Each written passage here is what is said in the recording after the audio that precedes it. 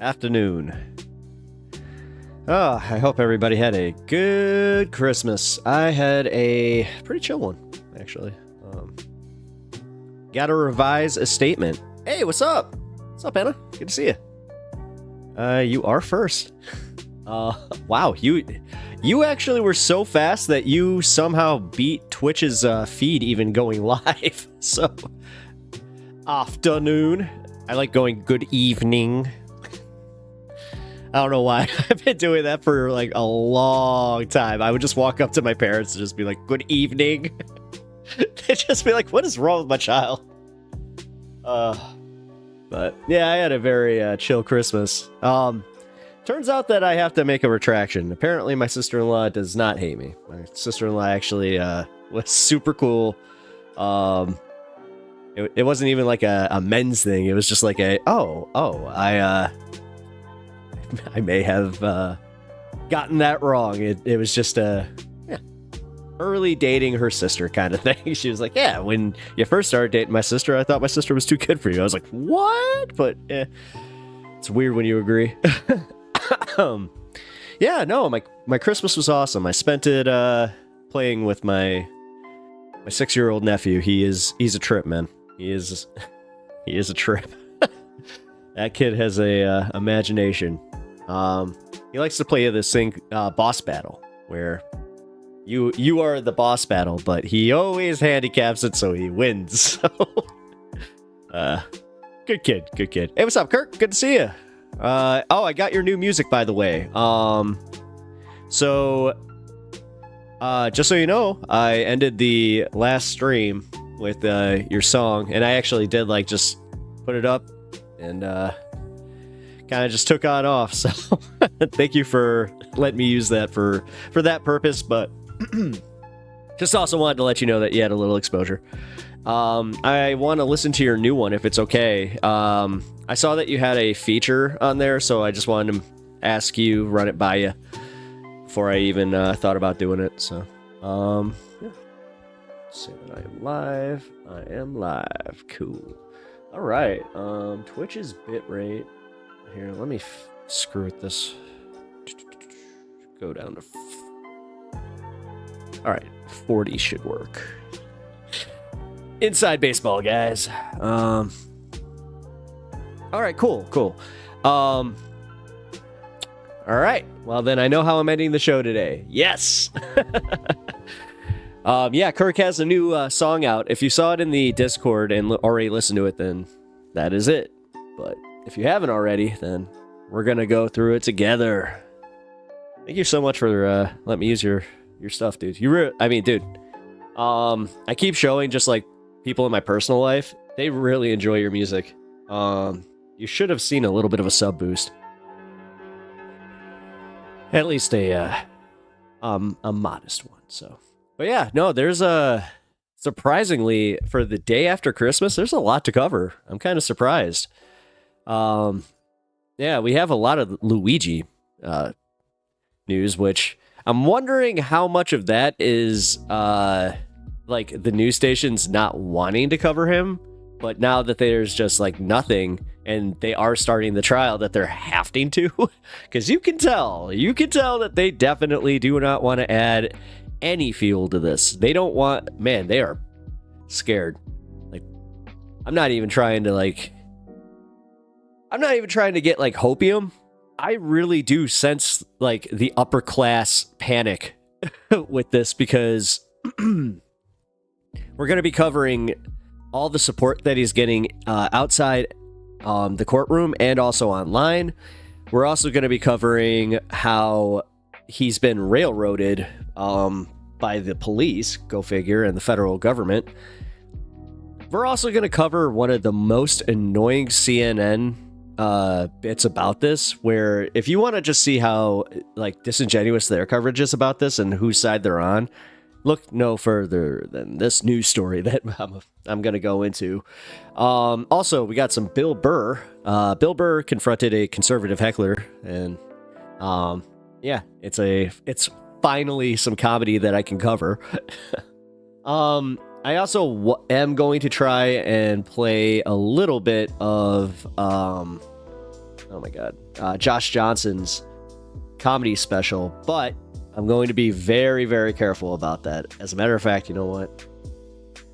All right, so this just debuted on the 17th. So what I'm going to do, they already have a TYT sports clip that already used it, so I think I'll just use that instead. I was getting a little ballsy, I'll admit it. I was kind of like, maybe I can get away with this. Let's not play games. Welcome, everybody. Welcome. Slowly starting to pile on in. I hope that everybody had a good Christmas. I hope that everybody's all rested up and ready to enjoy the stream, because we also have a really funny video that I want to cover at the back end.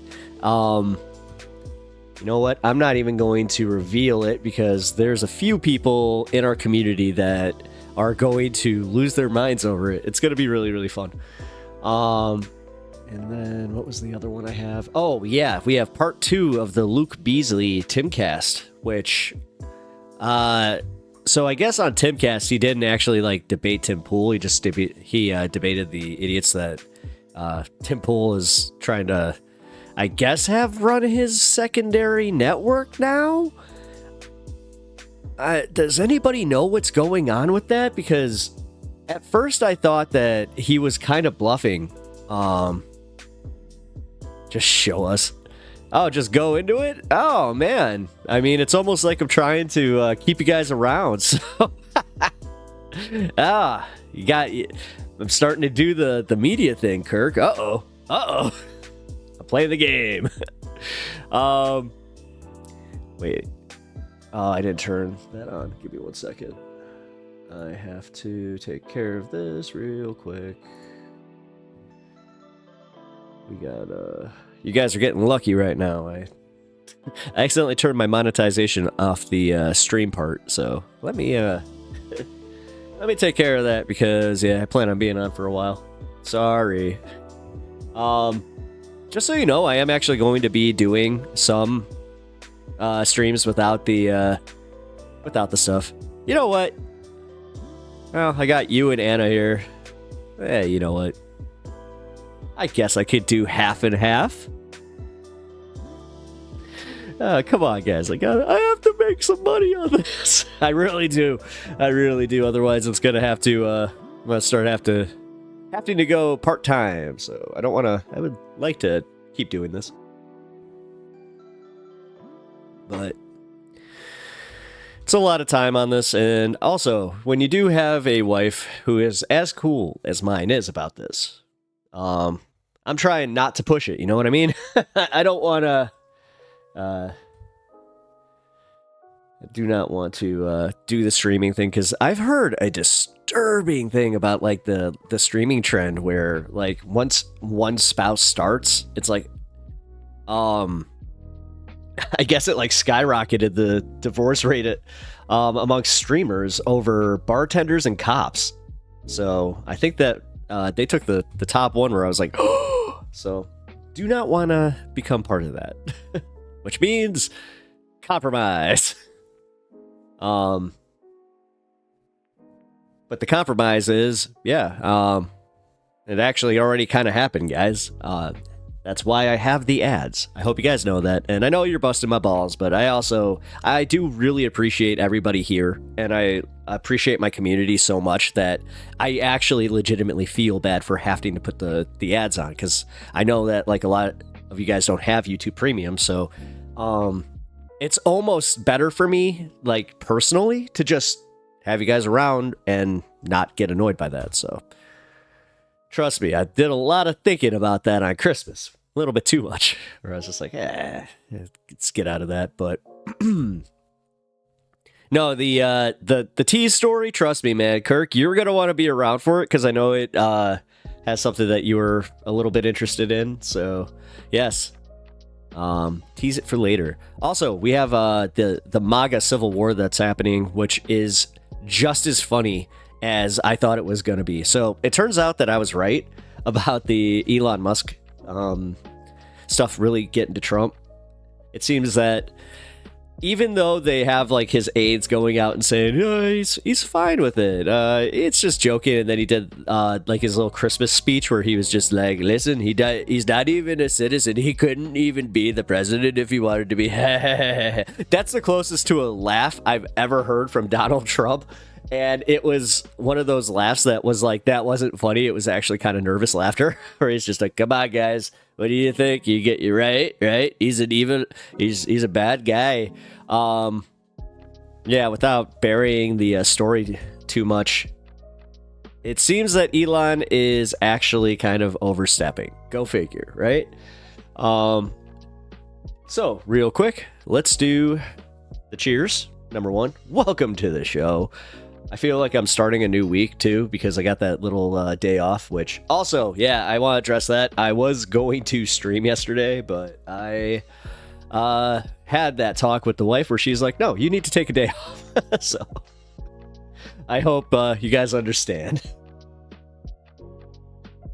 But yes, I also, just so you guys know, I had a pretty good Christmas. Check this out. So, I'm really, like, I love tea.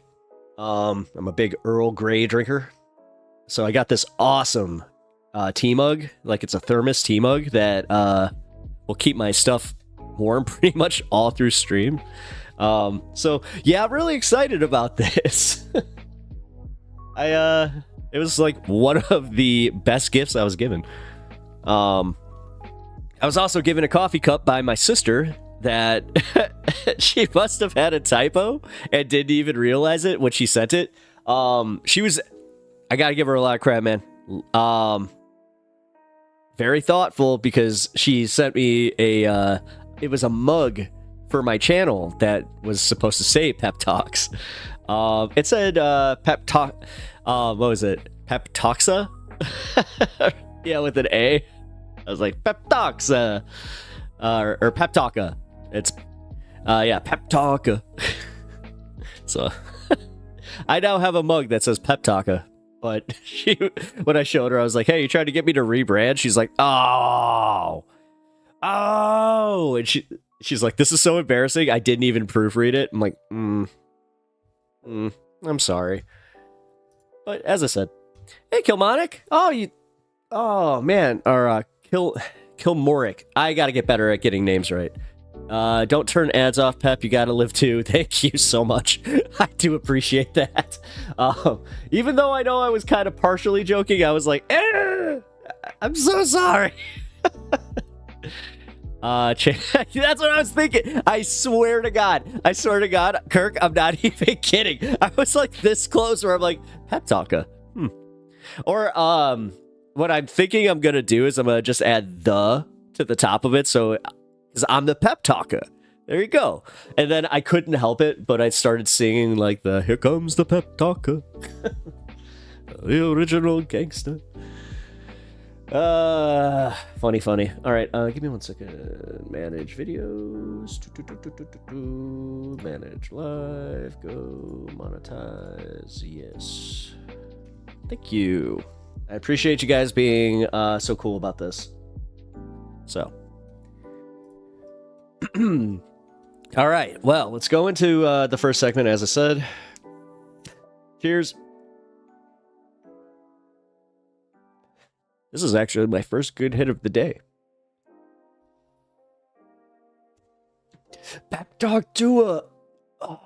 Oh, man. You know what? I might have to make... You know what, Kirk?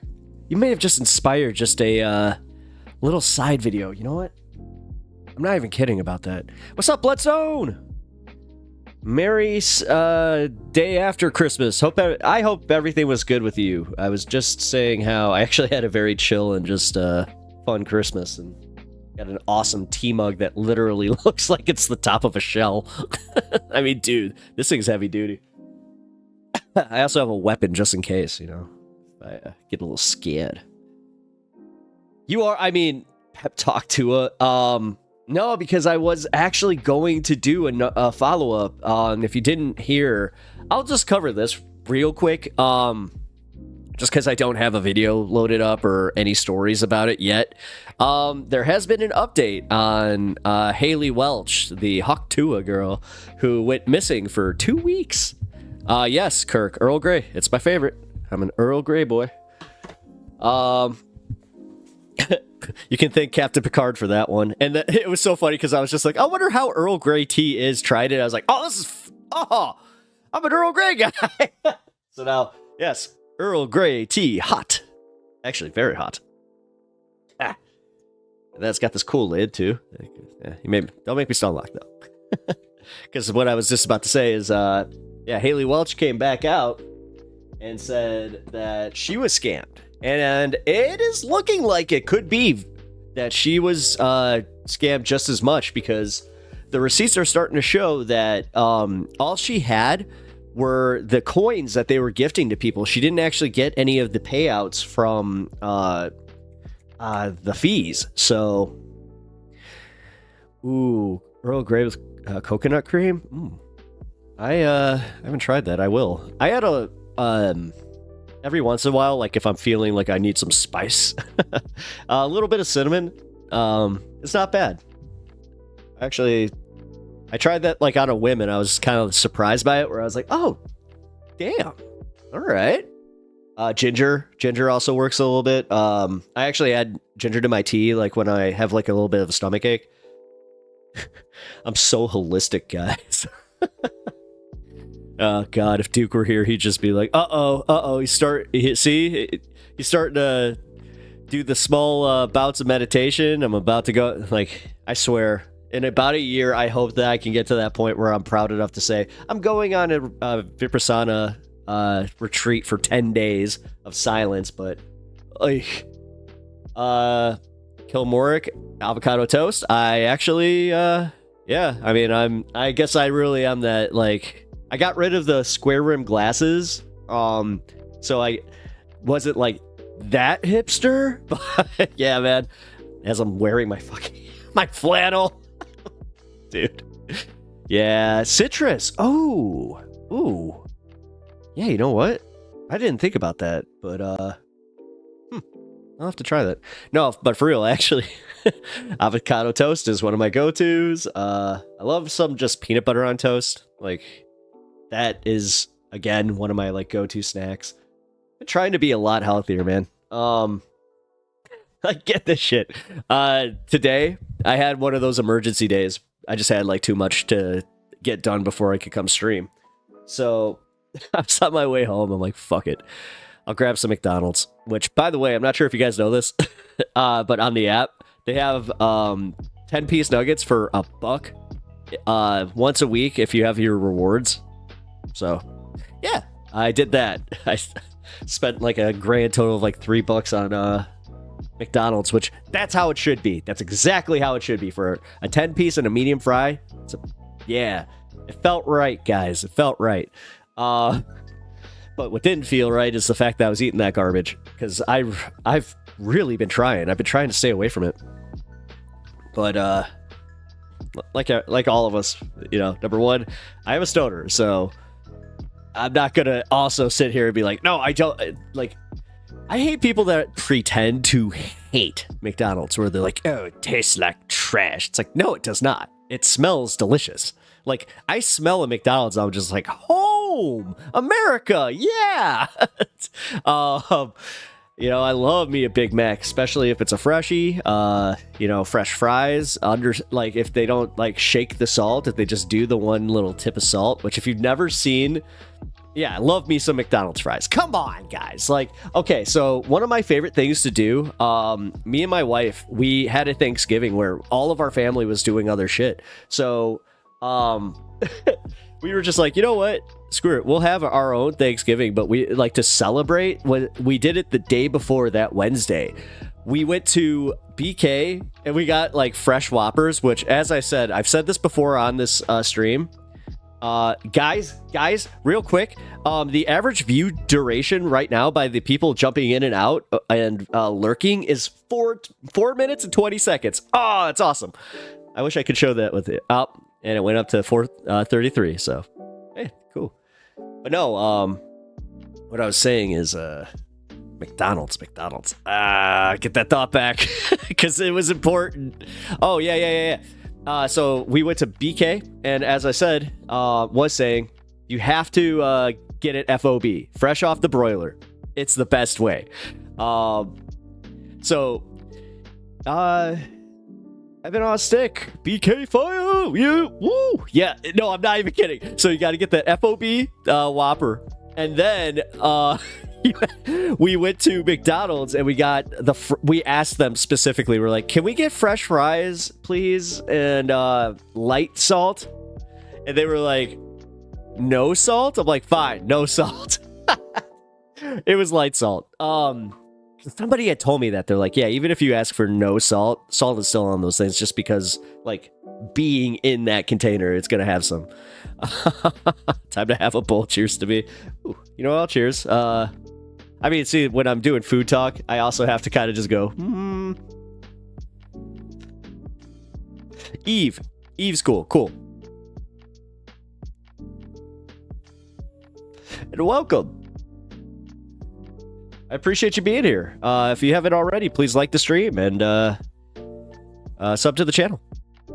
It really does help me out. So, and you guys know the deal. If you guys like the stream, it makes you that much cooler of a person. And yeah, I would say karma, but we just had a talk a few streams ago about how, like, maybe don't believe in karma.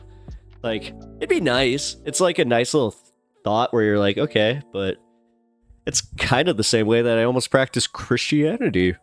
Where it's just like, yeah, it's nice, but the good parts.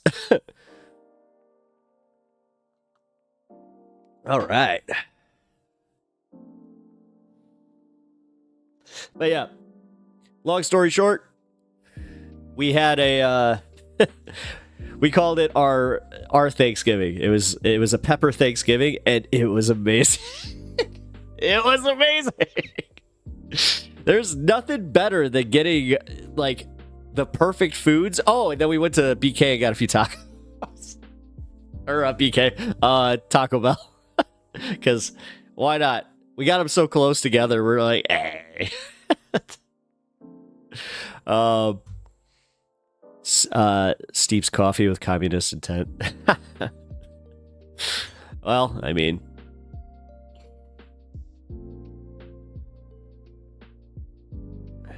yeah, exactly. It's questionable. I've seen some horrible people live amazing lives. Exactly. See, I'm glad that you understand where I'm coming from with that, because somebody tried to be like, oh, it's on the BDS list? Oh, that's unfortunate. It's one of my favorites. Oh, no. Oh. Well, now I feel guilty, but I mean, I already feel guilty when I eat it. Let's be fair, though. I kind of started this conversation by saying this, though. I don't really eat a lot of this stuff anymore. I'm trying to be a lot better. God, I eat so much granola. That's the one thing. I mean, the long hair is switched to Del Taco. We don't have a Del Taco. If we did, I'd go there. If we had, so like we have like mom and pop taco places, but it's a lot. Like it's money. It's money. Yeah, I stopped KFC, Pizza Hut. I barely do that. BDS. Well, yeah, I mean BDS. I hear big dick syndrome. Wait a minute. Oh, boycott the vest and sanction. I'm just like, wait. But then I was like, wait, it's BDE. Whatever. I'm not trying to keep up. Except for that. All right. Well, thank you for. Well, as long as White Castle's not on there, and I know. Whatever. Hot take. A lot of people are like, I hate White Castle. Ew. I love it. So, as long as they're not on the list, I'm okay. Because that's the one that I do kind of go to where I'm like, I'm really hungry. I don't have a lot of money. Screw it. It's right there. So, yes, White Castle rules. All right. You just became one of my favorite chatters. Just because. Yeah. Harold and Kumar go to White Castle. That movie resonated with me in a way that you don't understand. Because me and my roommate at the time, it was so funny, man. Because go every time I visit my mom in New Jersey. Nice. I love the fact that the one from Harold and Kumar was from New Jersey, where and it's a real location. I didn't know that. It's so funny. Never had. That's right, because they don't have them in Florida. My grandpa, he used to live in Jacksonville, and I used to send him before he passed on. I used to send him a case. They call them crave cases, and you can have them shipped. White Castle is awesome. I lived next to one for the last 20 years. Yeah, see, that's a nice thing. I live like really close to one, so it's kind of like it's there. As I said, it's like I don't got a lot of money. Every once in a while, you do the thing where you're like, oh, they got those mac and cheese nibblers. It's like, all right. It's 4 a.m. You just got out of work. You're in Houston, Texas. Where do you eat? Whataburger. Whataburger. Yeah, Whataburger. No, that's that. Yeah. Am I wrong? Or, I mean, Del Taco is all right if you got it. See, that's why I was actually upset. I was like, no, if I had a Del Taco, I'd eat at Del Taco. Like, yeah, Eve, no, I've traveled. I'm not a, yeah, I've been to pretty much the Continental 50. Well, the Continental 48, I should say, of the 50. And Alaska, which Alaska's, it's Alaska. No, it's actually, it's beautiful. The drive, though, going up that, holy crap, that sucks. Like, that was a long, I didn't like it. Too much of nothing. You know what I mean? And, like, I've done the desert route where, like, I crossed through Vegas to Utah. I'd almost rather do that. Yeah, hallelujah. No, I mean, so you guys might be happy for me. We're getting a Jack in the Box, which I'm not sure if you guys know this, but Illinois has not had a Jack in the Box for, God, going on 40 years almost. Something like that. Because, like, I just remember reading the article. Yeah, it was like 38 years. So I never had one, so I condemn the killing of CEOs. I condemn the killing of the CEOs, but Luigi isn't guilty because he was serving mass with me in Italy at the time.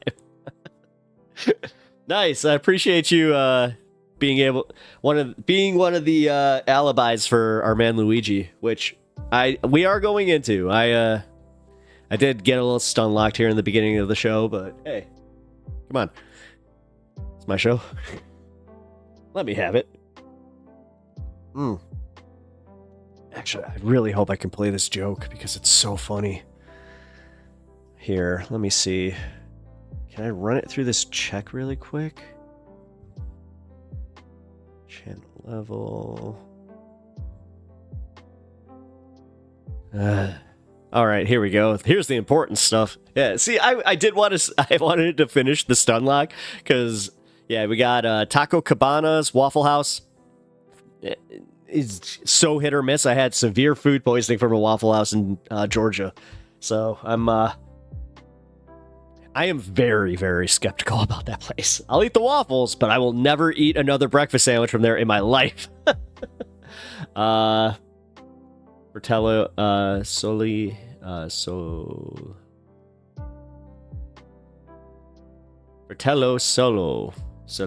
I don't know how to say your name. I'm sorry. If you don't, if you guys get mad when I can't say it properly, just enunciate it for me. The whole Italian community is with him, even the ones that hated him because of his college educated. Oh, because he is a college educated liberal. Yeah, I mean, dude, class solidarity is a real thing with this, and it's not even just like for lulz, man. Like, this is real. This is happening. Like, I got a lot of people in my own life that are seeing through this crap. So, oh, it means brother, son. Oh, that's cool. Oh, it's really cool, actually.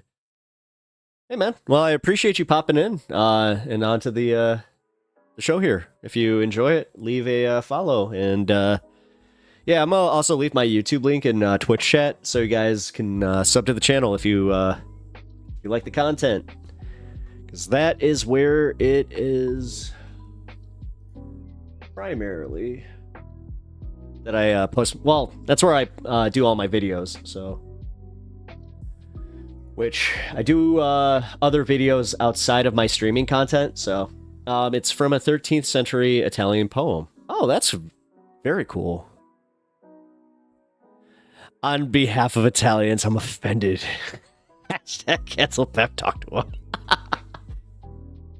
I just actually had this conversation with my sister today. How we are like so not Italian. We are like we are just, I almost said antithesis, but we're not really. We're just so Nordic, it's not even funny. We're just like Eastern European and Norwegian. Yeah, that's as white as you can get. I mean, dude, if I step outside for too long, I legit sunburn. So I wish I was kidding about that. Ugh, it's so bad. Canticle of the Sun. You know what? Here, I appreciate that. Let me copy that. Oh, mic's a little closer than usual. Canticle of the Sun. Praise of God, thanks him for such creations as brother fire and sister water. Interesting.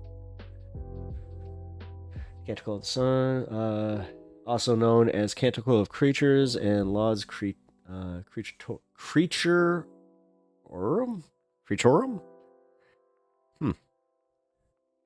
It's a religious song composed by St. Francis of Assisi. Alright, the Canticle of the Sun. It's praise of God, thanks him for such creations of brother fire. Okay, we got that. Is an affirmation of Francis's personal theology, as he often referred to animals as brothers and sisters of mankind, rejected material accumulation and sensual comfort, and later poverty. Oh man, beast! I like this guy, St. Francis. All right, hey, I did not know about that. That's really cool. Thank you for that. Always love a little bit of side education. And that's my YouTube link. Shit. Of course.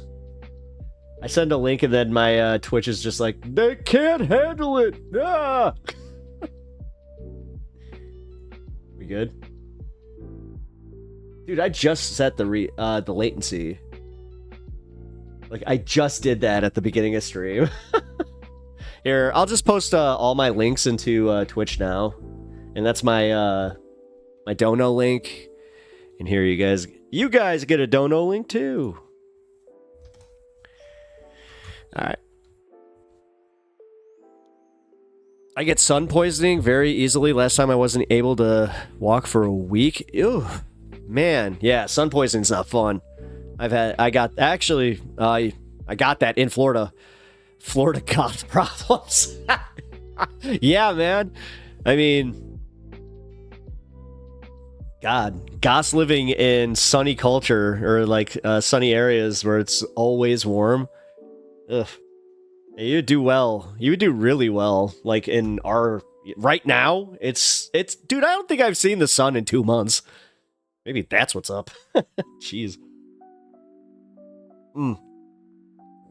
I wish there was a sunscreen that was also a mosquito repellent. I looked it up a long time ago, and they only had it in CA.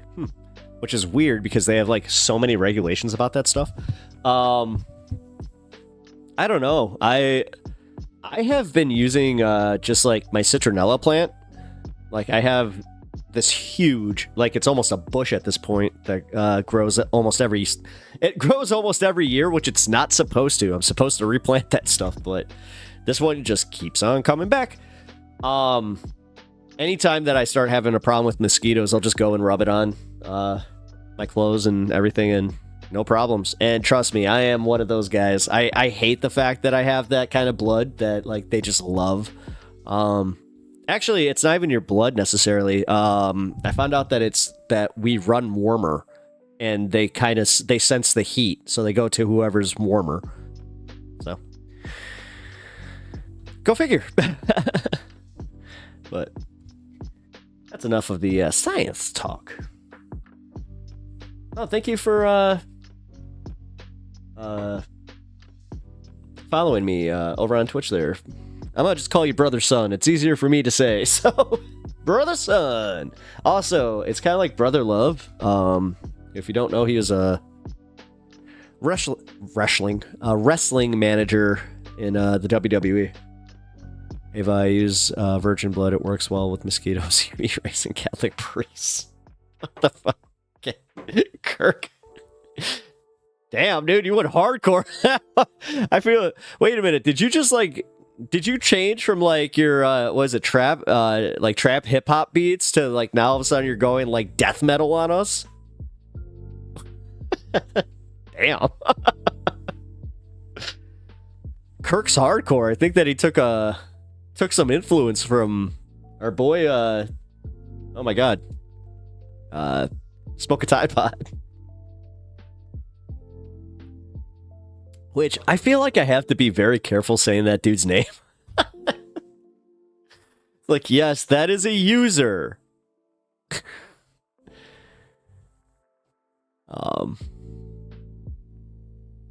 Alright, guys. Well, I did promise that we were gonna go. Oh, we got the F. I mean, apparently. I know that Alirda here can definitely show you how to go goth. Shit, yeah, Kirk. You guys are already in a good mood here. I love this. I love coming on to my stream and then just having fun with you guys right off the bat. Like, I haven't even gotten to one story yet, and it's just like, hell yeah. I'm enjoying this, but we've had a few people pop in and out here, so we're going to... So, ew. I am a child. Why? I had that moment just like thinking about that since I was, with my nephew. I'm like, the fact that I have like the same sense of humor. That's why we're so close. This is my new safe place. I hope so, man. I hope you guys have fun here, man. Like I'm not even kidding. I love it. I love this community. We have somehow cultivated a very wholesome community, and you guys are also, all of you are hilarious. Like, and on top of it, talented. God, yeah.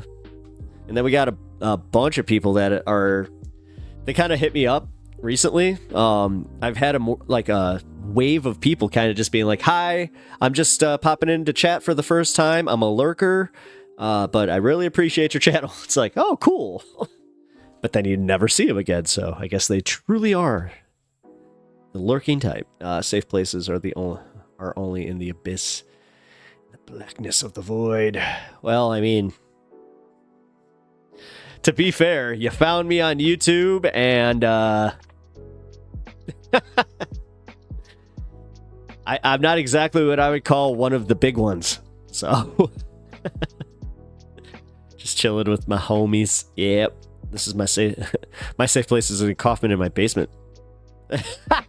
Wait. What are you, Nosferatu? Wait. Oh my god.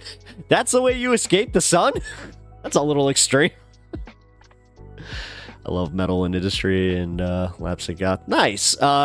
Eve, you'll actually like some of the music that we play here. We have a at this point, I'll just call him a collaborator. Because Kirk here, he does some awesome music. Some fucking incredible music. But, we also got somebody that does more like, I guess, like gothy. Not even gothy. I would call it more like Stained, but better. Especially now. Aaron Lewis, man. You want to talk about a guy that fell off. Yuck. Yikes. But, I think I mentioned this already, but I got to see Stained tour with Limp Bizkit and Korn. That was an awesome show. I don't know what, like, I feel.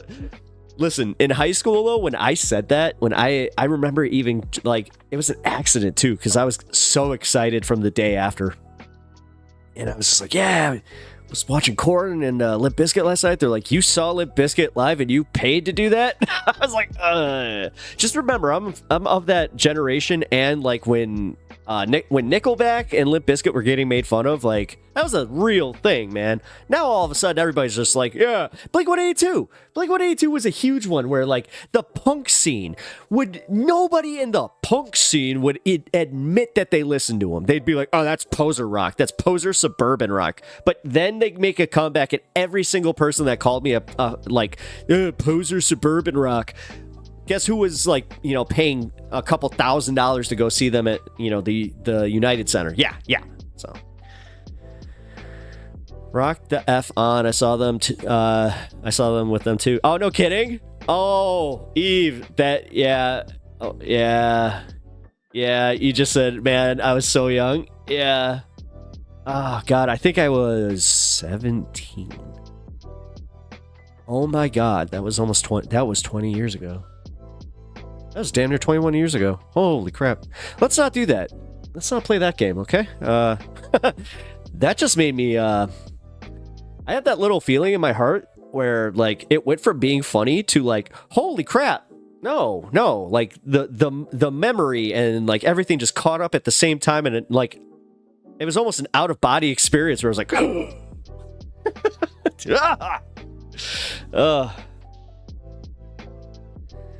yeah, right?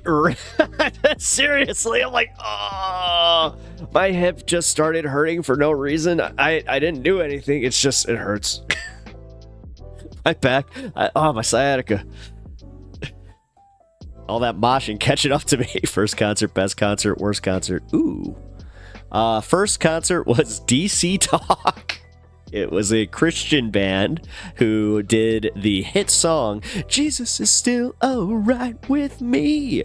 Totally ripping off the, you know, Jesus is just alright with me, because they were like, he's not just alright with me. Jesus is still alright with me.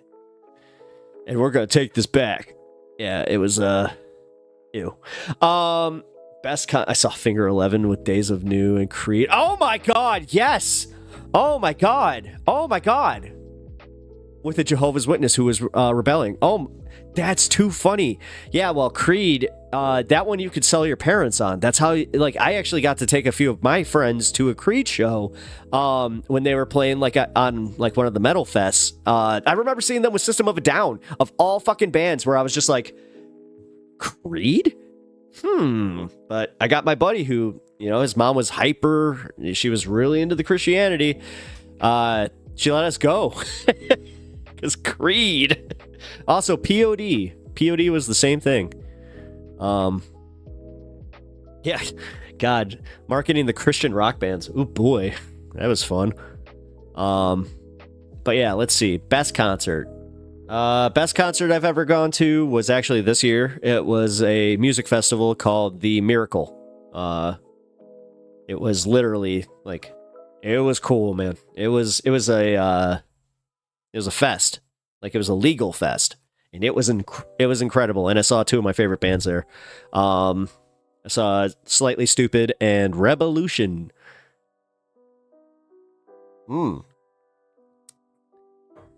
POD was Christian band. Yeah, they were a Christian band. They just had, like, a bunch of hits. They were, like, the biggest one out of that scene. Trust me, I know. My favorite band to come out of that time is, and they're still good. Trust me, I still listen to their music. I actually almost went and saw them live, but they were playing, like, 2 days after Thanksgiving, and I was just, like, so beat. I was like, nah, I need a break. But yeah, Five Iron Frenzy. They're a ska band. So I never liked divorced dad rock very much. That's exactly what, oh my God, oh my God. You want to talk about a divorced dad rock band? Oh my God, Godsmack. I'm not the one who's so far away. When I feel the snake bite enter my veins, and you can hear the guy that's like, he's only buff on top, always skips leg day. He's got the Freedom hat in his F-150, and he's just revving, just going, and it's a boom. The dude's fucking rocking to it. He's just like, yeah, this song, it's a piss the lips off.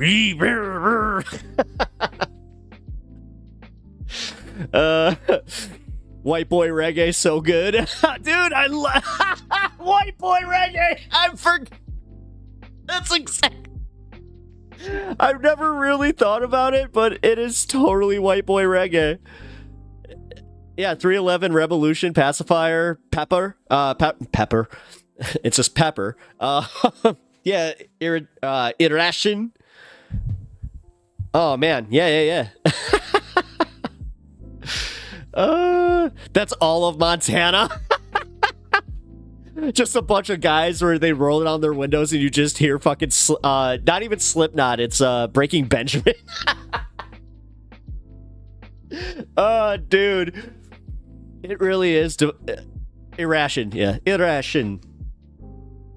Yeah, they were playing at the Salt Shed this year. I missed that one. I had a prior engagement. I was so mad about that. Yeah, the old Morton Salt Shed here in Chicago. They cleared it out and made it a concert hall. It's really cool. I see them live every year. I love them so much. Hell yeah. Hell yeah. It's awesome. All right. We need to start. Matt John, blessings. Hey, what's up, Matt? Yeah. No, dude, I do think it's the guys who love, like, when I see a Lamb of God t-shirt in public, immediately I already know their politics. If they're not already wearing a Trump hat. Same with Skillet. Oh God, if I see a Skillet shirt, which that's happened. It is, oh my God. You want to talk about like one of the most pathetic bands ever? I'm not here. You know what? Screw it. This is going to be the first segment of the day. We're going to learn about the lead singer of Skillet. Because it's a lot. Frontman drama.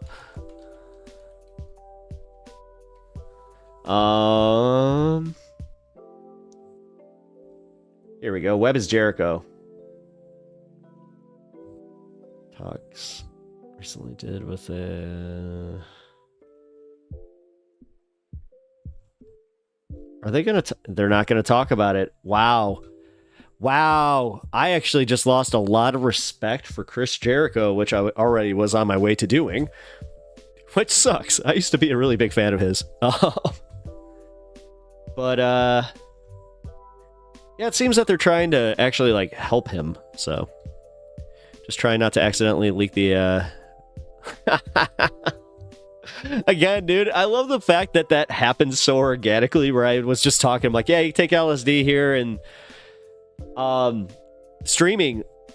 Obviously you're like, oh no, not that, it's Lakeshore Drive, no, Chicago, wait a minute. Oh man. Yes. Yeah, we literally, dude, dude, that was so funny. I hope not. I mean, I didn't. Here, hold on. What the hell? Why is this? Here, Skillet Band leaves. How about that? Quits.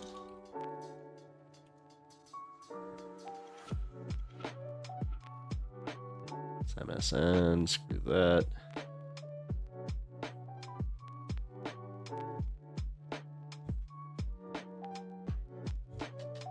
Dude, they like buried this.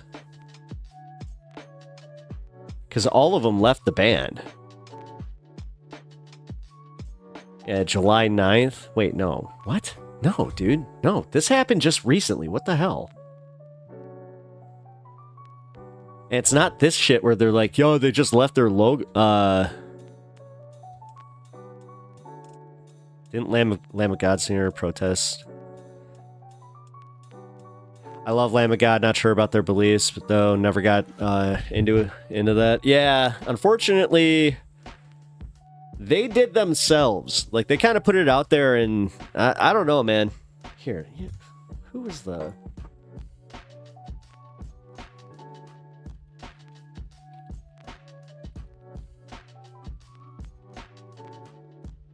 Oh, my bad. I actually got that wrong. It wasn't Skillet.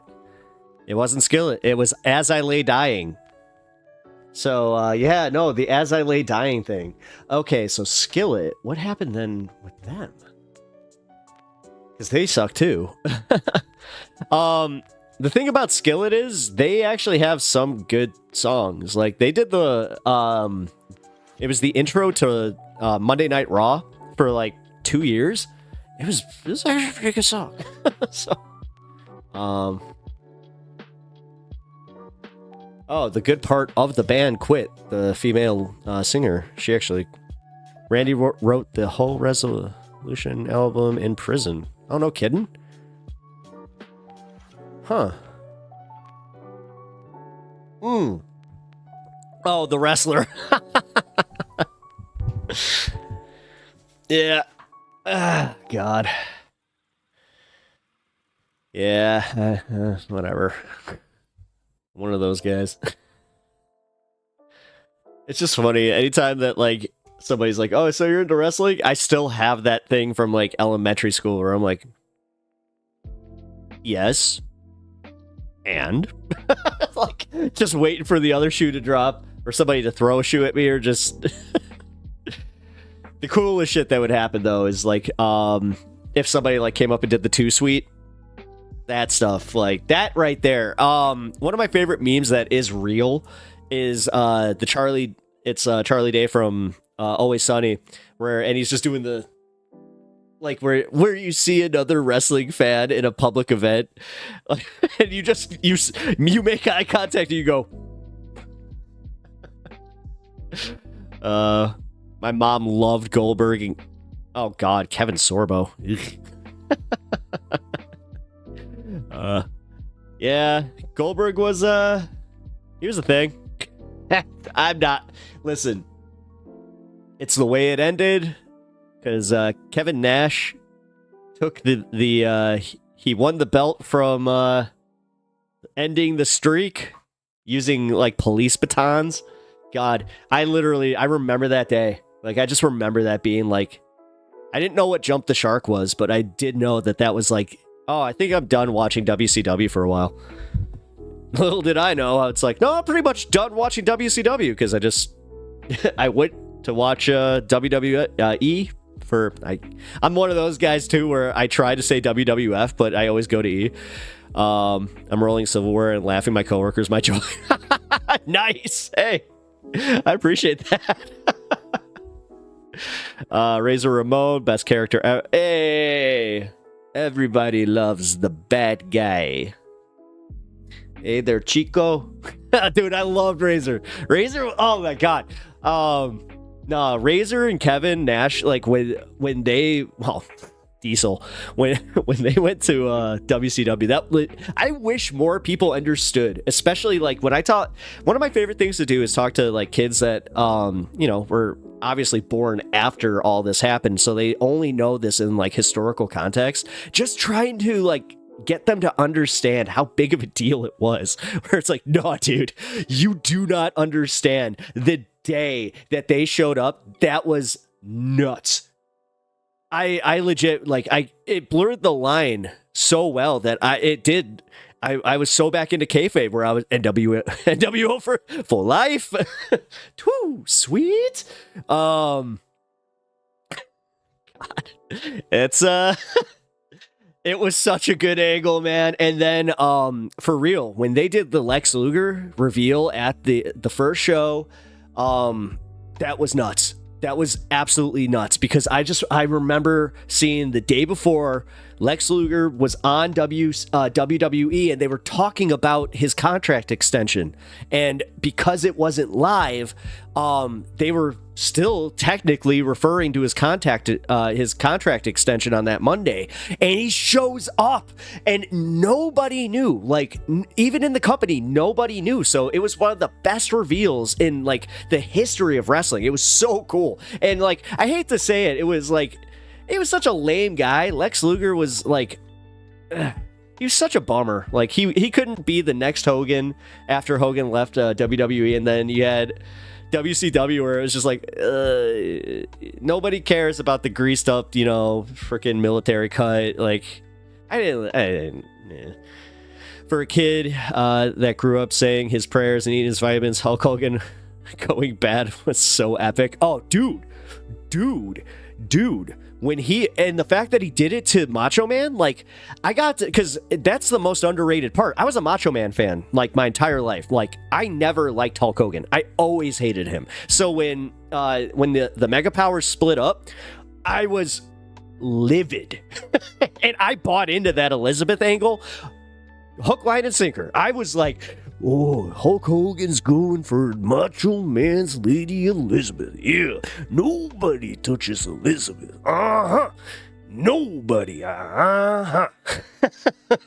And dude, when he won the title, like, again, as a fan, blew my freaking mind. Like, but I was so mad that Warrior came in like the next year and just became like the thing. Oh, I hated it. I always sensed that Warrior did not like the business. He always seemed like he didn't want to be there. Parts unknown. Oh God, that was the one thing that I did like about him though. Was actually somebody just posted this. One of my buddies Great Macho Man Pep. Thank you. I appreciate that. He's one of like the only ones that I really like studied because everybody goes, oh yeah, snap to a Slim Jim. Man. My favorite part about Macho was how he'd gear you up during a promo where he'd be talking to Mean Gene and be like, let me tell you something, Mean Gene. Yeah. Tito Santana, yeah, not a good guy. Coming into the locker room, he does some bad things, yeah, leaving a little trail on the locker. God damn it, I lost it. What's that? Damn it, what's that called? The bench. Damn it. Eve on a sticky. Yeah. I mean, I can also do I can do Hulk Hogan. But they're all essentially the same guy because it was Jesse Ventura, Macho Man, and Hulk Hogan. They all kind of talk like this, and you just have to, do a little bit of a, oh yeah, bring it down, bring it up, yeah. Macho Madness, yeah. Cream of the crop.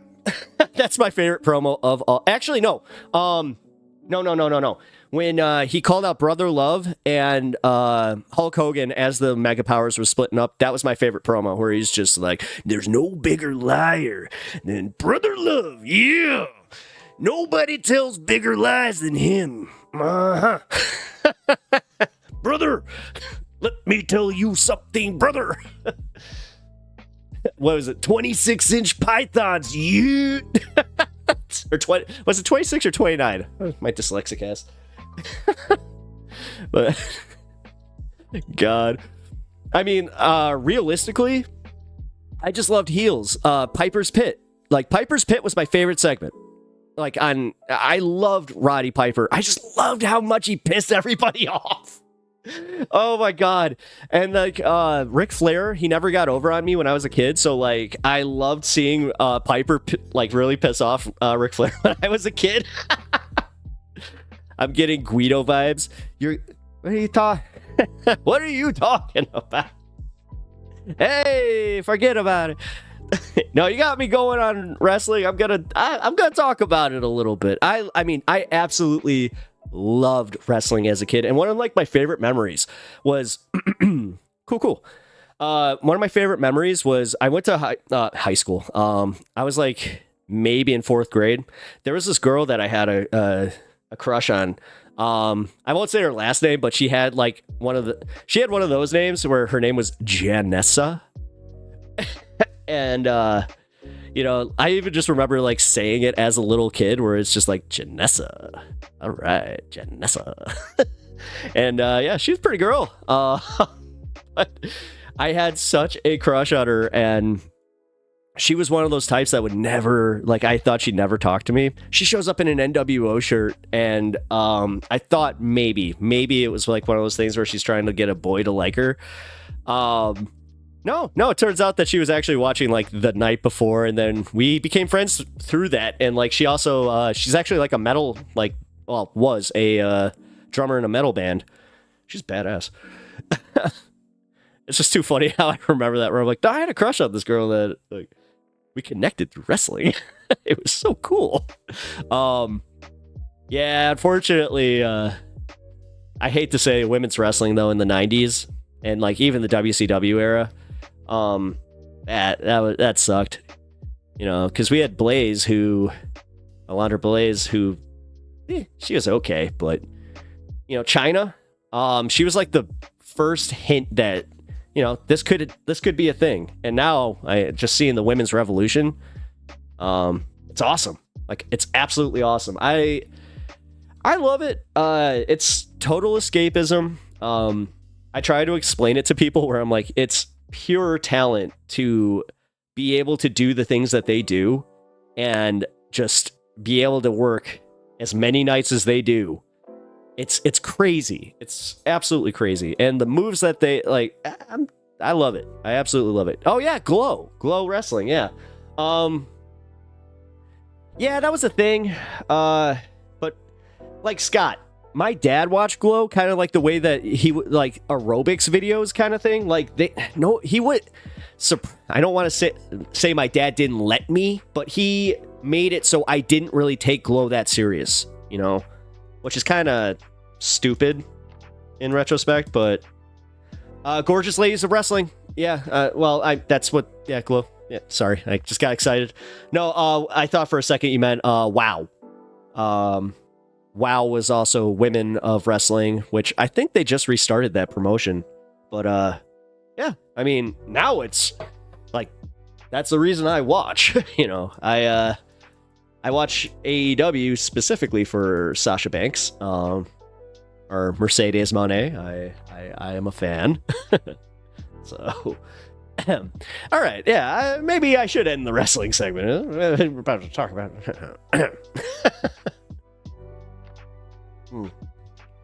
Although somebody just said Big Papa Pump, and I'm like, Yes, that chick from Community and Mad Men was surprisingly good in Glow. Yes, she was one of the original wrestlers for AEW was on that show, The Awesome Kong. She was also on TNA for a while. As I said, I've been into this for a while. I go to indie shows, like, we have a lot, and we get some good booking, so like I've seen Chris Statlander do a show here. I've seen there's like some of the bigger guys that some of you might know. Oh my god, I'm blanking. Oh, well, too bad. Josh Alexander. Wait, okay, now I'm starting to get him. I was just like, but no, I highly recommend to everybody, if you can see a live wrestling show at some point in your life, do it. Like, do it for sure, because it's number one, so much better than the circus, and it will make you a fan. My dad, again, he used to make fun of it until it was like I went to just a shitty indie, we call it shindy shows. I took him to one of those, and he was like, "This is hilarious." I'm like, "Yeah, you get it?" He's like, "All right, this is kind of funny." It's like, it's a performance. You get it? Like, God,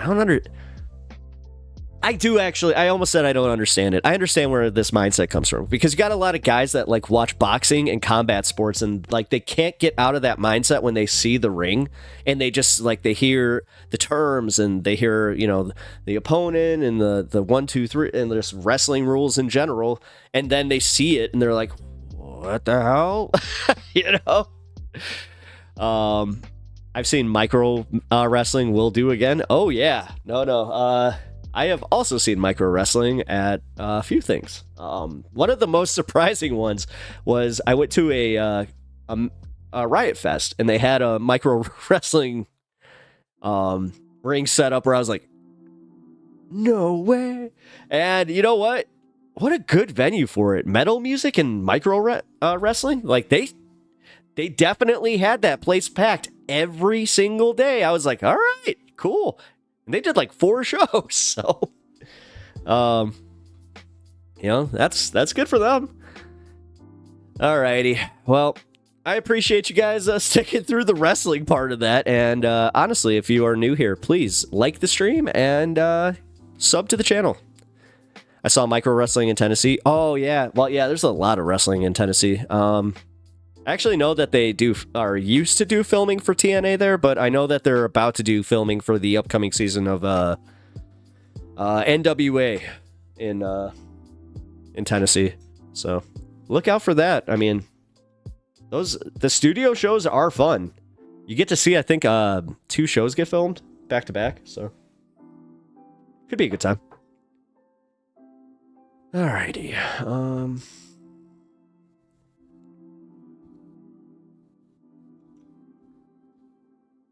Yeah, I'm not going to do that one. All right, so we're going to go into the ground news segment, and then we will... Oh, no, actually, I want to talk about Luigi. So first off, is there anything from ground news on Luigi?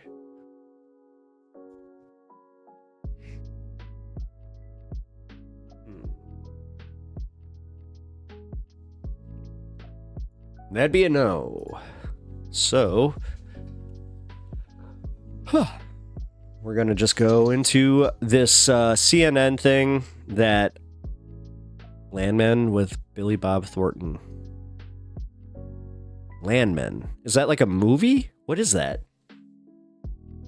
Or is that like a band? You never know with him, because I know that he's done like a bunch of weird stuff like that.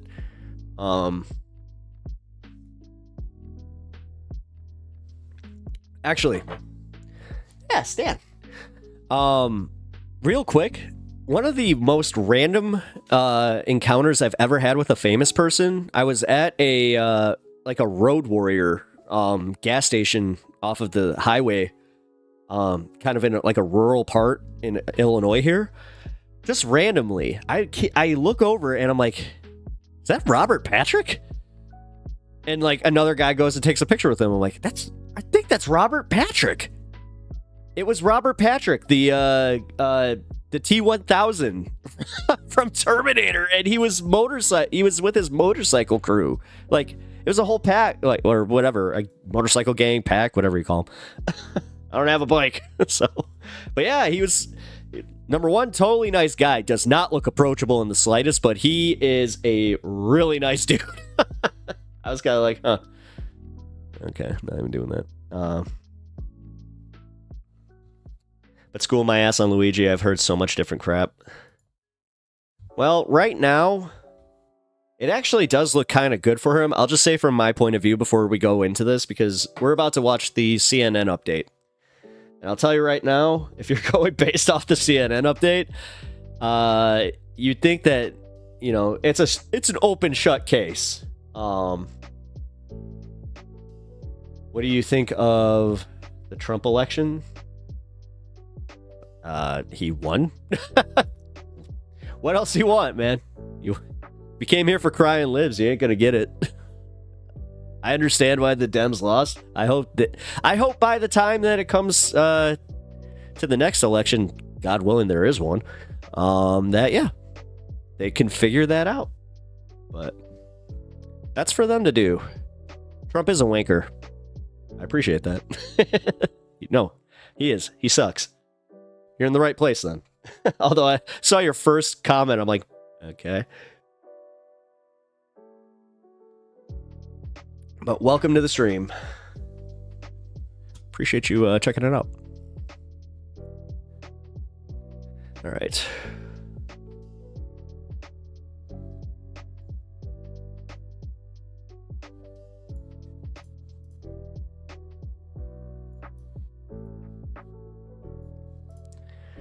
Let's go for it. All right. Well, we're going to get the updates on Luigi. Mind you, this is from CNN, so this is the super biased portion of this. It is going to probably make you mad.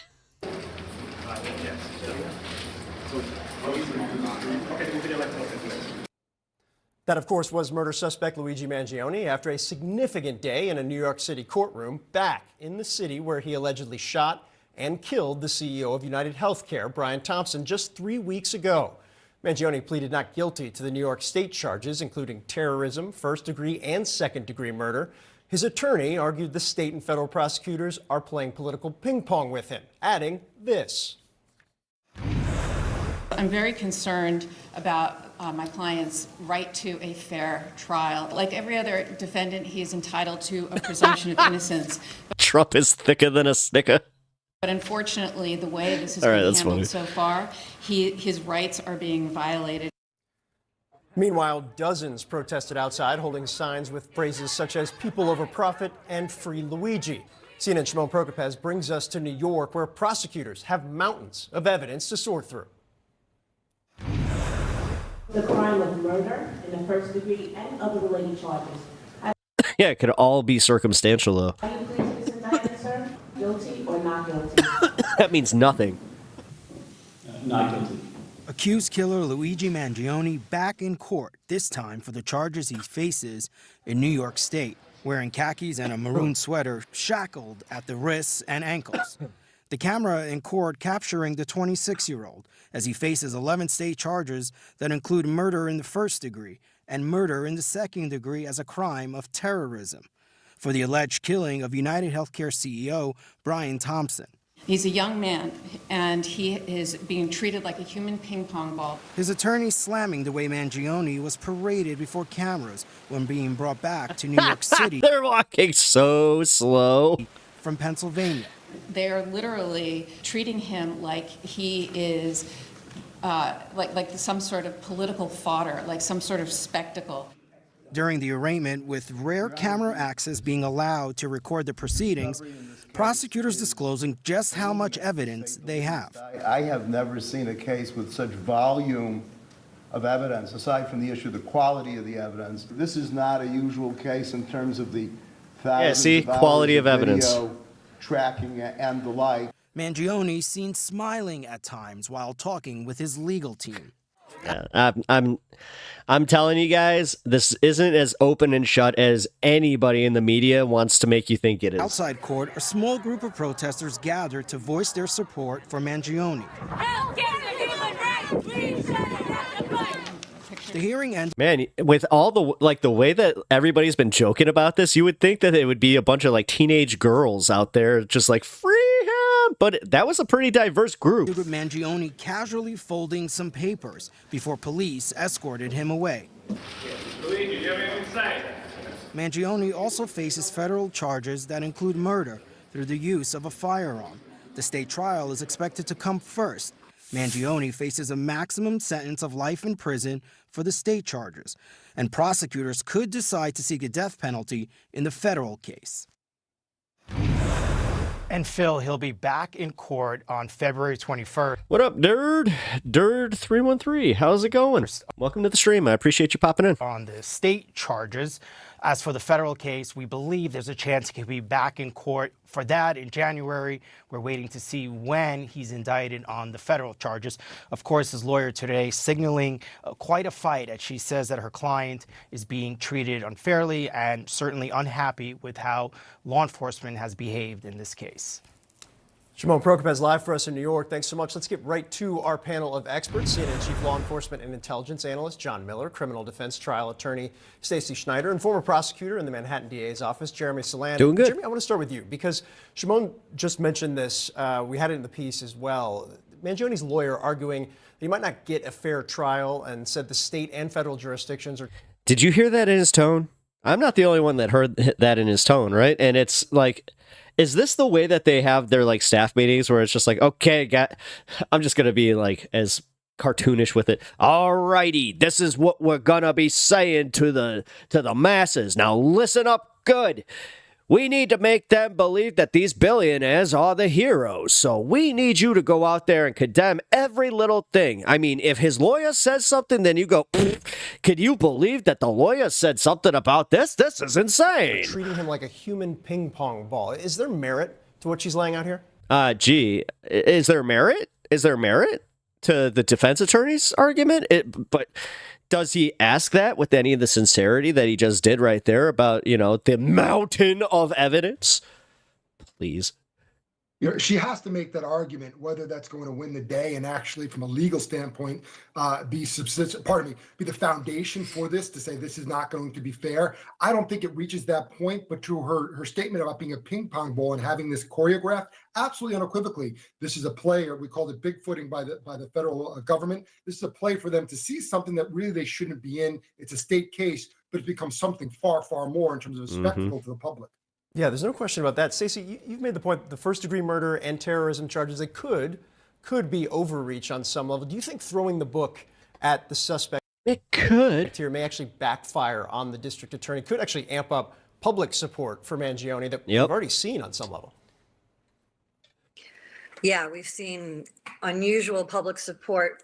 If your eyebrows could be any more concerned for the billionaires, I'm pretty sure that they would just, go and jump in front of the next one. For someone who is charged with murder.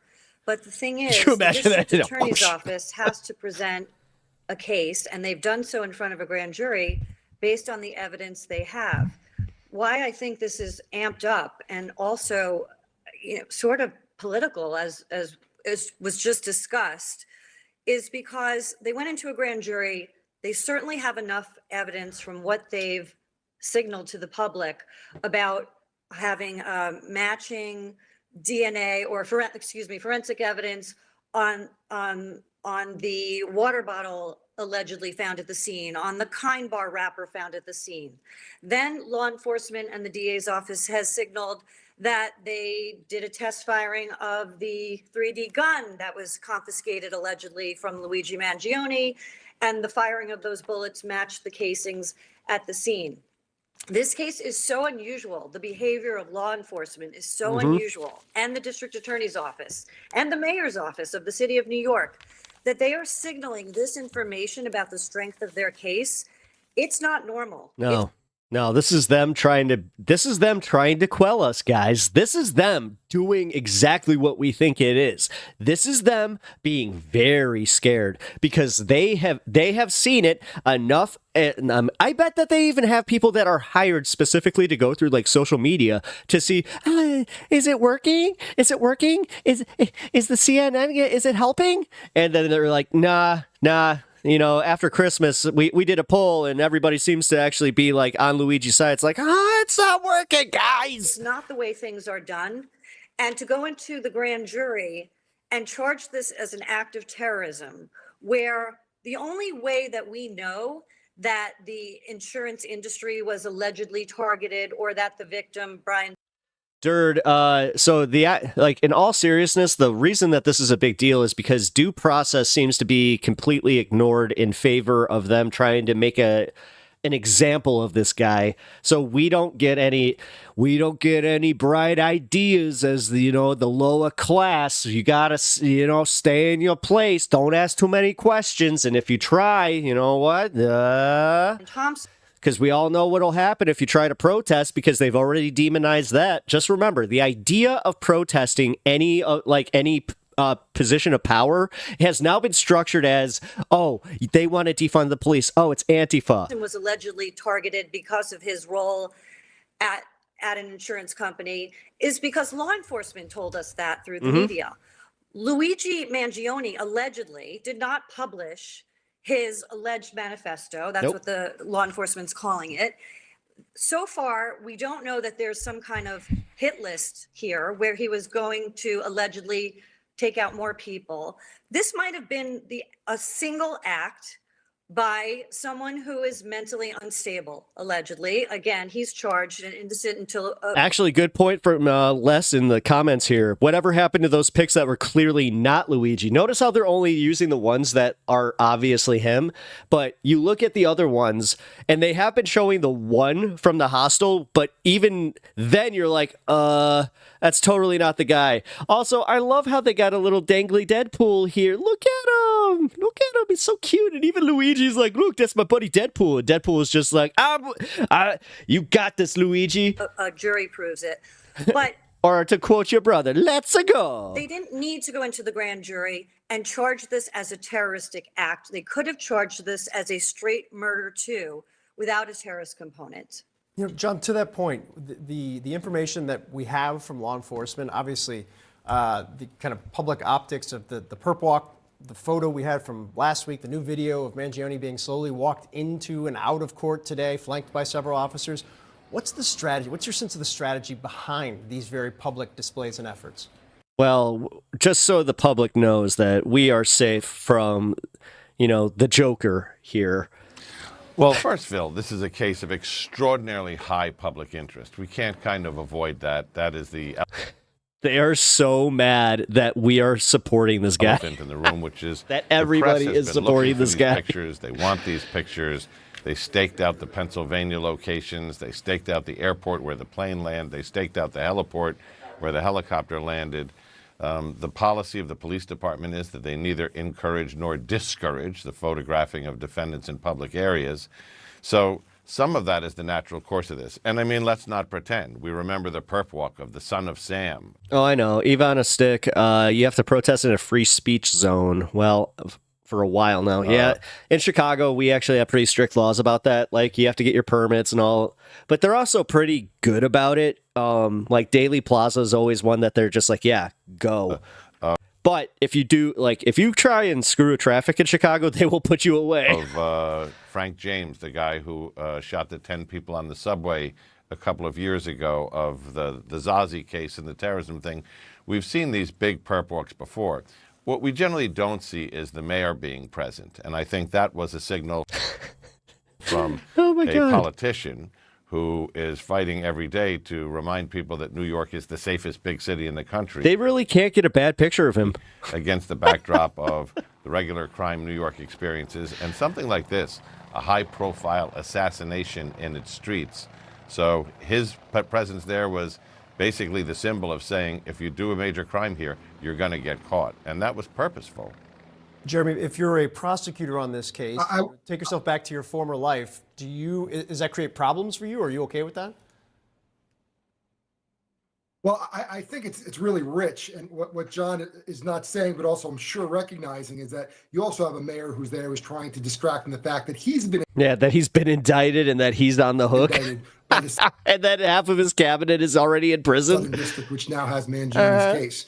All of this is a distraction. Joel Seidman, I've known him, I've served with him for 7 years in his bureau. He's an incredibly bright, he's a prosecutor's prosecutor. He knows that evidence inside and out. And he pointed out something, as we were listening to before, about the quantity of evidence. This is not a quantity of evidence issue, and frankly, it's not a quality of evidence. The media, oh no, he's hot. Evidence issue. It's whether, just because you can doesn't mean you should. And what I mean by that is you can go into a grand jury and charge anything you want within reason, and a grand jury will likely indict within reason. But this is not the appropriate case, meaning this first-degree felony, this first-degree murder, just as it's not appropriate for the federal government to be involved. Whether that means there was pressure by the insurance agency, whether they're sending a message. All this may be true. Which they should have absolutely no power in this. That does not change the elements of the crime. And honestly, if you guys, like, do they not understand how this is going to backfire? Like, do they not get it?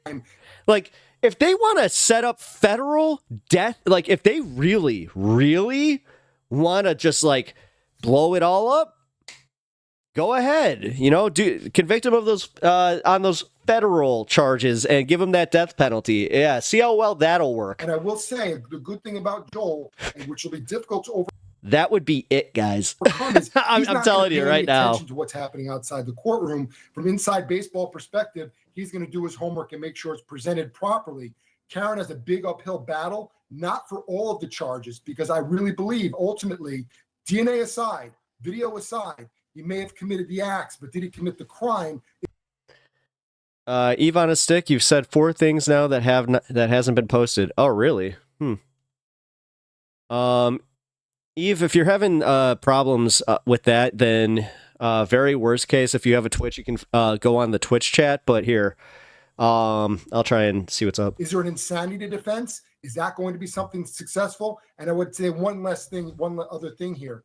You know, the federal government, the Southern District, is claiming or potentially pursuing this felony complaint to an indictment, to a possible trial. Will they seek the death penalty? Well, their current president, who their current runs the show here now, at least through the rest of the year, just granted clemency to, I believe, 37 or 40 people on death row. What's going on here? This is really a power grab on the outside for a case that deserves attention, but no more than a domestic violence homicide and murder either. So let's be clear what we're looking at. Okay. They really don't get it, like how the Dems pushed over Bernie and lost. They never understand how dumb they are until it's too late. Well, yeah, but it's also like they don't understand just how unpopular they are this time. Like, that's why, like, everybody in the power structure, like whether it be the media, whether it be the police, whether it be whoever, that's why they're all freaking out over this. Like, you can see the panic in every single one of them. Just the way that Boy Scout was reporting on it with his concerned eyebrows. Like, for real, man. They're doing this whole thing it's a performance to try and make us feel like we're the bad guys. How can you guys lose your humanity so easily? That's just not cool. Guys, like, he had a family too. And I heard a great stand-up bit, which I'm going to try and play, about how, so did the 400,000 people who died from lack of insurance coverage, from literal denials from that same company, just because you can't see the murder that they commit, because they do it with the signatures, with literally a pen. That's it. Just a little... And then going, well, this could save us X amount of dollars. Deny. Like, let's be real. And the thing is, we all know somebody. We've either been there ourselves, or we know somebody who has been there, who has had to go through this healthcare system. That is exactly why nobody is crying over this guy. That is why you didn't see a monument to him or whatever the hell. Like, because did you see that the CNN guy that was crying over that last week, where he was just like, you know, when something bad happens in New York, they usually put a wreath with some flowers or something just to show that they did, you know, they got some respect or something. But no, not for this guy. I wonder why. Jeez. Yeah, it's also kind of funny how his own wife didn't do that, you know? His own wife didn't do, like, some grand monument because she just, oddly enough, could read the room enough to go, yeah, there's a reason he got. Also, did you guys know this? Did you guys know that the meeting that he was at, they have such little respect for him and for what happened to him? They literally, six minutes after they heard the news that he had been shot in front of the hotel, they still carried on with that news conference, or the investor conference. Yeah. He didn't even matter to them. He was just another number. That's how these people think. Because they don't even see you as people. They see you as a number, just another ticket. You know? And if you're, you know, denying you is just denying a number. It's not even a person. And so many people are getting behind that, man. Like, I'll admit it. Like, I listened to, what's his name? Joshua Jackson? Joshua Johnson earlier today, and he was talking. Yeah, Josh Johnson. Yeah. I was about to say Eve. Yeah. No, I'm not. Trust me, I'm pretty good about sourcing like anything that I'm quoting like that, and I was just going to use that as my lead-in. So you kind of beat me to it. They panic because they know they are awful and could have been decent, and now they suddenly realize that angry people they kind of realize that, you know, that whole thing that we kind of avoided doing because we didn't want to make them mad. Well, we kind of made them mad, and you know that idea that we had that we could totally use their own military against them. Apparently we can't. Unless Trump gets involved, and that's what's scary to me, is like now he's saying, all right, well, now we have to go after our Democratic, our leftist opponents. Yeah, it was a really good special, if you guys can see it. I'm going to try and play about 5 minutes of it. If I get even the slightest hint of a copyright strike, I'm just going to turn it off, so...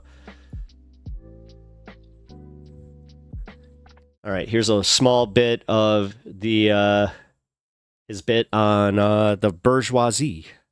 Heading to, you know what I mean? If you look at history alone, all by itself, is a playbook for some people, is a cautionary tale for other people. I think a lot of the answer to what we're facing is in history. It's in Versailles. And when you read the history of Versailles, you read the history of French Revolution, it's very apparent that, you know, whether it's police, whether it's an army, guards, whatever it is, they protect. All right. So real quick, I have to pause this just to let my YouTube catch up and see. Oh yeah. Nice looking out. Yeah. No, as I said, like I really want to show this. So, because YouTube has been doing something weird. Oh, yeah. Excuse me.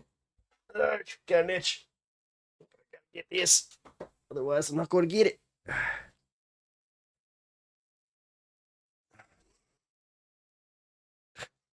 Sorry. I literally had a nose hair that was just like sticking out. I'm like, okay, well, I might get that one. All right, sorry about that. It looks good. Protect looks like the we're powerful, good. not the Let's people. See.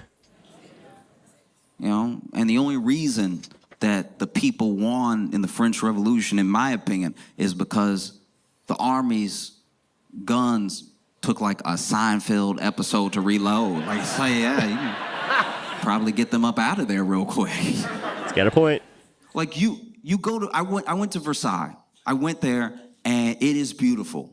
It's a testament. It's a monument to like what people can accomplish. But it's all one man's wealth. You know, it's all for the king. But the gardens are beautiful. Inside is beautiful. The mirrors, everything. It's decadent. It's when I walked in, I was like, wow, I get how this can happen. I get how you could have everything in the world and you want to make something like this and it's still not enough. You want to add to it. You want to build more, build better. You see the king's bedroom. You see where Marie Antoinette, her, it's like you see so much. And then you walk through the thing and you also are like, oh yeah, I can also see how if you were hungry enough and you broke in here and you saw what they did, you would probably grab everybody.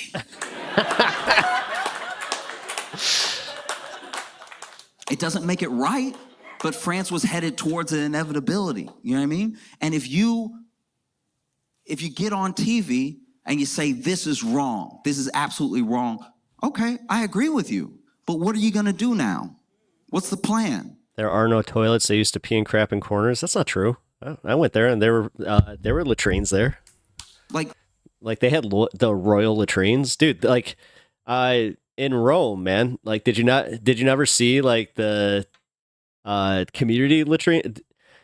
Dude, toilets are not that bit that modern of a thing, and I always get really surprised when people are like, there are no toilets. I'm like, politicians cannot afford. I know you're right, though. It was commonplace for them to do that, but to do nothing. CEOs cannot afford to do nothing, and the people cannot afford to do nothing. And if the last part scares you, you might be on the wrong side of history, you know? But that's a tough thing, too, because now there's a lot of people saying, like, all right, you got him, but good luck finding a jury. Good luck finding a jury that wasn't hurt by Brian Thompson. Yeah, that's a tough one. Because now, to me, all Luigi has to do is show up in court and be like, y'all, I tried to call and tell him I was crazy, but they kept me on hold for so long.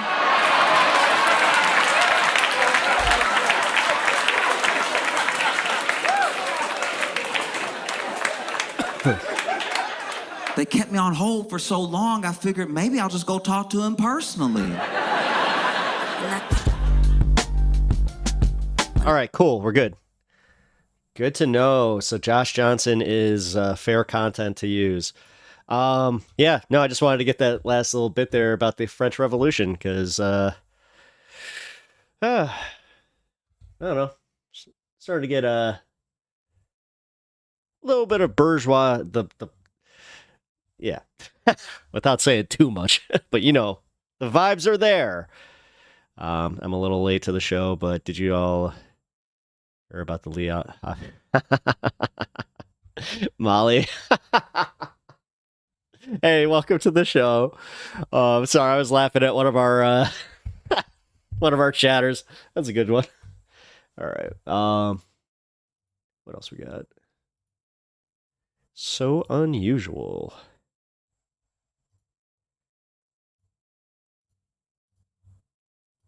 How long is this? 8 minutes.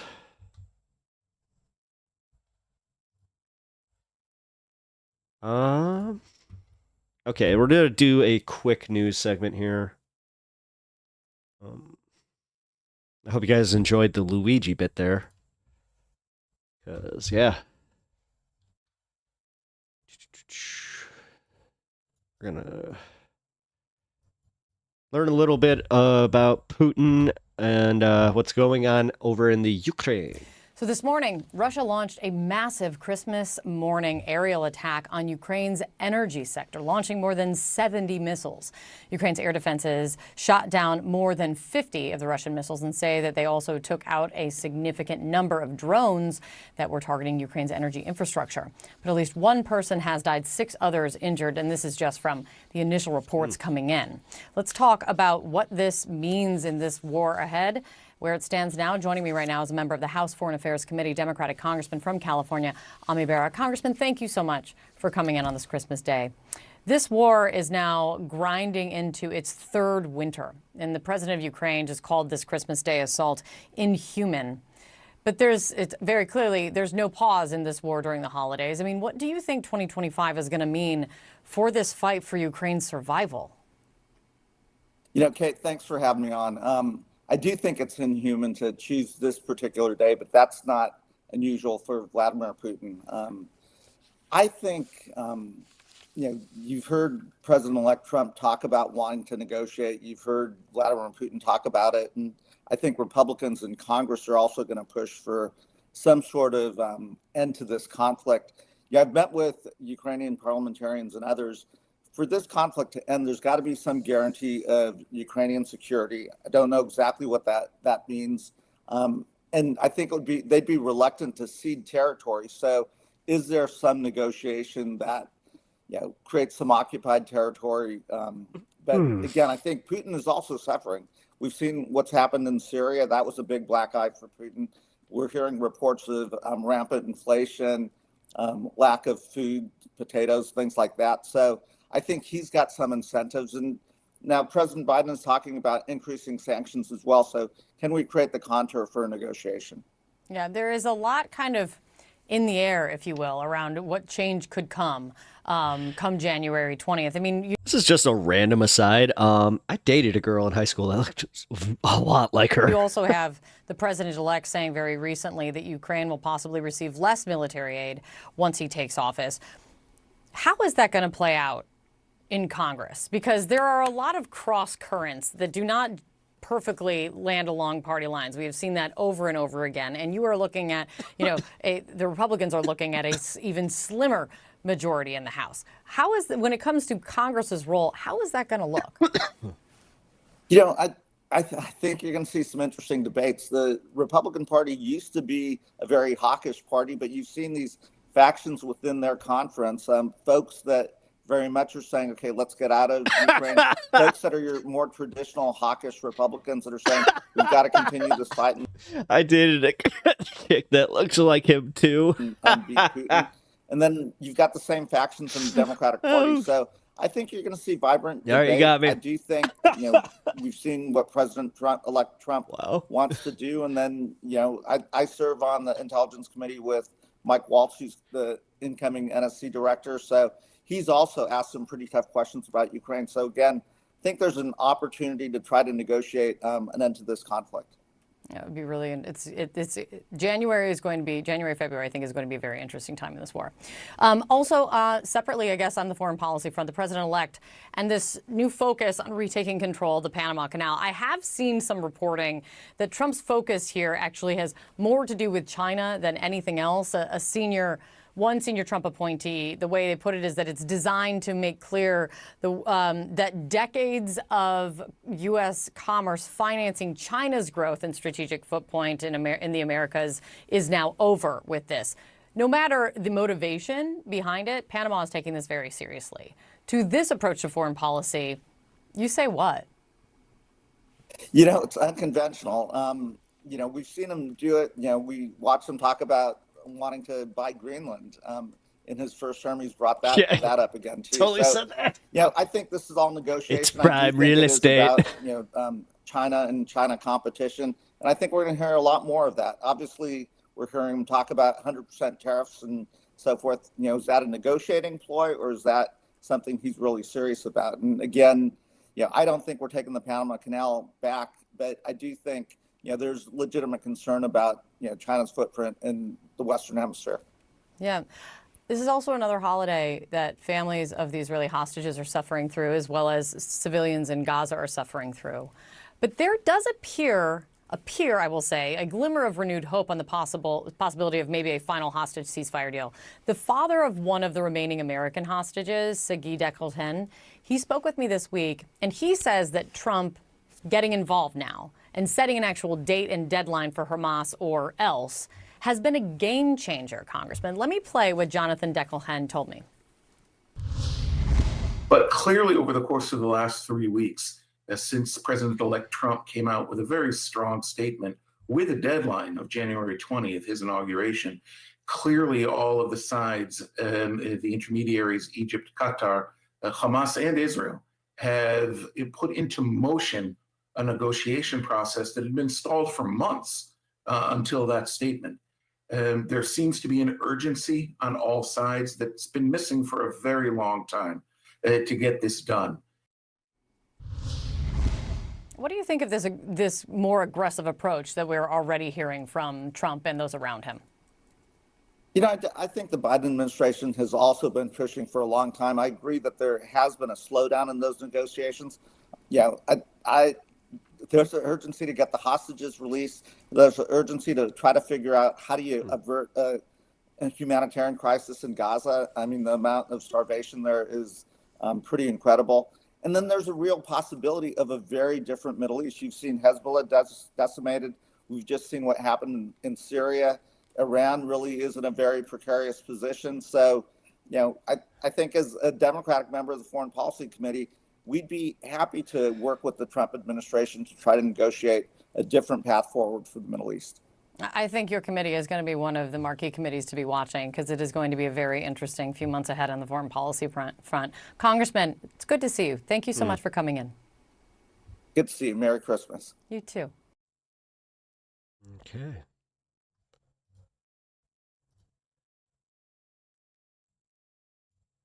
Let's check out Bill Burr shutting down an unhinged conservative heckler, reported on by Hassan. All these code words you have to say, it's so stupid. I'm a first responder. I love that one. It's like, dude, I called you. I saw the fire. What am I? ESP? I called you. Stop telling people thank you for your service. You have no idea why they serve. Maybe they couldn't hold a job, they're sick of selling drugs, and they did it for the benefits. Yo, he's based. On Veterans Day, I'm an Air Force veteran. You have no idea why they decided to serve the U.S. military. Maybe they couldn't keep a job, or they were sick of selling drugs, and they did it for the benefits of the GI Bill. I didn't do it for you or to protect you, and neither did most other people. Unless they were programmed by the government to think they're really protecting us and not serving lies, greed, and corruption. I support love and peace. I want to thank all of those who did not serve. Wake up. I still love you. Okay, this guy is my favorite now. Yo, he is Fix. Awesome, dude. He said Fix the veteran. He said Fix the veterans. The real ones are the ones who didn't serve. Yo. For their own good. I didn't do it to protect you, and neither did most people. The ones who think that they are protecting, they're not. They're serving lies, greed, and corruption. I want to thank all of you who did not serve, because I'm very anti-war and military. Wake up. I still love you. This guy is awesome. This is so sick. He's awesome. He's out of his mind, dude. Wake up. I want to thank those. This is your worst post yet. I like a lot of your content. Some not what the so hell much. does this have to one's do with garbage, Burr? though. I joined for the opportunity to be better than my life. Then I re-enlisted 4 times after that, with the 4th one being in Iraq fighting Al-Qaeda. So no, it's I leading didn't up do to it it. to stop Okay. selling drugs, and neither countless other of my friends. You want to know what stoicism is? Look through the profile. Look through my profile, and you'll see some examples. I'm not. Honestly, I kind of dig that. Thank you for your unservice. I mean, hey, but you're giving welcome. Thanks for people who lay down their life to protect the idea of patriotism is not only required but should be mandatory, regardless of reason. It's a selfless thing to do. My man said everyone has to get a piece of this Fix, child killing machine. He's Kundalini pilled too. I'm him pilled. Okay.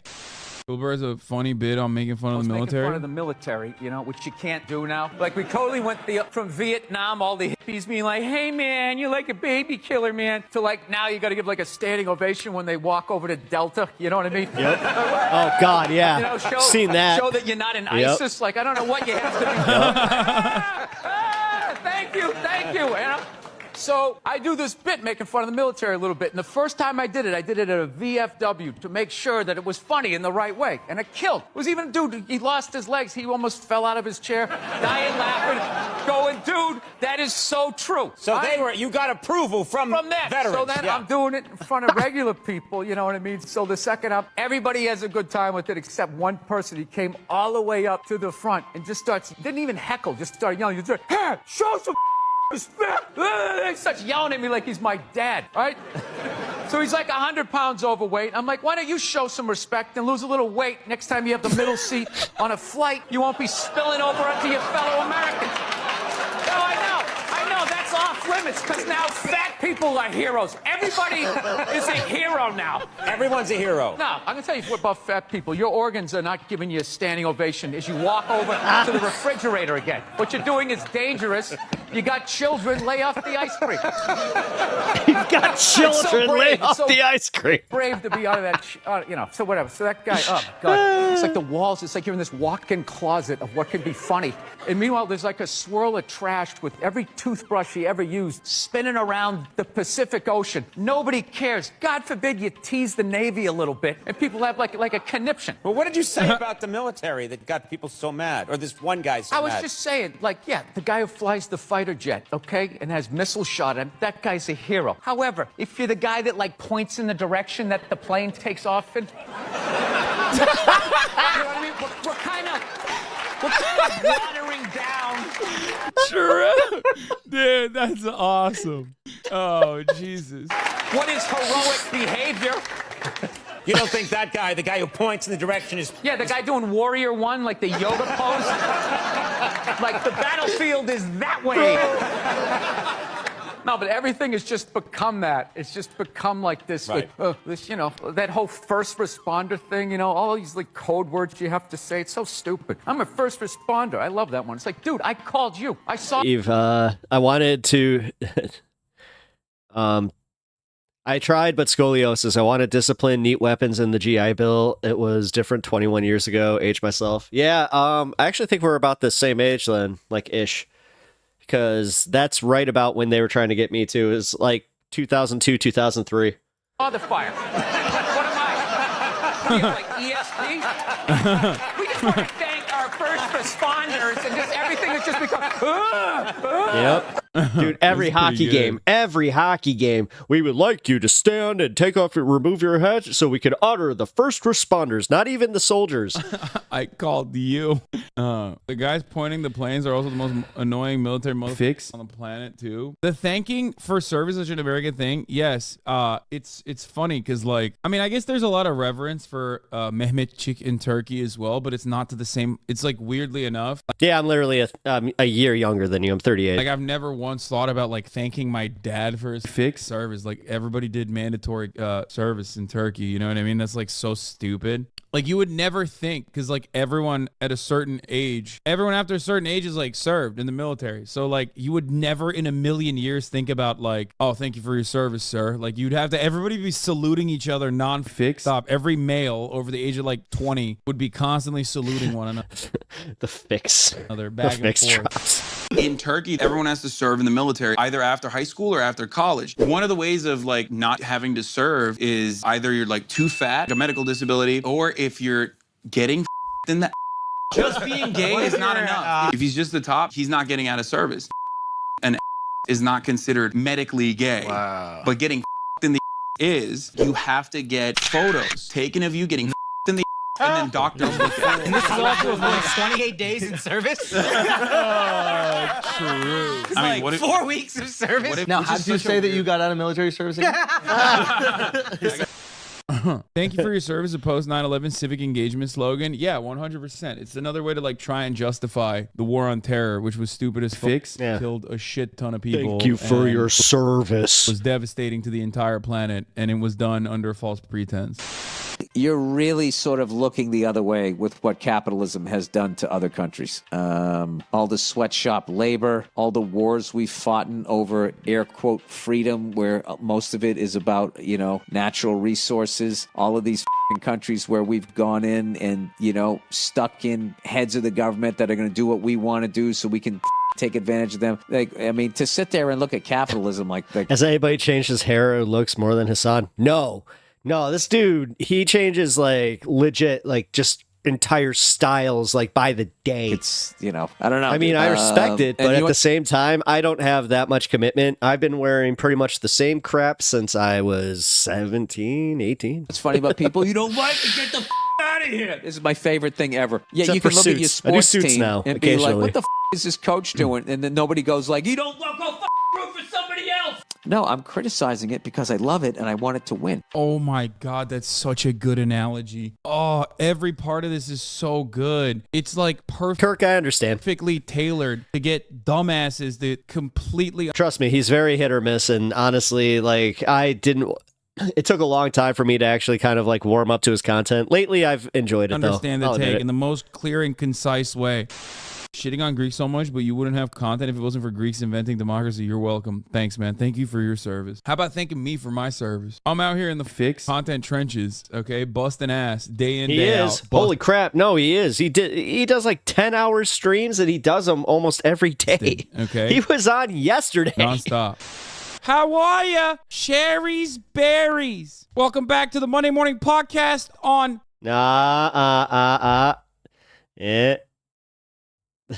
He is not sponsored. Making fun of a sponsor like that, I got to be careful with that, because even I was like considering doing the Sherry's Berries, and then somebody was just like, "Nah, don't do that, especially if you got a sponsor." I'm like, "Okay, cool." That's funny though. But they did the Sherry's Berries. It is one of the. If you've never actually seen it, I can't play it here, but look up Bill Burr Sherry's Berries, with the SH. It is one of the best live reads ever. Because every once in a while, like, I mean, like when I got my my fine sponsor of this program, Ground News, who are very cool about the way that I do things, they also gave me like the option to do the script, and I was like, all right, let's say it. But yeah, the Bill Burr mimic. Yeah. God, I remember I used to have that thing where I would listen to like too much Bill Burr for a little bit, and then, are ya? Uh-huh, okay. Yeah. fired the crap out of Bill Burr. Yeah. Yeah, Bill Burr, unfortunately, yeah. Oh, don't worry about it. It's fine. But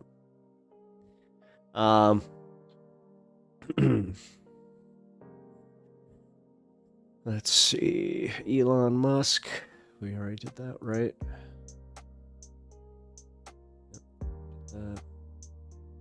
I might keep that up because I think we actually might watch more at the end of the show. Oh, here we go. We're gonna do a story about the Maga Civil War, the ongoing Maga Civil War. So let's take a look, see what's going on there. Sparked a MAGA civil war over the holidays, and it has me laughing my ass off. We have no time to waste. Let's jump in with this tweet that says, Trump isn't even in office yet, and his coalition has already started to crumble. In the past 2 days, there's been a big debate about legal immigration to the US. Tech bros like Elon Musk, David Sachs, and others want more immigrants to work in their companies. But the MAGA base is fiercely opposed to any kind of immigration, legal or illegal. Soon, Trump will have to choose between upsetting his loyal supporters or the tech bros who helped fund his campaign. Either way, it won't end well for him, and it feels so good. It feels so good to be right, because everybody watching this, including me, we've been pointing out for months that inevitably this new coalition of Elon Musk and all of these MAGA populists is going to implode when all of their interests begin to conflict. We know that Elon Musk is only doing this to further his own interests, so what happens when he plays his hand, or he oversteps a little bit too much, and all of the other MAGA populists begin to realize, wait a minute. Wait, hold on, Eve. You've been kicked out of a Bill Burr show. Please elaborate a little bit more on that. This is the richest man in the world. Why is he dictating policy for us? And I'll show you what Elon Musk said in 1 second, but some of these reactions are hilarious. Former Congressman Matt Gaetz, I love that we can say former now. Former Congressman Matt Gaetz said, we welcomed the tech bros when they came running our way to avoid the third grade teacher picking their kid's gender and the obvious Biden-Harris economic decline. We did not ask them to engineer an immigration policy. Again, he is directly referring to people like Elon Musk or David Sachs or Peter Thiel. He is beginning to realize that these billionaires are only furthering their own corporate or personal interests. And this isn't me taking Matt Gaetz' side. It's just the rare time where a broken clock is actually right. Laura Loomer, who is one of the most vile human beings ever, actually begun to cut on. She said, how long before we hear the tech bros say, quote, I gave Trump X millions of dollars, so I matter more than you do. It's only a matter of time. They didn't donate to Trump to make America great again. They donated to Trump so they could try to influence immigration policy for their tech projects. Now, she's a vile racist, but what she's saying here does have truth to it. Elon Musk only donated to Trump not for some altruistic reason of saving the country, but to further his own interests. But of course, Laura Loomer had to end this off with some straight up rape. I'm sorry. The fact that we have to say that like it's a surprise. Is there a compromise? Can we mass deport the third world invaders and the me-no speak English best and brightest to Mars? God. Okay, so Laura Loomer is still a vile racist, but what she's realizing is that she can start to split the MAGA fan base, or at least gain more power by pushing Elon Musk's influence down. I think we're going to start seeing Matt Gaetz, Laura Loomer, other people fight back against Elon Musk's power because they see that they are losing power. Laura Loomer then said, it's an invasion. They want to replace you. This is just white supremacy right here. This is just race realism. And here's David Sachs. White replacement theory. It's one of Trump's biggest allies pushing back against the racism. So someone said, did any of y'all vote for this Indian to run America? First of all, I like how we're all celebrating Christmas or Hanukkah and enjoying the holidays, and everybody on Twitter is having a war about racism and immigration. Just like chill and enjoy the holidays for a second. But David Sachs responded, Saram has been a US citizen for a decade. He's not running America. He's advising on AI policy. He will have no influence over US immigration policy. These attacks have become crude and not in the... Wait, is that Nas? Like, Nas? Like, the rapper Nas? Oh, come on, man. Holiday spirit. I'm signing off now. Have a Merry Christmas. I'm sorry, David Sachs. Did you just realize that you have been funding and actively feeding this racist monster that we call the MAGA movement? It's too late to say now, hey, these attacks have become kind of crude after you're the one who funded this entire movement over the past year or so. So I want to break down how this all started. What did Elon Musk say to get everybody mad at him? And this interaction might be slightly confusing, so to lay the groundwork, they're debating, of course, how many immigrants we should allow into the US. A lot of far-right, hardcore MAGA people say we should allow zero immigration whatsoever. We should go completely isolationist. No matter how talented or skilled you are, you should not be allowed into the US. Elon Musk understands that that would hurt his business model a lot. So he's the one advocating for a more open immigration policy. Not open, but he wants skilled workers to be able to come over here. He wants to be able to pull some of the smartest scientists or engineers from other countries, and that's called brain drain. You want to drain the smart people from our adversaries so the US has a smarter base of engineers. Sorry, guys. I'm a big Wu-Tang and like Nas fan, and this kind of hurts. Engineers or doctors. Damn it. So this thread started off by somebody saying, there are 330 million people in America. Surely there must be enough among them to build your ultimate team. Why would you deny real Americans that opportunity by bringing foreigners here? And Elon Musk responds, your understanding of the situation is upside down and backwards. Of course my companies and I would prefer to hire Americans, and we do, as that is much easier than going through the incredibly painful and slow work visa process. However, there is a dire shortage of extremely talented and motivated engineers in America. Now that's not true, but I'll break that down in 1 second. He then said, this is not about handing out opportunities from some magical hat. You ... don't get it. This is blindingly obvious when looking at NBA teams, as the physical differences are so obvious to see. However, the mental differences between humans are far bigger than the physical differences. Then someone said, open a school. We have brains. Elon Musk said, if you need a school, you've lost already. What? And actual truth respecter. Someone on the far right responded. Take that last one in, please. Incredible. At Really? this rate, you are actually going to make me side with the leftists who want you treated like a hostile foreign. Oh, there it is. We got him, guys. We got him. Agent. Again, this entire thread ended with a far-right MAGA supporter admitting that Elon Musk is essentially a hostile foreign agent. And let's break a lot of this down because Elon Musk is very clearly triggered. If you've ever seen Elon Musk's tweeting style, it's always one or two words like wow or interesting, or he's just boosting disinformation. But he actually got triggered here because he wrote like an entire thread about somebody else's lack of understanding about something. So let's start here. Musk's claim about a shortage of engineers in America isn't new. Big tech uses this all the time.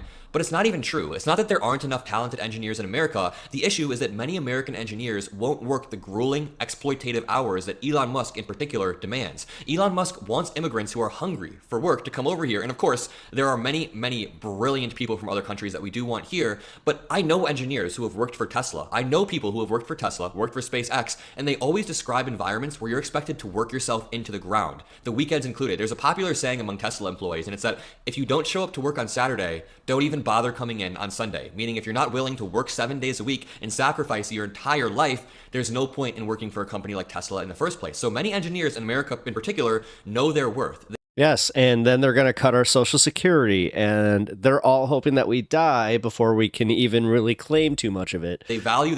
You do realize, like, their time. Guys, it's so clear at this point. We need to just keep our eye on the ball and just keep reminding people, like, dude, no, this has nothing to do Democrat, Republican. No, this is billionaires versus us, and they are just trying to, for some reason, rob the country blind before what? Like, this is why I saw this really weird, like, wacky video where this guy was talking about the conspiracy of the elite government. Like, he was almost like a little bit like Alex Jones. But he was specifically talking about how they know something. Like, they know something's coming, and they're just trying to get all the resources before it happens, and we're just going to be left here. And a lot of people are like, the rapture? Families and their well-being. Like, so instead of paying competitive wages to his workers, Elon Musk turns to foreign labor, people who would be willing to accept a lower pay and longer hours, because for them, it's still an improvement in quality of life to come over to America. And I agree with that. I think America is a beautiful country despite all of our flaws. And of course, people will get mad that I say that in the first place, but we should be able to admit America is a pretty beautiful country. Now, Elon Musk then says, if you need a school, you've lost already. What? Who can naturally just... the new Gilded Age, which makes no sense. No, especially now. ...be an engineer. Yes, some people may be naturally smarter or more inclined than others to be an engineer. No, this is the bitch of them living in that little bubble world that they do, because they never really have to interact with us unless it's like a dire emergency or for a publicity thing. But everybody needs school. So just sit with that for 1 second. This is a man who runs companies that rely on some of the most advanced engineers in the world. And he's dismissing the very idea of an education. He's basically saying you should be smart enough to do all of this without formal training, when I guarantee there's nobody working at Tesla or SpaceX in a high position that has less than a bachelor's degree. I'm pretty sure every single engineer he hires has an education. So does he think that rockets and self-driving cars just happen through willpower, or that you're just born knowing how to do this stuff? It's a type of anti-intellectualism. None of this makes any sense. this far down the rabbit hole. No, half of it is just him being an asshole that's just like, I didn't do this, so you don't need to do this. First place regarding COVID. And not recognizing the privilege of his father's position at that point. And vaccines and other stuff. Because now he believes that the bullshit that he actually is self-made. An analogy about the NBA. He says, this is blindingly obvious when looking at NBA teams, as the physical differences are so obvious to see, but the mental differences are far bigger. And I don't know, to me it kind of sounds like he's saying that Americans are just mentally inferior and can't be taught, or the fact that we need to be taught is a loss in the first place. Because remember, he said down here, if you need a school, you've lost already. What? So he's saying that you can look at these NBA teams and people who are 6'6", you can see these physical differences and see why they're ahead. And then he says the mental Just do yourself a favor and do this like how I do and read it in Elon Musk, like his actual voice. And it's a little funny. Differences are far bigger. Therefore, we need to start pulling from other countries. This is a blatant Doesn't make it any insult less to Americans. stupid, He's it's just basically funny. saying we're too stupid to meet his standards. We're so stupid that we need education, which is a failure, and that people from other countries would be better off working for him. Like, do Musk's MAGA supporters not realize how demeaning this is to Americans? No. It's also worth pointing out that the NBA He's making fun of you. is just absurd. You can teach someone to be a great software engineer. You can teach someone to be a great rocket scientist, but you can't teach someone to be a 6'6" basketball player with the fast twitch muscle fibers necessary to work out 4 hours a day. So comparing education to physical traits kind of shows how little Musk understands or cares about the value of education and skill development. He's honestly just a grifter. This clearly shows that Elon Musk is a grifter, and he has created and fed a monster that is too big for him to handle. Jason Harrison on Twitter said, people on tech Twitter are actually shocked that some of their mutuals aren't only for legal immigration and just straight up racist. Yep, a lot of these tech bros on Twitter are racist. And I do want to clarify, I have spoken to probably 1,000 MAGA supporters at some of these rallies. Not all of them are so effing far gone that they want zero immigration. The vast majority of Americans do understand that immigration is a net positive, but I think Donald Trump has tricked many people into thinking that immigration right now is dangerous. So even though all of these far-right people on Twitter, like Matt Gaetz and Laura Loomer, are saying this, most of the people in your life who support Trump, if you ask them, will probably say that immigrants overall are okay. Not every MAGA supporter is Laura Loomer, even if the average MAGA supporter is pretty extreme. I just don't want to give you the wrong view that every single MAGA supporter is going to be as vile as Laura Loomer. She's pretty uniquely vile, and she feels safe saying this stuff online. But it does feel like a told you so moment, because now it feels like Laura Loomer or even Matt Gaetz, they're being exposed to this deeper truth about Elon Musk and his billionaire friends, because Laura Loomer thought Elon Musk was this America first patriot, but his loyalty is to profit, not patriotism. Elon Musk always wants to maximize profits, maximize his own power and wealth, and as much as I absolutely hate Laura Loomer, this is not me running defense, she now understands that. She said, how long before we hear the tech bros say, I gave Trump X millions of dollars, so I matter more than you do? And that is Elon Musk's play. But I'll leave you with that. I find this whole situation both ironic and depressing and a little bit funny. I mean, this is funny because it is kind of like, oh, well, we knew about this, and they have to kind of reconcile with the fact that it's like, wait a minute, the left's been saying this for a minute. Funny that Elon Musk is being eaten alive by the monster he created, but it's also depressing that these people are so far right they want to completely cut off immigration, and they actually have the ear of Donald Trump. And it's also ironic for the obvious reason. So drop a like, subscribe, make sure you enjoy the rest of the holidays with your family. We're rapidly approaching a new year. Yep. I actually like Mockler. Of all the guys that are on the Midas Touch, I was watching him pre his hiring to Midas Touch, which, yeah, he's got them numbers though. Holy crap. Yeah, dude, he went up to 726K, man. Like, he's very fast, quickly approaching that mill. Like, I'm happy for him though. That's really cool. I like watching guys just kind of get big, especially when like Pondering Politics. I was one of like his first 20K, so that's actually you know what? Anybody that was part of my first, like, before the 1K mark, you guys could feel really special about that. That's pretty cool. Well, you know, pending the fact that, something is coming with this. I don't know. I gotta have more confidence, right? Confidence. Exude confidence.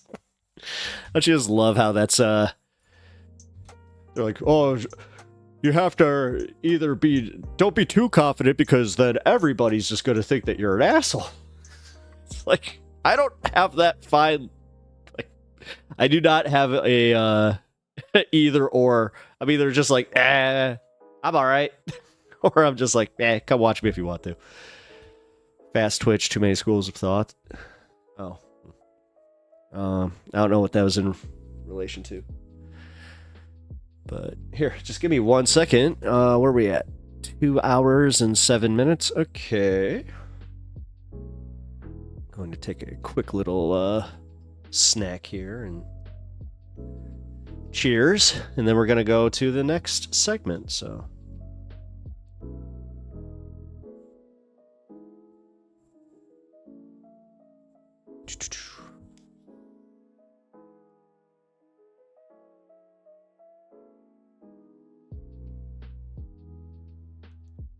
there we go. I had to reset this thing.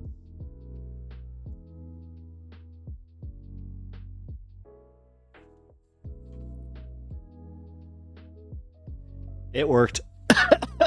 John Nada agreed. Opinions are irrelevant. Excuse me. It's real facts and data that counts. Yep.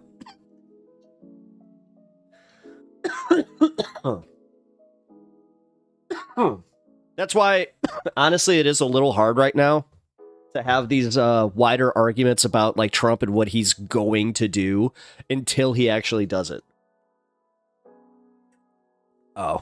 Oh, those comments were spread out through 3 subjects. Just a real quick thing. Sometimes my YouTube chat, especially when I'm having like a latency issue, which I've been having this entire stream. If it's not with Twitch, it's with YouTube. So, which it shouldn't be having that because I completely reset all of my specs. So it should be running.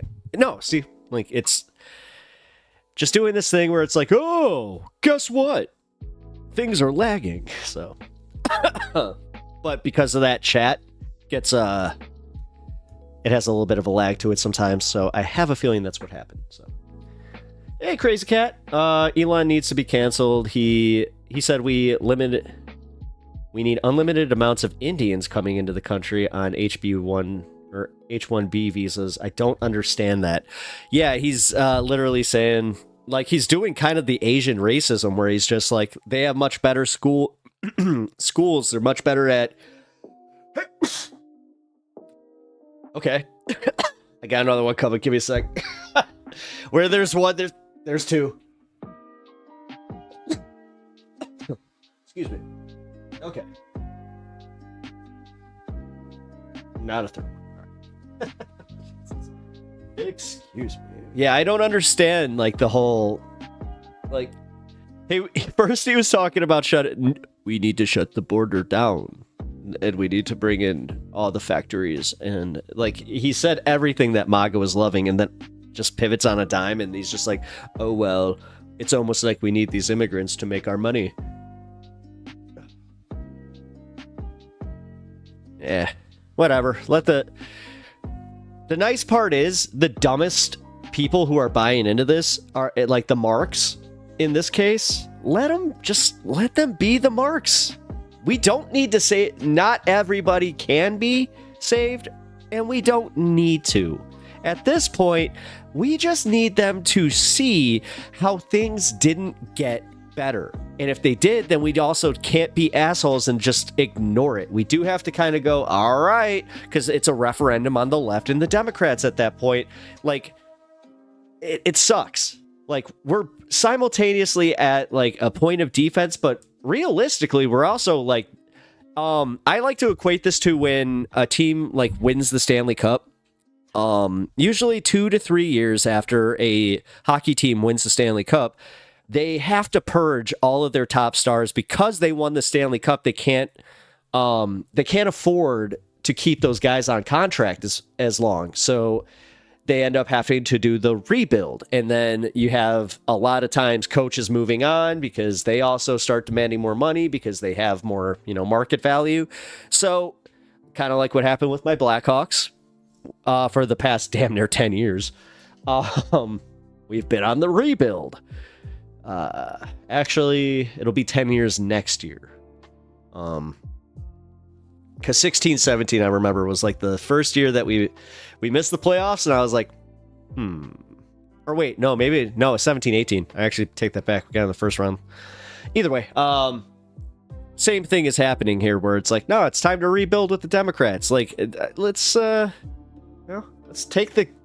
seize the opportunities, because a lot of times that's also part of it, is like we don't realize the opportunities we have until it's too late. And like the opportunity has already passed us by, and then we're on the back foot again, and we're just like, oh well, I thought that this was going to be so much easier. Do I watch NFL? Not this season. I'm a Bears fan, dude. I kind of at this point, dude, I'm boycotting all of these teams until they start actually performing, because in Chicago, that's part of the problem. Is these owners, they know, like, they seize on the Chicago optimism, and the fact that it's like, they also know it's like, are you gonna not come see us? It's like, listen, only one team in this freaking city can get away with doing that, and that's the Cubbies. All right, we got Wrigley Field. It's because of the history in the field. It's because it's more of a, like, the actual enjoyment of just going to Wrigley is the reason that they can get away with that. But yeah, look how well that's worked for the Sox this year. Look at their attendance record, and then also look at, well, yeah, I think they had the official worst record in baseball. So, but yeah, Lex, I haven't been watching football this season. I'm a little upset. Dude, we can't keep a coach. We can't keep an offensive coordinator. We can't keep a quarterback. Like, that's the other thing. Like, what sucks about us is we get these good quarterbacks, and then they're just, they suck under our team, and then they go off somewhere else, and then they show up. Like, whatever. Enough about football. It's starting to piss me off again. I really wish you didn't ask me that. I mean, I'm still mad about the hockey thing. I can't even watch, the Hawks, because they got a TV blackout now. Did this whole deal where they formed their own app, which we all saw coming, and they tried to sell it to us like, oh, by the way, we're coming back on Antenna TV. It's just like, what? We versus the Bears tonight? Oh shit, are you? Here, give me a sec. I can at least get updated scores on that. Listen. I said I may not watch. I didn't say I don't follow.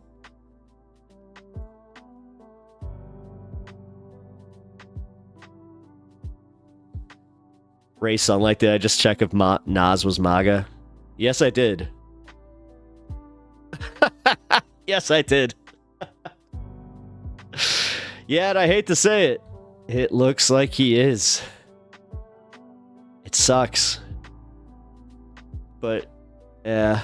I saw a few of his tweets there. I'm like, oh, man. They'll still blame the Democrats our program to ignore reality. You should follow Snooker. There's actual dude named Trump there, and he isn't.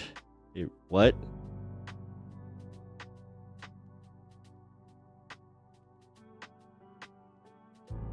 I'm a little confused by that.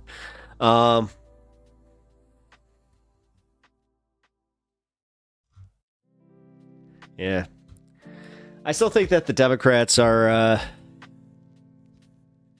you know how I was saying, like, the elite are panicking over this whole Luigi thing? They're in the same boat. And it's not just like the Luigi thing. They're starting to see that, again, with the Luigi thing, there's a wider gap with the class consciousness, but it's also helping us with our message. Because I'll tell you what, this is the easiest I've ever had it. Convincing people to kind of see where I'm coming from. I don't have to debate, for hours on end, or I don't even have to do we'll agree to disagree. None of that. The last time that I was having a debate was about a week ago. And it was a little bit about like, well, don't you feel like you're losing your humanity a little bit when you start celebrating this stuff? And I'm like, no, I do not. Because I brought up like Sammy the Bull, where I'm not sure if you guys know who Sammy the Bull is, but he was a notorious gangster.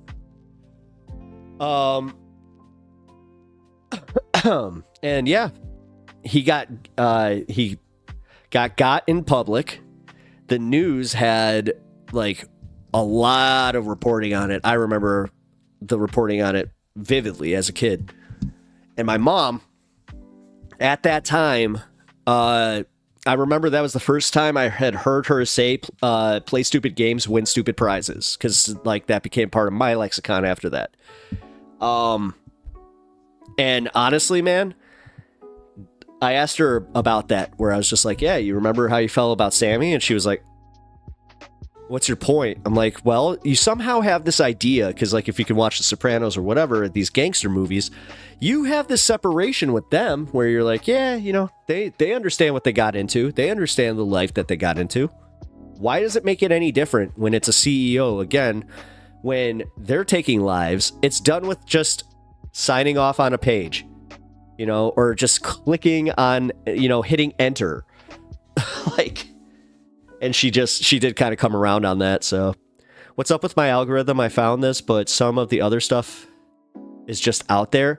You know what? I'll be completely honest with you. Mine's been completely effed up. Like, for real.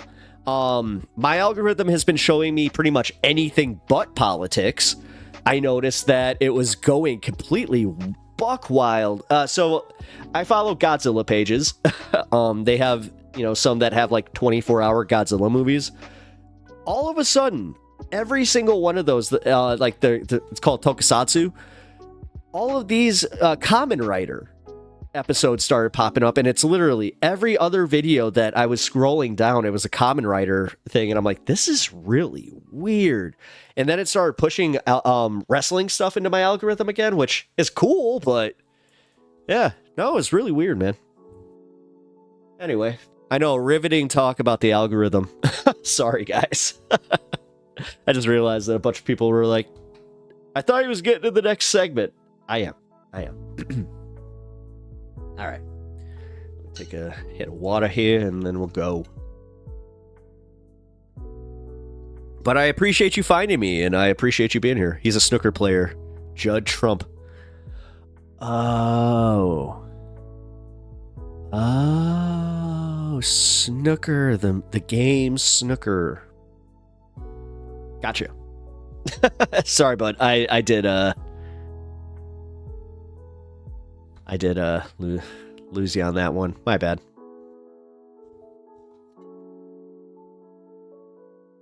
But I appreciate that. All right. So, I'm not sure if you guys saw part 1 of Luke Beasley on, Tim Pool, which actually was really good, I have to say. Because Tim Pool was doing something that he would never in a million years think about doing to Sam Cedar, and that was trying to bully his guest. Because he kept doing this thing where he's just like, so you're telling me that you don't have all this information right in front of you, like you didn't have this memorized, and you're going to try and tell me that you are confident in your assessment of this being right? And then it was on, God, I forgot what topic it was on, but Tim does the thing where he Googles it, right? Oh, it was like some name, and he just like goes... And you see by the look on his face that Luke was right. And then he kind of tries to pivot, and Luke was just like, well, what's it say? And he was so embarrassed that he starts yelling. I'm starting to get suspicious of my coworkers and that they talk about it and what they talk about in the locker room. I can't take my phone on the floor, so I leave it in there in my locker. I mean...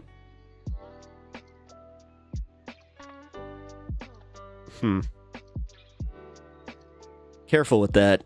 Make sure that you're in a state where that's perfectly okay if you're doing what I think you're doing. Yo, Smoke, what up? My algorithm had nothing but Jewish mysticism and Elder Scroll lore. Okay. That's odd. And hey, what up, Smoke? I was actually giving you a shout out at the beginning of the show, saying your music is good there, man. Also how we kind of vibe with it. I'm not sure. Were you here for the end of the show last time? Yeah. 2 nights ago. I played your stuff. All right.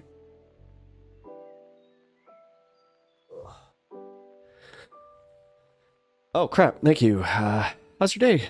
Yeah, it's going good, man. No? Good. Yeah, don't be doing that. Also, who cares?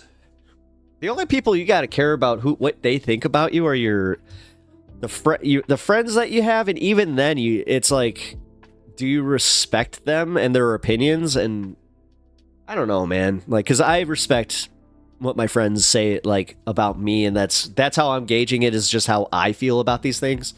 So, this is just a little piece of advice. But also, don't let it get to you. I mean, honestly, realistically, the only person you should care about what they think is you about yourself. But just like when I say I need a new bed, and you get nothing but yeah. I mean, it's whatever. It is what it is. I'm getting used to it. I used to freak out over this NSA world that we live in, and then eventually saw how nice it is to be able to have Alexa control my lights, kind of thing, where it's just like having your house be wired up like the Enterprise does have something to it. All right, so we're going to watch part 2 of Beasley on Timcast. However, I have to preface that Timcast, his second part is not hosted by him anymore. So it's the 2 co-hosts that he has during his normal Timcast hour, because I guess he followed through on it. This is the debate program. I forgot what it's called, but I'm sure they'll say it. So I already told you about my pretty wild appearance on Timcast IRL. Ooh, wait. So I already told. Sorry about that. I just realized something. I didn't hit record for my segment, so just give me 1 sec.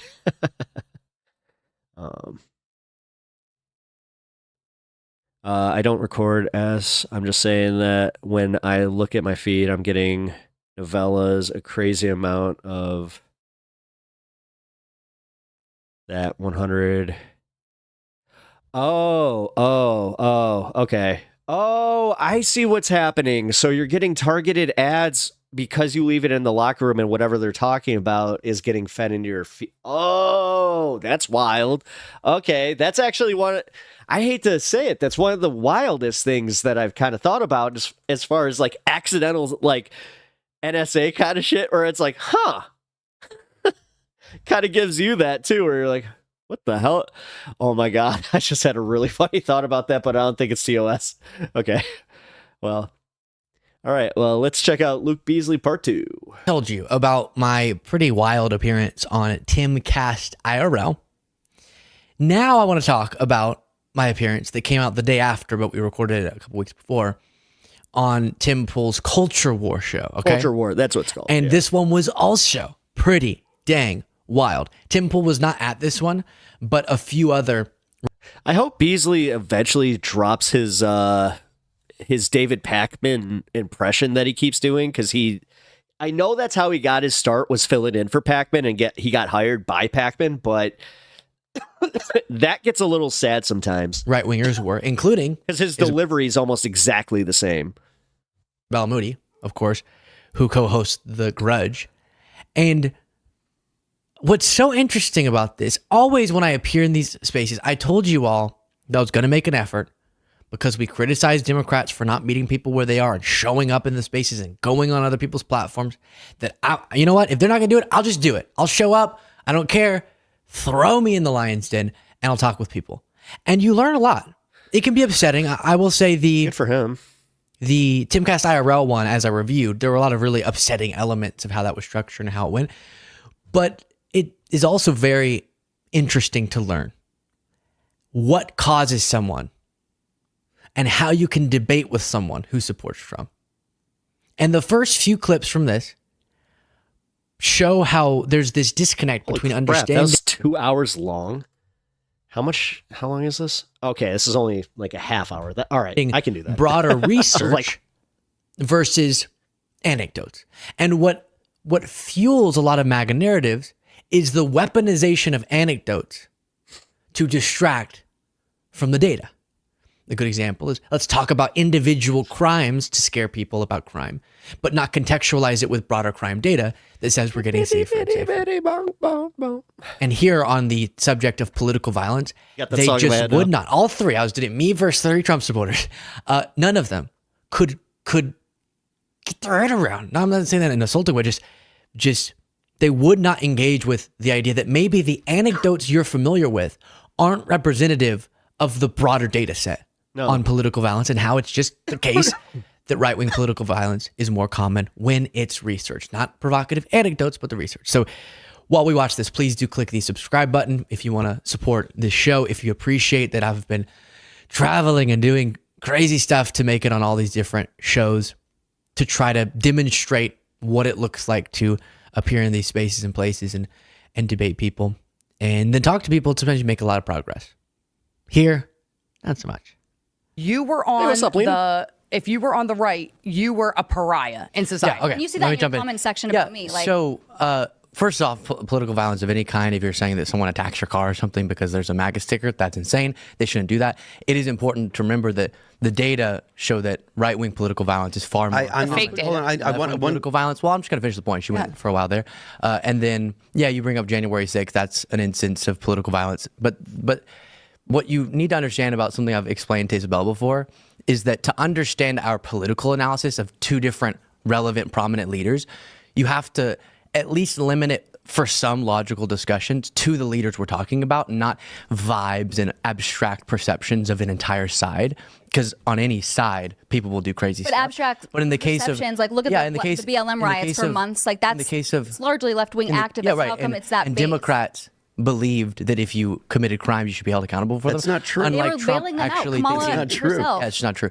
Unlike Trump actually wanting to pardon people who were violent on January 6th. But I will say, they should, all of them. In the case of Trump, I'm all for protecting free speech. Y'all will sometimes mix up social media censorship, which if you... Yeah, this guy's such a liberal. He is. But in this case, it is interesting to watch him go into the lion's den, even though I don't agree with him on like a lot. You have a platform, you're on the platform, and you have terms of service. We can debate about what those terms of service should be, but that's not the same as government infringe. But the government did infringe, right? The and I'm just going to complete my point really quickly. We can address that. It's already getting heated, not even 5 minutes in. No, and then...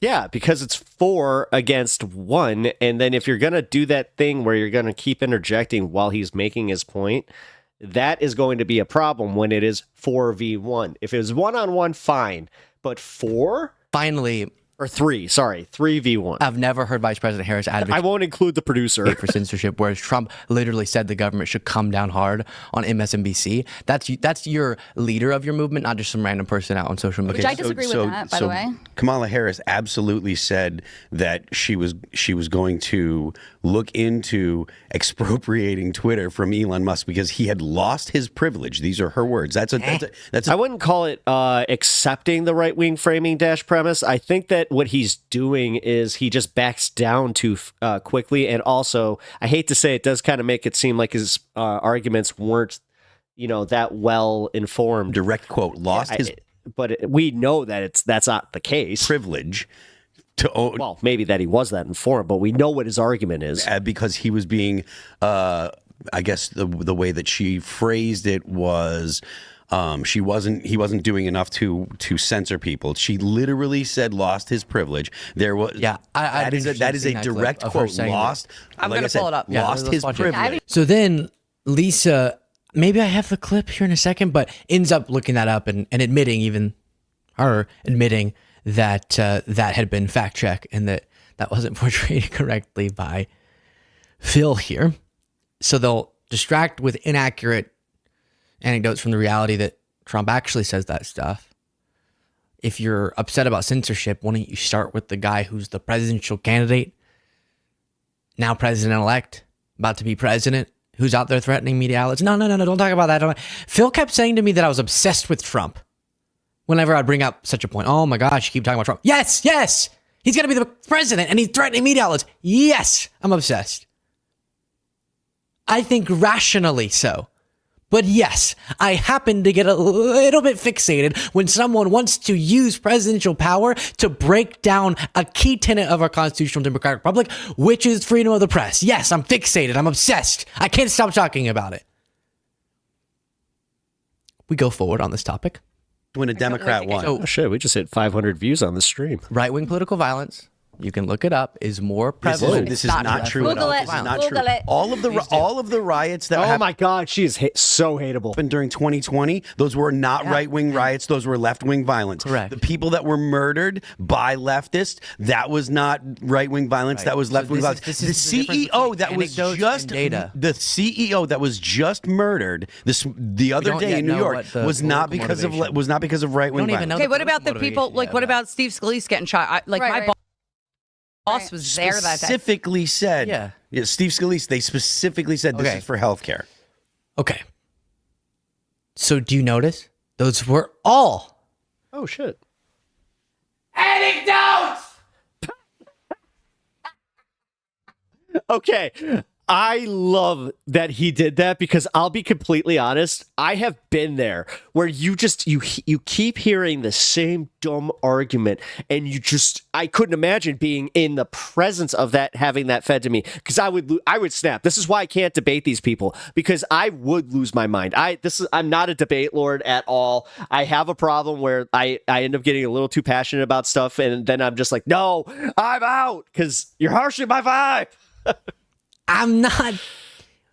Yes, you can study up and memorize a bunch of stories of left-wing political violence, and I hate those.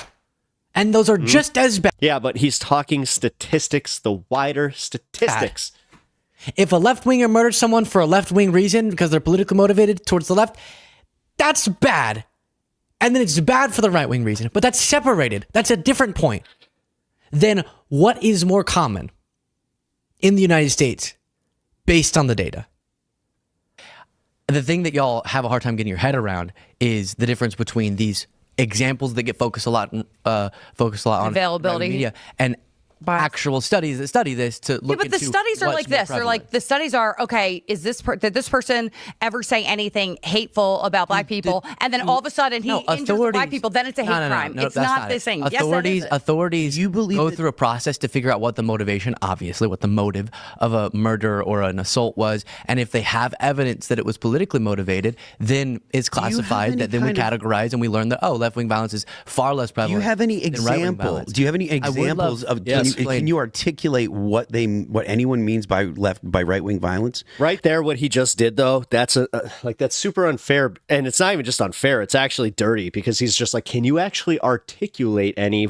But they're not holding themselves to that same standard when they're the hosts. They're the ones who literally he has the computer right here. You see that? He could do this, but he is so bad faith that he's just like, no. And then he holds his guests to the standard that's completely unrealistic. Like this is super dirty. And this is why, like, when they sit here wondering, we can't get left-wing guests, it's because of shit like this. It's because you're so disingenuous. You guys do not debate in good faith. You don't have good arguments, and because you don't have good arguments, you do these dirty tactics. And it's so obvious to anybody that has even been in like a high school debate class. But a lot of people have forgotten that, and they think that this is how you engage. This is how you should argue. Trust me, I actually engage with somebody almost on a weekly basis that watches Tim Pool. I can tell you this is exactly how they engage. When you hear the argument or the statistics saying, it's right-wing violence, can you articulate what they mean by right-wing violence? Motivated. Not by violence. Can you articulate what the motivation was that falls under right-wing? Yes, so you're not going to like being associated with, for example, white supremacist attacks, right? I agree. Well, how frequently are white supremacists? A lot, actually, pretty frequent. I'm assuming that's why you're bringing this up, is because you're going to dispute. Like them either. Okay. Listen if you're going to ask a question. So and also it does kind of fall into that. Okay, so not all conservatives may be that, are maybe racist, but racists are definitely conservatives, so you kind of have to own that. Explaining that I agree whenever I start going through and explaining what the different instances of right-wing violence might be. It might be anti-government from a right-wing perspective. It might be racist-driven attacks. You're going to go, well, that's not right-wing. That's just crazy. But the same thing happens on the left. If it's anything that's left of center as an ideology, they categorize as a left-wing attack. Do you think it's like how I don't associate with people who looted during Black Lives Matter? You know what I mean? Okay, well, here's the question, though. But that doesn't dispute at all what I'm saying. Do you think that the riots that were happening during Black Lives Matter, do you think those count as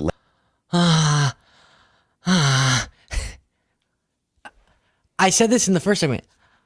I'm trying. You see, shout out Kirk for the $10 donation. Thank you so much. I'm trying. I'm not trying to do the thing that Tim sorry was doing in that first one where you're I totally had my my notification just up there and it was you're hanging. hungry I'm for like, clips, what so is you're that? shouting and you're not really listening. I'm trying to hear. Are you saying that because there are instances of left-wing political violence? Also, if you guys want the dono notifications, let me know in the chat. I'm kind of taking a gauge on this. I'll probably actually start a poll. That But just when let me we know. analyze all of the violence. Because it kind of seems like you guys are cool with the fact that chat is not on screen and that, I don't have all the extra bells and whistles. That is politically motivated and learn it's more commonly right-wing.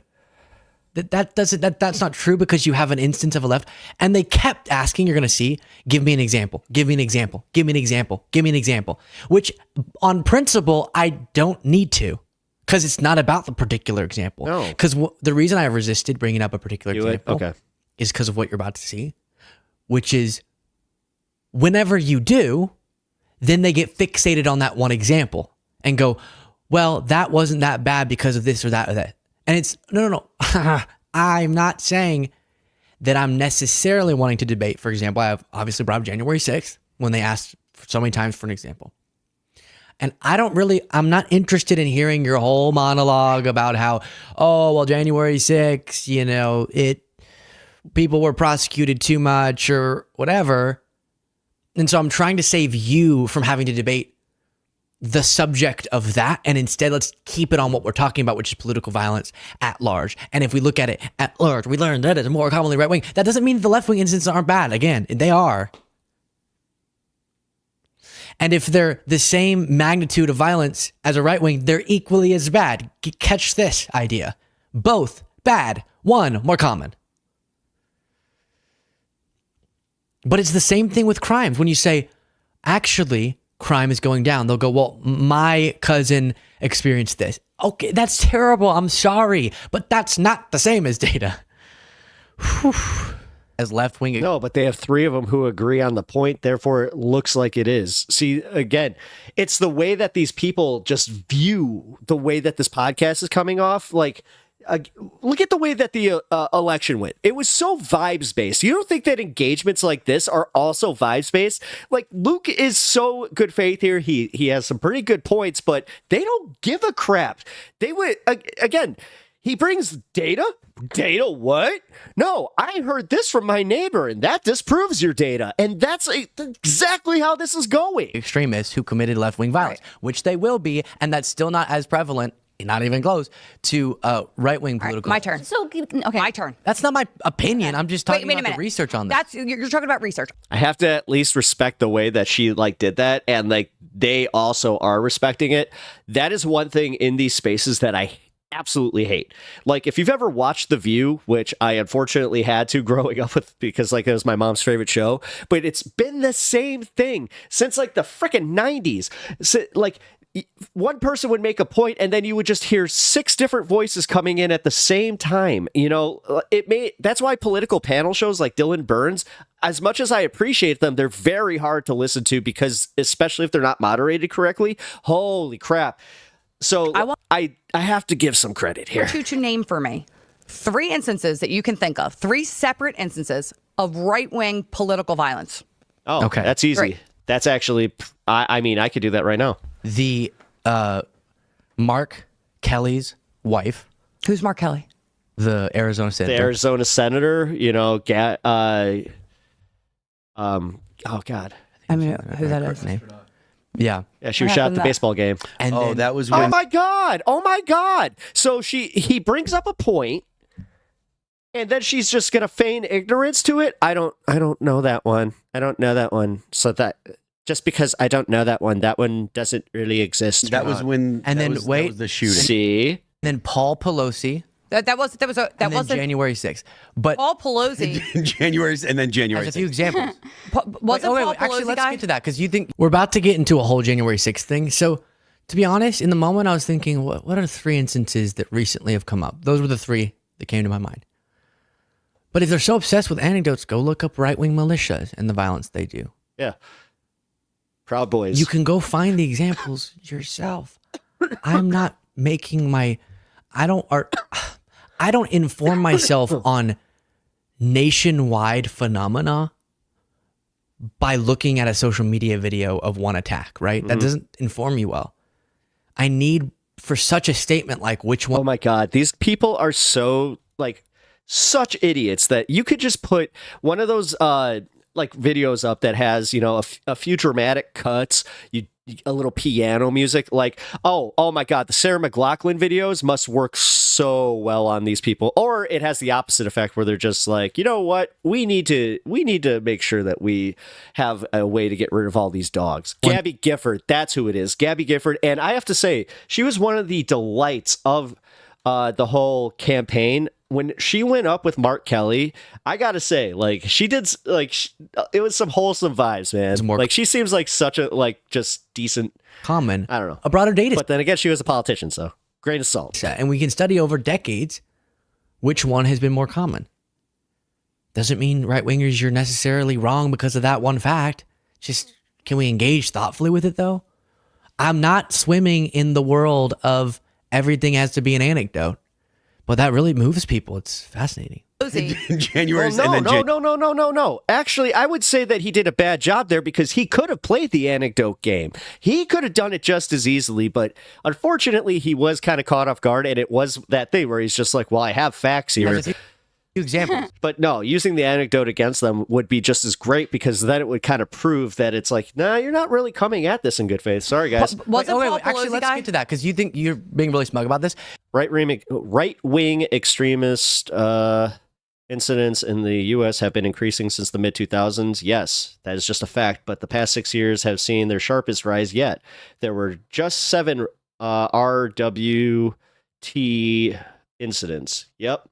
Lena, in the period of 2005 to 2007, but between 2017 and 2019, there were 27, which increased to 40 in 2020 to 2022. Do you understand why it's bad? But what? I'm sure they would say, well, what happened in 20 to 2022? It's that big C. It was that big thing, But crime.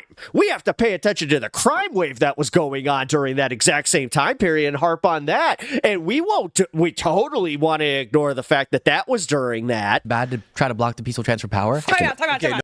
Fundamentally unserious assholes. Oh, hold on. I'm smug about this because you don't. I just want to win the argument.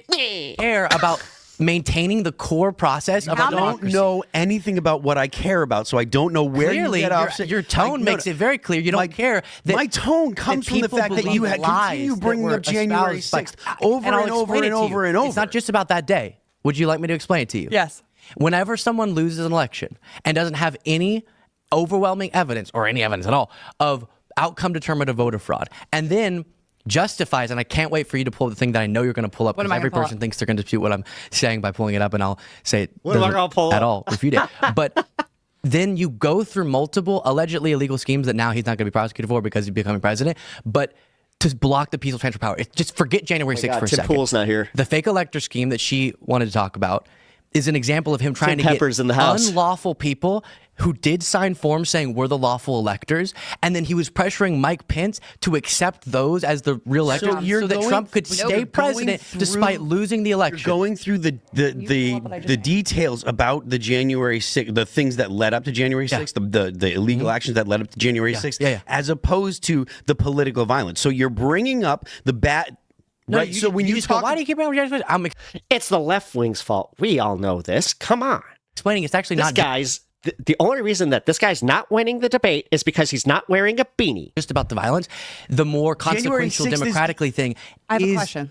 Is the illegal schemes or trying to get the Brad Raffensperger. This is a bit. Yeah, Lisa's this is what I about want to talk about. Yeah, she's about to intellectually commit right-wing violence. How many? So you're having a problem with Democrats not admitting they bring up Newsweek, the election. This is why I'm sponsored by Ground News, because I like to cut through this kind of stuff with having some actual fact checks there. Also having more than one source, because what these people like to do is they like to just pull up one source that has their confirmation bias and then move on because they got exactly what they wanted from it. Okay, so then she pulls this up and we'll get to that. What are you talking about? Newsweek is one of the top-rated magazines in all of America. They are definitely on point. They're saying exactly what I want them to, so that means that they must be right. Because this is really interesting. Phil, did you guys know I skateboard? Phil's really upset that we're talking about this. Phil, you're the one who keeps saying it. And next time I'm on, please do it again. But if you say,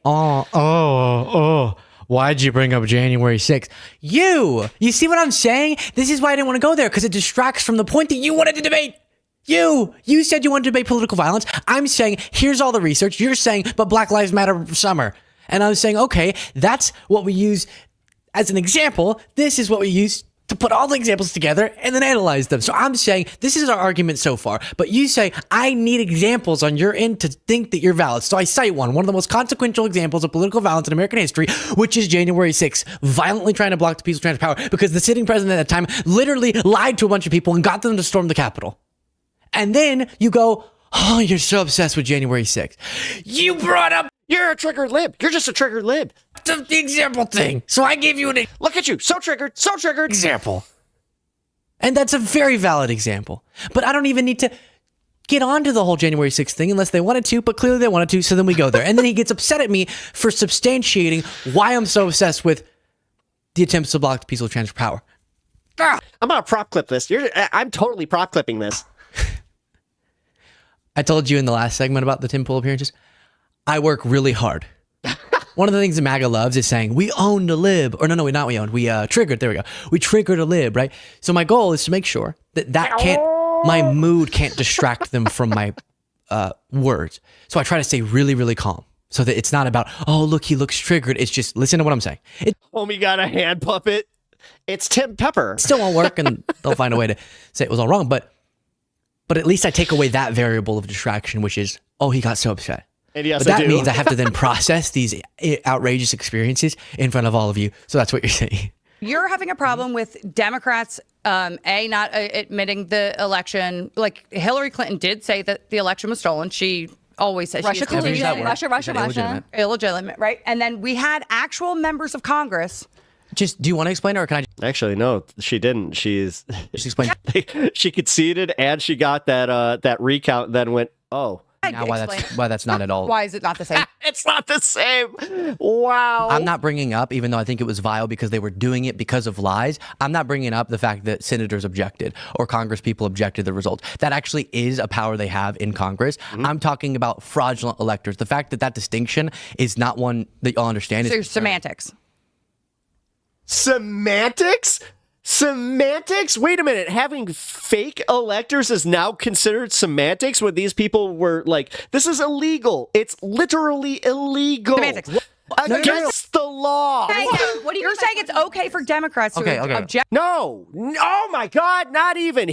What he's saying is that they are using their power within the whole capacity of being a senator or part of Congress where they can contest and call for recounts. What you guys did was totally different. Let me explain the Electoral College to you. So you're talking about the certification of the Electoral count. Correct. We got here because of political violence, not because of procedural stuff. That's not what you're talking about. Which one would you like me to address? We got here because of political violence, and you moved it to procedure. Because you multiple times have taken shots about my fixation with January 6th, which I'm fixated, so that's why I want to talk about it. And to your point, you're talking about whenever members of Congress, which is a part of their constitutional authority. It's bad to wield that authority when you don't have a basis to, but they do have the ability to object to the electoral count. Their constituents on January 6th were asking their representatives to do that. That's what that was. Okay, and I haven't brought up once members of Congress objecting. No, but why do you think the people were there? So the people were wanting their elected members to do that. They're asking them. That's why they're protesting. So you're completely mixing up two completely different things altogether. That is the electoral count being certified. I'm talking about a president getting people to assert themselves as the electors, the actual electors. Not let's dispute the certification of the election, but let's get illegal electors counted as the electoral college. Please tell me that separation makes sense in your brain. That makes sense, but okay, that's what Trump tried to do. That's not what he tried to do. It is so overwhelmingly that he doesn't even deny it. He's asking people. He said this was a fraudulent election, and stop bringing up Congress. I'm not saying that. Individuals who've been prosecuted in certain states for being fraudulent electors, they literally signed forms saying, "You're making me crazy." That's how I feel the whole time. I don't feel like I ever make right wingers feel this way. I really don't. I've never had someone say, "No, you're not even listening at all. You're missing completely what I'm saying."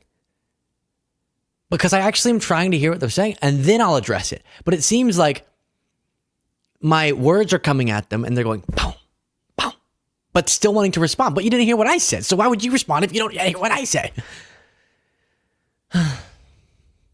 Also, 3v1, so fun. I want to do this more because it's so stimulating, because sometimes if I have a partner or it's 2v2 or it's 1v1, but definitely if I have a partner, it feels like it takes a while to get around to my turn, But with this, I can really hear what each of them are saying and then get to go around and talk and address all the different things and not feel beholden to what someone else is going to say. And that feels great. I am the dutifully elected elector from the state of Wisconsin. And he asked people to do that. That's what you're saying. He got them. Where's the evidence of that? And then what do you think he wanted Mike Pence to do? What do you think he wanted Mike Pence to do? He wanted Mike Pence to do what 2 indictments. That's where the evidence is. He wants him to assert his power like Congress and not certify the election. He wanted Mike Pence has the ability to say do that. He was counting the non-electors that weren't lawfully sent by the states. Let me say random people. Do you know how many? It's crazy y'all are okay with that. Imagine that's what Biden started doing. Wait a minute. Were you okay? Understand? Wait a minute. Is that crazy? I'm fascinated by the fact that this conversation has turned to January 6th. Wait,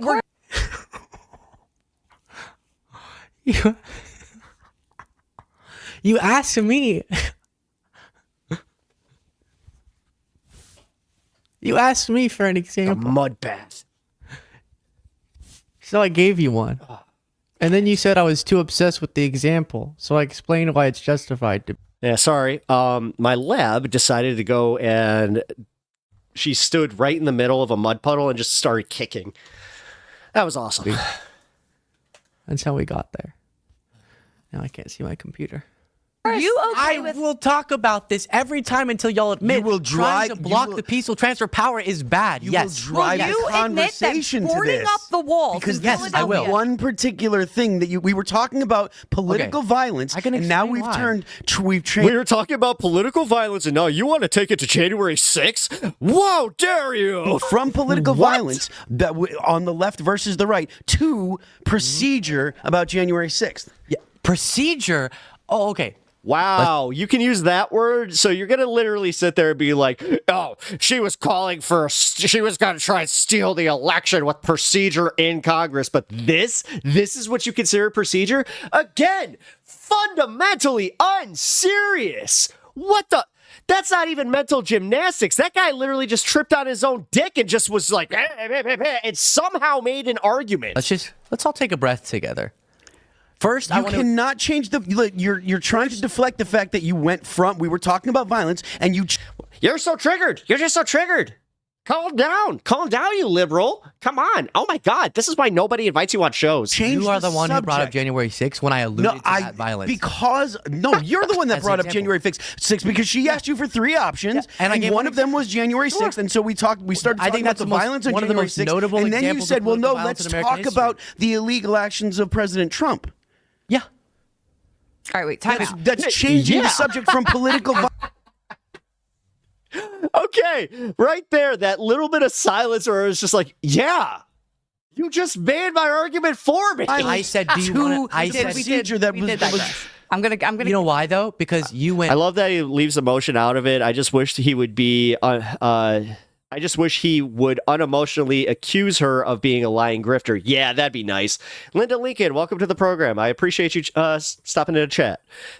This is giving them too much attention. It just makes my head hurt, frankly. It is exhausting, and they never see the reality of things. No. And this is where I'm trying to get better about, like, embarrassing them. Because, like, it was easier to just kind of, go, whatever, MAGA this, MAGA that, and then also do the thing where, like, we would just ignore each other so much. And then they tried to do the same, like what I'm talking about, where they're trying to shame you for believing in whatever the hell. But realistically, I am at that point where I'm just like, nah, I can't do this. 56-year-old white woman, grew up with Christian white family from West Virginia. I know what I'm talking about. Thank you. No, you do. Absolutely, debating January 6th is a total waste. No, and the fact that, like, this guy was so disingenuous with it, where he's just like, you want to talk about political violence, and how dare you bring up January 6th? It's like, that's like the thing.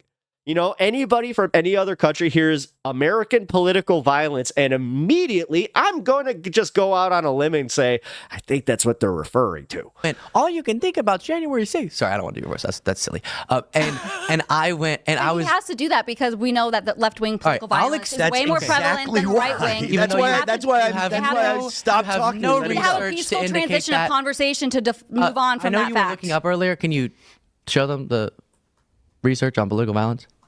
Because y'all keep really having a difficult. I want to see how they determine it. Anyway, the two things that he mentioned before. Hold on a second. But we can name 30. You can barely name 3. Hold on. Anyway. I don't care about the anecdotes. I care about the thing. Hold on. Hold on. No, it's not data. Hey, hold on. The three things that he mentioned. Oh my God! They just literally tried to say that, like, the anecdotes that chick is like, we have like 30 anecdotes, and you have like 3 data points. Right. So there was the Mark Kelly's wife. I forget what her name was. Where she was shot. Yeah. Be right. And then there was Paul Pelosi. The second, Paul Pelosi. Yep. Both of those people, they were as much as he's going to say they were politically motivated. It's likely that they were not politically motivated. You didn't even know her name. You didn't even know her name. How are you going to try to claim to be any sort of authority on this subject when you didn't even know her name? The same way. Are you actually kidding? In the same. Stop. No. Fuck you, dude. Fuck you and your bully tactics. Oh my God. Yeah, I'm getting out. Yeah, this one. Yeah. He said, I need to make Nancy Pelosi answer for the stolen election. He literally said that. Stop. Where do you think that comes from? Gay lover. This guy must be a real charm to his wife. Paul Pelosi. Okay, so now he makes the case. The guy said he's going to make Nancy Pelosi answer for the stolen election. What's political violence if not that? Tell me. Stop and tell me. I think it goes on, but oh my goodness. That was him trying to do, you're being hysterical. Take a breath.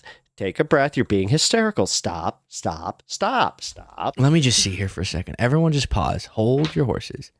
And let's see if it's worth the time to, I think this one's interesting. We have a little bit more time. This is me trying to address how the right weaponizes culture wars, right? Are there nuanced discussions to be had about these culture wars? Yes, of course. But we ought to be mindful of when they're using them to distract from their own more systemic and consequential policy failures. So one of the things that happens, I think the best friend of MAGA is like the super uber, I don't know what you would call them, like the extreme end of the left, okay? Because they provide these nice, semi-attached to reality, but kind of straw men people that y'all can engage with. And what I mean is, it's not that these things aren't a thing. Like I talked about. The Google it girl has yet to Google it. The bathroom thing. I think Nancy Mace is being psychotic with her obsession over one trans member of Congress where she goes to the restroom. She wasn't going to go to that restroom anyways. But I I know these things exist. And Lena, let's be honest. She probably Googled it and got counterfactual information to what she wanted to read out, and then just went, oh. I'm happy to talk about. I hope he doesn't ask me, because my sort of cultural issues and social media discussions, but I don't think they exist in the way they impact people's lives, like the policy issues I'm focused on most of the time, and the policy issues that most prominent Democrats are focused on, like politicians. Wait, but what Republicans often do is, like, if the Republican line, Trump wants to come in and give big tax cuts, his last one's disproportionately benefited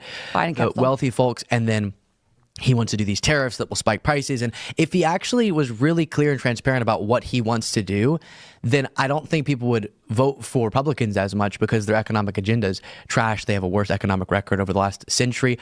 But instead, it has to be, don't look at that. Look at all of these other niche cultural issues, like a trans person you're probably never going to notice yourself interacting with. All right, but it's my turn. And then so that's a big part of this. I wish y'all would engage with what Kamala Harris was actually running on. You can go look at all of her speeches. It wasn't about trans bathrooms. She literally said multiple times that she would. Oh, all right, Eve. I actually know what happened. They reviewed your comment. That was just YouTube being YouTube daddy. Provide money for trans prisoners. I'm talking to get it changed. Okay, so that is something that there it is again. You're doing it again. You found a clip that wasn't from her presidential campaign. That was. It might have been from like her one way. It doesn't matter. It doesn't matter. She said it. That was a Trump administration era policy that he was abiding by as well. But my point is, just listen for a second. It's my turn. That's what y'all do instead of engaging with her actual policy proposals, which were mostly economic ones to bring down prices, enhance child tax credit, small business related tax breaks. That's what she was running on a pro-freedom platform, and that's what I resonated with. And what y'all will do is only engage with like the online wokesters instead of engaging with the fact that Democrats really do have a better economic agenda than Republicans, which I'll argue until I'm blue in the face. Time out. Okay, so it's my turn, right? Does that make sense at all to you? Does the argument like Linda Lincoln, when did it become take what I can and screw everybody else? I hate to say it's kind of generational, and you mentioned your age, 56-year-old. So I'm not trying to make this a referendum on like I hate going your generation, because I hate when people do that to me. But realistically, the boomer generation is kind of the pull the ladder up generation. Like you could say that the greatest generation made it easier for the boomers, and then the boomers were just like, oh, we're gonna take advantage of all this stuff. Then Reagan happened. Somehow, like the entire country bought into trickle down economics for a little bit too long, and then by the time it came like time for us to go and buy houses and actually move into the economy somehow, some way, you ought, like, it's on a micro scale, but like your generation did what Elon and these guys are doing to the country. You guys took up all of like this giant hoard of wealth and then somehow went, oh, how come you guys don't have this? Yeah, I see what I you're strongly believe that you'll argue every Democrat point until. I mean, look at the size of houses like that a lot of boomers live in, and then when you talk to a millennial, like a millennial will probably say anything from like maybe 7. I'll even be generous, 1,700 to maybe 2,500 square feet. You talk to a boomer, they're like, "Well, I need 4 garages." Wait. For my other car that I might get. I won't. I will not. So I just want to let you know. I'll criticize it. I already have in this You say we don't podcast. push back. I actually made a post that the bathroom thing with Nancy Mace was absolutely irrelevant because every member has their own bathroom. Everybody, and I wrote it. I wrote a thing. Yeah, and credit to Lisa on that. And then it goes from there. But that Credit little to you for chunk not of what being I a complete said, POS a for rare moment half where to the minute. credit, they really let me flesh that out before responding. And it's an important point. It's not that those issues don't matter.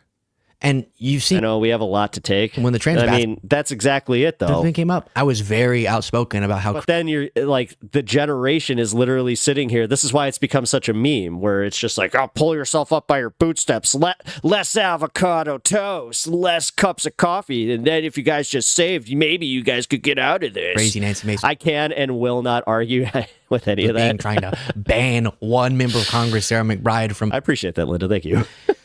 From women's As I bathroom. said, I'm not trying to shit on you as a generation. I really am just trying to point out, I'm like, no, like, I've had to do this with my own parents, especially now that, I'm doing what I'm doing. I have been able to, again, with my fine sponsor of Ground News, kind of convince them where it's like, no, listen, like, you do understand that we're not just a bunch of uneducated, like, zombies who are being pushed, like, fed this algorithm that is telling us, like, oh, boomers took it all. Oh, no, we're looking at statistics. We're also looking at the fact that it's like, guys, look at the housing market. Look how much we make. Like, look at the cost of living back in the 90s. Like, and just all of these different things where you guys had it a lot easier, a lot better. And because of that, going into your retirement, you guys have it a lot easier and a lot better. But then we're sitting here arguing it about hoarding generational wealth. That's a real thing. You have people that make only, like, at the line of the 400,000 that are arguing ardently for, you know, not having capital gains taxes when it wouldn't even affect them. You know, these are things that, like, are really hurting the millennial generation. And then it comes out that here we are, we're like the top, like, not top generation, but we are the, like, we're the majority of the population right now. So, and it should be pushed back against, but it also a part of the pushback. Yeah, that time Biden said, "Give me a break" about young people in poverty. Biden is total scum. He's too far right and racist and a liar. No, he's not. I disagree with that, because I think that what that case. No, I've looked into that one. No, that was entirely made up, and she was a grifter. It's been proven in court. So guess what? No. Back has to. Sorry, I'm not. No. I forgot her name already, but I actually lost a friend over that, because she was like, she was mad at me because I didn't believe all women. I'm like, well, it's been proven that this woman is a liar. It has been proven that she has scammed 2 different landlords. It's been proven that she has also been involved in different domestic situations that are super sus. So no, man. Hey, Trump vote. But yes, he's still a POS, and he was. No, he's not this, like, liberal bastion of hope that everybody was hoping. You notice how you were not thinking about that issue until Nancy Mace started telling you to think about it? At some point, somebody has to say, this is not working for those behind us. If not you, then who? If not us, then who? It has. Well, the thing is, we are. But now they have everybody embroiled. He's actually bringing up the point right here where everybody's embroiled in the cultural issues that they can't focus on the important issues like solving healthcare. That's why these CEOs are shitting bricks right now, because this is the closest we've come to class consciousness together, where we're not talking about the trans issue. We're not talking about any of this other BS that they just want us to hyperfixate on so they can keep robbing us, especially now. Like, people really don't understand how important it is that not only did Luigi, like, start this conversation, but when he started it. He started this right as the billionaire oligarchical class is coming into power, and they are trying to totally fool everybody in our positions to just fight amongst ourselves so they can just take. Because again, man, when we're talking about the fact that these people, these same billionaires, have not only just doubled their wealth, they have quadrupled their wealth. I mean, literally hundreds of billions of dollars in just a matter of 2 to 3 years. And here we are arguing about, oh, well, did Maria down the street get too much on her EBT card? I saw her get a steak. You know, maybe I should totally tell ICE about that. Oh, yeah, you know what? Yeah, I'm not sure if she's legal or not, but I'll tell, like, this is how these pieces of crap even think in the first place, because they're so selfish up their own ass. And honestly, catty Karens who are just like, I don't like this right now. And Kens, that I don't like the brown people. The brown people remind me that I'm not cool. About it. You never notice how you don't think about something and don't. They always remind me how I can't dance and don't have rhythm. Fox News tells you to. Whereas there are a lot of things that Harris actually was spending a lot of time talking about, and those were related to the very economic and otherwise well-being of people, and that gets abstracted and distracted from by these issues. They matter in the people's lives that they impact. And that's why we still talk about them. Oh, sorry, Lena. I wasn't talking about Biden being racist. I was talking about him being a grapist. And we can be nuanced and rational on them. But they don't impact as many people as the ones that Republicans desperately don't want to talk about. Tell me your thoughts about this. What an appearance. And I will be going on more shows as difficult as sometimes, or as exhausting. Thank you, Linda. I really appreciate that. And that kind of, that helps because sometimes it does kind of suck to be condescended to and just kind of feel like I'm, trying to push a boulder uphill. Sometimes it can be just to get the word out. We can't stay in our bubbles, so I'm popping people's bubbles and I'm jumping in. And if you want to support that, you can do so by clicking the join button below. I mean, honestly, as much as he is a bit of a shitlib, and I hate using that term because I've been called that, honestly, I think that Beasley is one of the better ones. Yes, I disagree with him on a good amount of policy issues. I also disagree with him on like the whole Biden being better than he was. Listen, I will also not give Biden credit just because it's the cool thing to do right now is to shit on the old man. No, dude, he had some base policies. He did some good things for unions. He actually did he did a lot of stuff. Like he did a lot of good stuff that was just being buried by the fact that we weren't getting other things. And also, isn't it rich like how like the Republicans totally voted against every like chance that we had to abolish the college tuition thing, and then not word one the second that the election is over, they're like, what do you mean we were talking about college tuitions? What? This is also why I hate political arguments sometimes, specifically for how bad faith it is, where it's just like they heard something that they know will trigger you in that moment. That's all they care about anymore. Nobody cares about trying to make the other person learn. This is why I'm having like a different time in this space, and I have actually like signed up to do a debate coming up here soon. All I can say is that when I do that, I'm going to do it with the intent to kind of learn from their perspective, even if it is like a whack-ass perspective. I want to at least learn where they're coming from and then kind of make my decision whether it's like, all right, well, this is kind of nuts, but agreeing to disagree and not just being a dick just because like you think that that kind of perception wins you the battle. I don't know. I'm no Destiny, okay? Let's just put it that way. Oh, but Lena, yeah. Yeah, the thing with Biden, God, I forgot her name. She shared it with somebody famous. He's definitely, dude, I mean, the hair smelling stuff. I love how like people brought that to me like I was going to sit there and defend that kind of crap where I'm just like, no. But you know what that doesn't make him? What you said, like what the other people were saying he was, and then once that story blew up, guess what? A lot of people went radio silent because it was confirmed that she was a liar, which does not help the all women movement. Like, and that's why I was pissed at her. I was pissed at her for using the presidential election to try and get her into the news, to try and like, I didn't even care about like what it was going to do to the election. I cared mostly about the fact that it had been proven that she was a liar, but I had a bunch of people in my life saying, how dare you? How dare you even bring that up? It's like, what? No, that's insane. That's absolutely insane. Here, actually, you know what?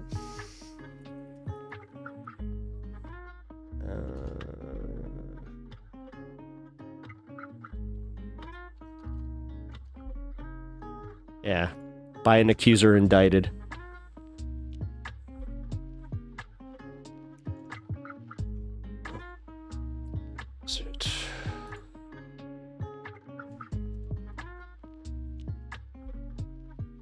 Tara Reid. Tara Reid. Her. Yeah, she went to Russia. Yeah, she,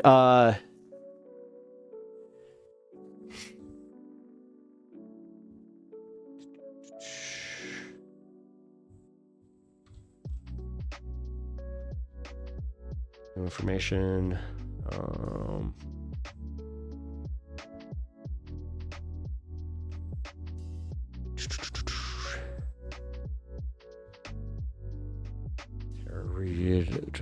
Publicly accused. Yeah, she publicly accused Biden during the 2020 election, running from back taxes. All right, she's claiming that she's being harassed, but then NPR is saying that she has a bunch of tax stuff, and that she's wanted on numerous different financial charges. So, yeah. Really? You're anti-Snowden? Dude, that's an anti-popular, like, take to have anywhere on the left or right. Like, really? We all knew the NSA was doing it, and now, I mean, look at the way that we're just like, yeah. Now we just all cover our ass, kind of, where we're just like, allegedly. Like, everybody's using broadcast terms in their everyday life. Just, allegedly, Alexa. That's kind of funny to think about. But yeah, Les, I think that you got a pretty unpopular opinion there. But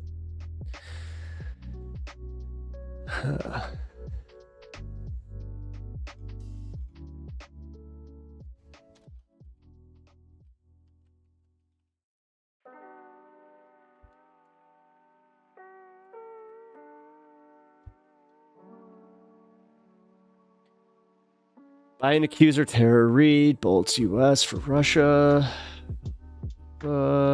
Possible link to Putin. Oh, that's great.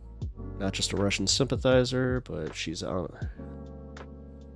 Yeah, it looks like, yeah. So what she did is she used the political clout that she gained from that whole story to go to Russia to avoid paying back taxes that she owed to 2 different landlords and one of her ex-boyfriends. So, yep, anti-Snowden, anti-Greenwald, anti-every Putin asset. Oh, okay. Just because he's an asset doesn't, again, mean what him and Assange accomplished at that moment. Doesn't make it any less palpable, you know, to letting us know just how bad it was, man. Because, again, like, do you really think that we didn't gain something from that?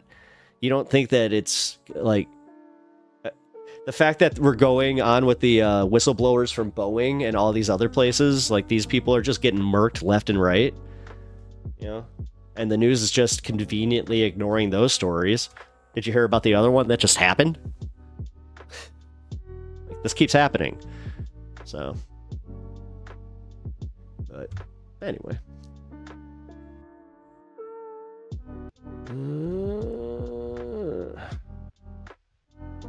Do you know that Snowden told people to start using TOR after both the FDA and multiple notes? Not what expert does that. Thoughts on animal gynecology? Weird. Kirk. Okay. Well, Kirk, seems that you just took the reins on that one. Okay. Give me a second. Let me see.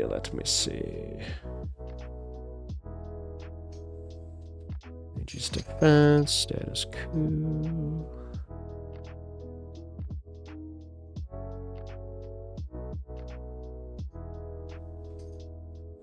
Let me say. Okay, let's take a look at this. We're gonna move back to Luigi for a little bit.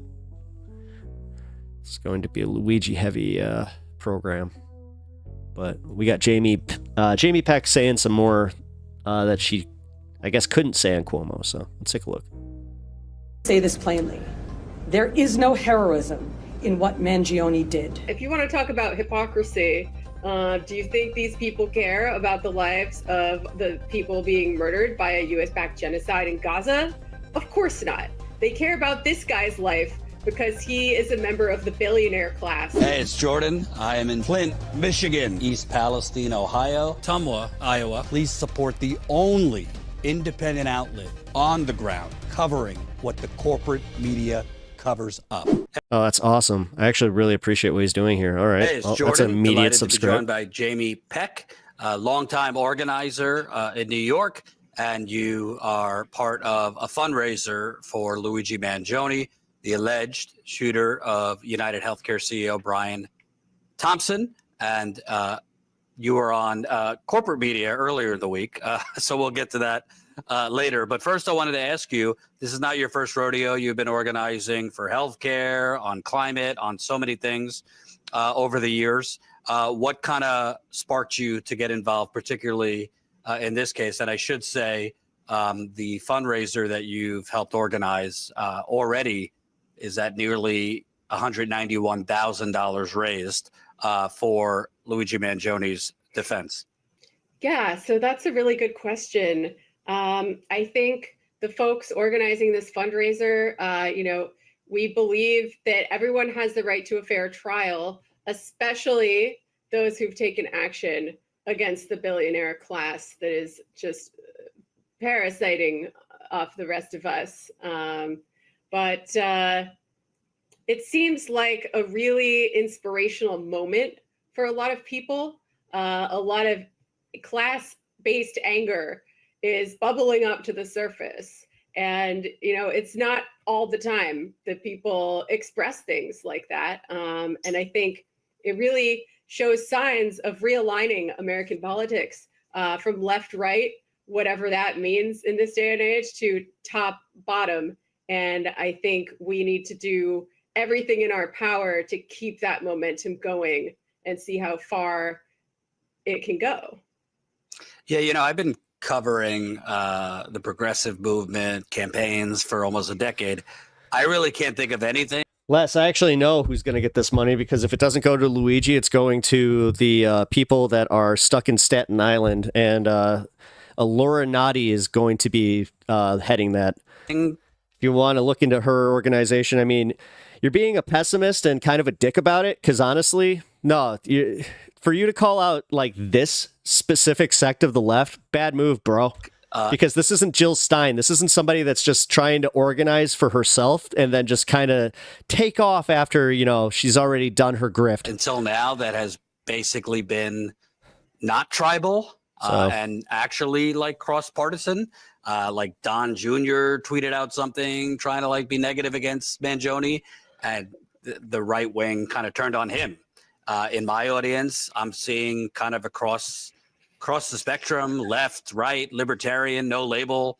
Not necessarily all of them applaud. She's a professional broadcaster. She actually sneezed off murder, mic. But all of them outraged at what I believe is the predatory for-profit healthcare system. Have you kind of seen this? I actually kind of know what happened to the BLM monies for the most part. I guess you could say between left and right before. No, I've never seen anything like this in my entire life. Certainly not since the beginning. I'm not a Dem, Matt John. I'm just not an idiot who thinks that Jill Stein has done any actual tentative good. Of my political life. I'm all for third-party politics, but if you want to talk about grifters, look up what she did in Wisconsin, and you want to talk about money that disappeared, again, look up the recount in Wisconsin, and then also tell me what she's done to build the Green Party with said donations and actually have them prepared for any other election outside of her coming in for an upset every 4 years, every 10 years or so. I really can't think of anything else. Do I also no, I don't know. PSL, I don't mind as long as they actually have a fucking plan. No, I hate people that try to prop up Jill Stein like she's actually serious. She didn't even know how many people were in, like how many seats are in the House of Congress. Memory that has united. No, she's a fundamental embarrassment, and I'm sick of her. Working class people across lines of political difference. What actual tentative good did she do? Like, really? I mean, we've had comments on the fundraiser from Democrats, Republicans, even one person who says they're an NYPD officer, commenting anonymously because they're afraid for their job. My friend whose whole family is Republicans showed it to her mom, the clip of me on CNN to her mom, and she thought it was awesome. And she's showing me comments from, kind of right-wing country boys, all just so excited that somebody has finally done something to challenge the power of these predatory health. No worries, Matt John. Insurance companies. And I want to ask you, because Cuomo, you were on with him, but they like to kind of think of it black and white, make it seem like you're supporting cold-blooded murder.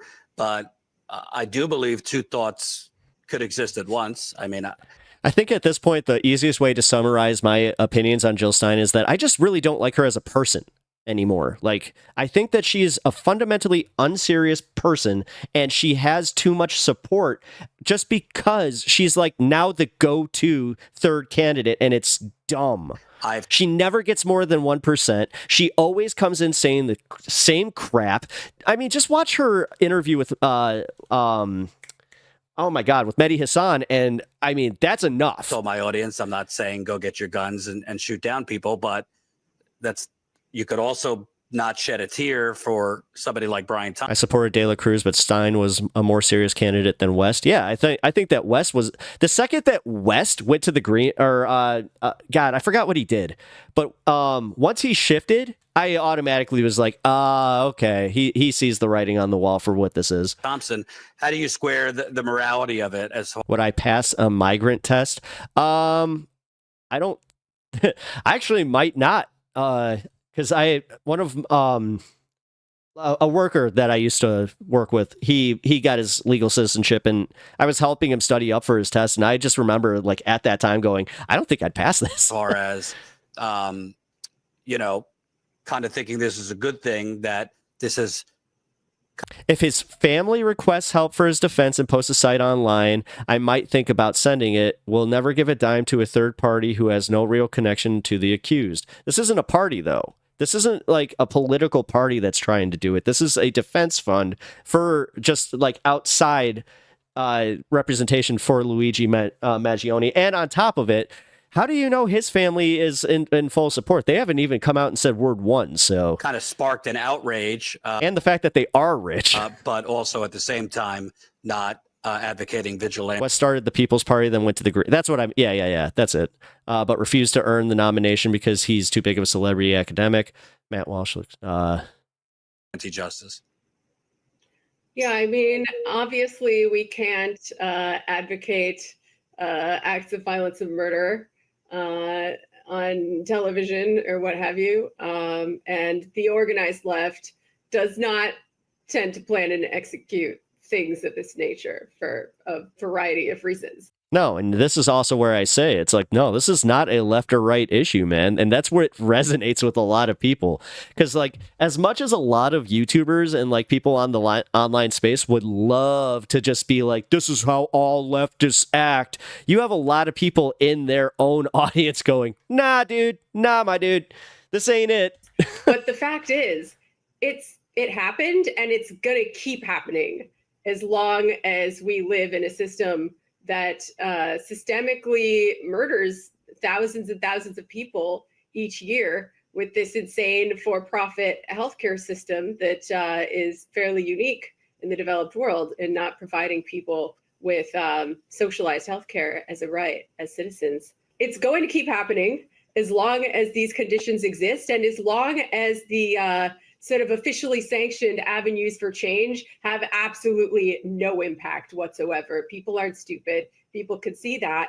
And the question for us, I mean, I hesitate to put a leftist label on it because I want this to be more open-ended than that. But it's the job of organizers is to figure out what to do now and what to do with all of this energy and this conversation that the shooter's actions have sparked.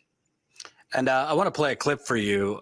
Sorry if you're on an empty stomach, but this is Jessica Tisch. She's the NYPD. If you guys police would like to know, I have not eaten, so I should probably do that soon. Commissioner. Somehow she became the police commissioner straight from her position as the sanitation department. I get it. Probably didn't have anything to do with her father being Jonathan Tisch, a massive oligarch. But I want to play this clip. She was scolding, I guess, folks like you and kind of get your response to it. Oh my God! I just realized who she looks like.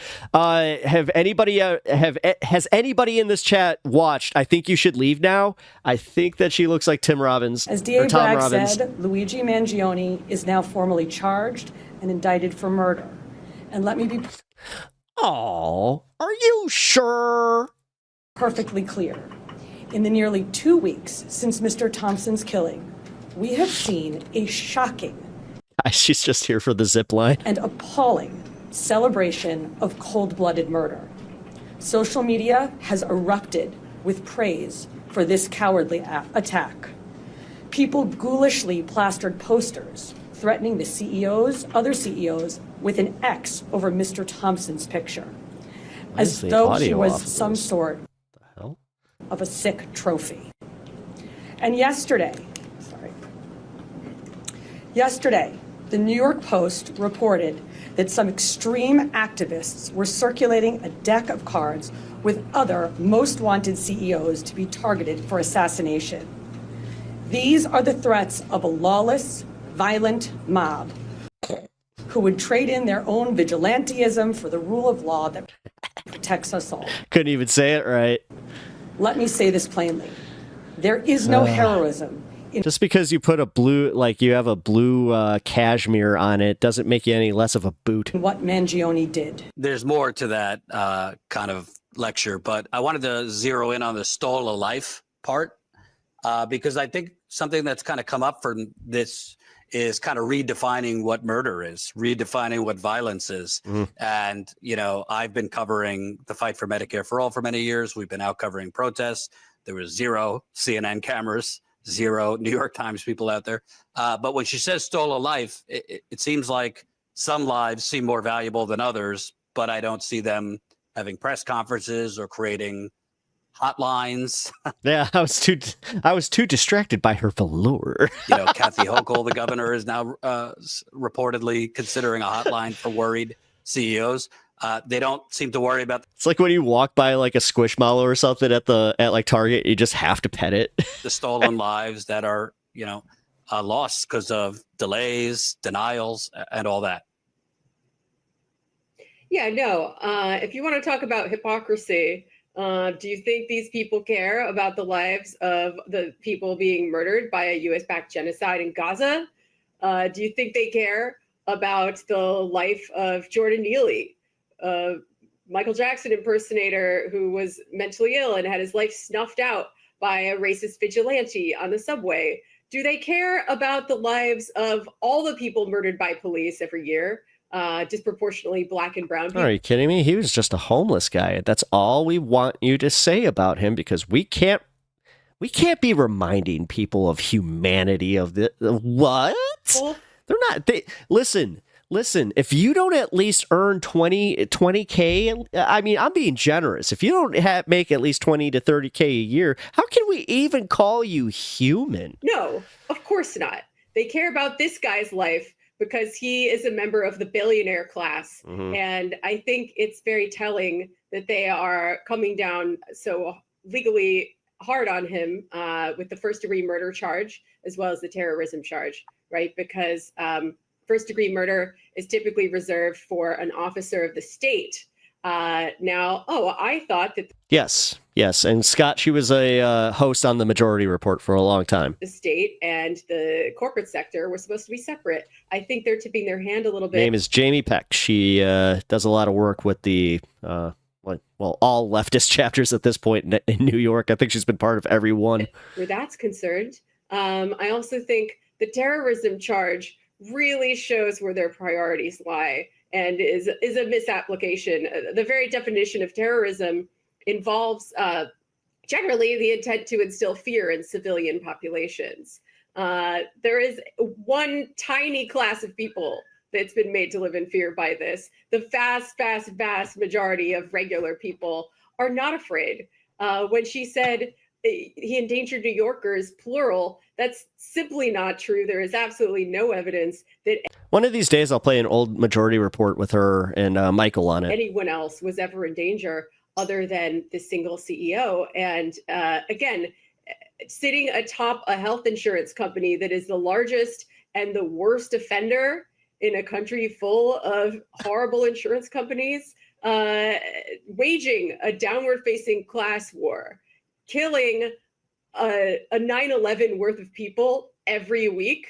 That I don't know if that guy qualifies as a civilian at that point. Right. I'd like to ask you also, because there's been some legal experts, I'm surprised they were allowed on cable news, that kind of pointed out this is very unusual to have the federal government come in and charge on top of the state for murder. I mean, that doesn't really happen for just a single murder. Nope. It recently came out that apparently the health insurance industry was huffing and puffing for the DOJ to, lay the smackdown on Mangione. So maybe that's why you have these federal charges. But what are your thoughts on the fact that on top of the state charges, the federal government came down? And with this federal government charges, obviously that's a slippery slope. We've already seen in Florida, a mother was charged with terrorism for saying, deny, delay, you're next. Yep. Doesn't even own a gun. During a call with a customer service. We've been down this road after 9/11 where, under they use one rationalization to paint a very dangerous broad brush. Paint with. Yeah, absolutely. I mean, the application of federal charges and the involvement of the federal government, again, shows just how scared the ruling class is right now and how scared the state is, whose primary purpose is to prop up the corporate sector and make sure that capitalist accumulation keeps on chugging along and extracting a profit from the vast majority of the population whose lives are not valued at all by the system. And I'd like to ask you, you were on with Chris Cuomo, got some attention in the media. I won't get into the whole thing, but this one part kind of stood out to me. I want to play it and get your response. And by the way, it's not new, okay? People have been crusading against insurance companies, but there's no question we haven't gotten changes to the system that are necessary. No question. You're talking to one of them right now. Not the same guy. I'm telling you, it's right. This is they keep, anytime they go to this picture, I'm just like, I don't think so. This old because I am old, and I've been covering that system for over 25 years, and almost never positively. I don't know about you. For a dark time of my life, I worked at Fox News, then MSNBC. I've been in corporate media. I've been in independent media. I don't recall Chris Cuomo or any of the mainstream media covering, the evils of the for-profit predatory healthcare system. I do recall in 2016 and 2020, the once in a lot. Yeah, Les, except here's the thing. She didn't actually make a direct threat. She just said, this is why you people will be next. Once in a century.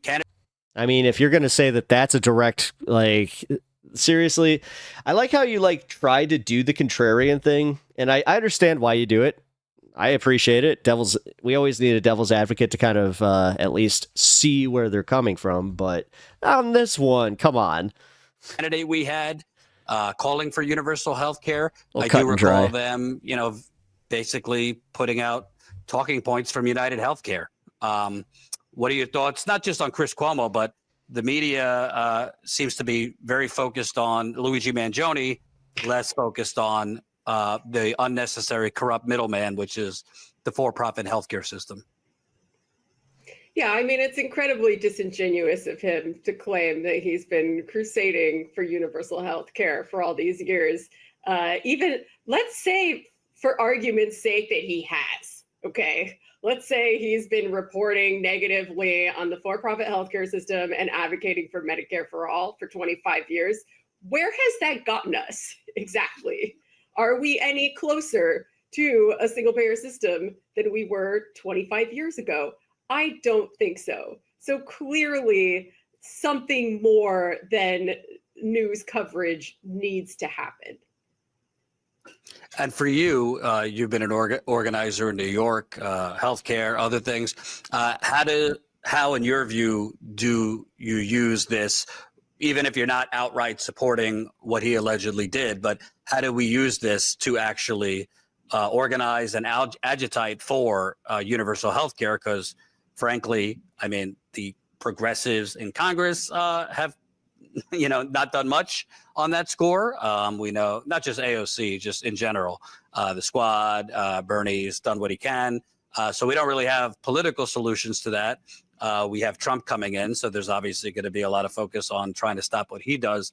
How do you not squander this? I thought there were a bunch of people who came out accusing Biden of creepy physical contact, like kissing the back of their head. I mean, that's on video. No, what I'm saying is it makes any case like that, say that they had, it makes it kind of they're not going to take it as seriously when you have somebody like Tara Reade doing what she did, and then the attention going to her case.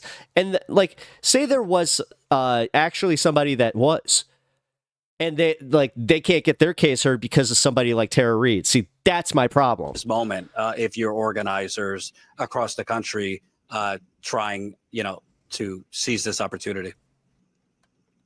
Yeah, that's a great question, because it's not every day that regular, everyday Americans start talking about the healthcare system and expressing their anger in massive, massive numbers across lines of political difference, right? In this moment, the American people have decided to put the healthcare system on trial. They do not care about putting Luigi Mangione on trial. They're concerned about the healthcare system. They're sick of living in this system that drives anything can be taken as a threat if you're a little baby. Them into debt, extracts profits from people in their most vulnerable moments. Again, at what point does it cross over to that, like, now, you made a terroristic threat? Like, again, at what point do we just say, okay, free speech is not free speech in this country. If I feel threatened by you, then that trumps your free speech. My feelings trump your free speech. And generally makes them live in fear. So insane how people are even entertaining this. It's a great question. I think, I want to leave it somewhat open-ended. I think people should do whatever makes sense to them. But one idea that we've been floating is the idea of mass resistance to medical debt. If people resist paying their premiums, if they burn their medical bills in front of the insurance companies' offices, that may force a kind of crisis in the system that we haven't seen yet, at which point the government would be forced to act. Because, like you said, the government is probably not going to act on its own, right? It's had plenty of time to do that, and it hasn't happened yet. And we even had a great candidate at one point who was driven by a sort of left populist bottom-up movement who was sadly not successful for a variety of reasons, many of them having to do with the Democratic Party establishment. Yeah, I really hope we see mass resistance of medical debt, mass resistance of medical bills, and whatever else people see fit to do in this moment, right? Because it's not for me to tell everybody exactly what they should be doing. Well, it's also irresponsible if you try. And as far as the fundraiser, let's be honest, you've helped organize, do you know if Luigi is going to use the money as part of his defense? And if not, how will the money be used? Here you go, Les. So we have yet to make two-way contact with Luigi's new legal team. It's very possible that it's going to take a while, and they don't currently want to close off any options for a defense. I think taking the money... I think she might not be in here right now, but I know Learda also does some work with the PSL. Perhaps they might see it as deciding on a certain line of defense. And she has, though, Les. Just because she's on it behind a microphone right now doesn't mean that this isn't helping organize. You do realize that organizing mass movements isn't just going outside and handing out pamphlets, right? Because that worked so well in the 60s. And I know that these things often take a lot of time.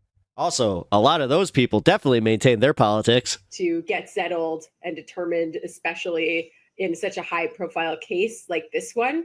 But we are hopeful that he will accept the money. And if not, we're going to take a look at some other people facing politically motivated charges who we could send it to instead. My last question, you've been involved with politics for a long time. It sure seems like a tale of two shooters, alleged in this case. Dylan Roof, who shot and killed, 9 black churchgoers in South Carolina, not charged with terrorism.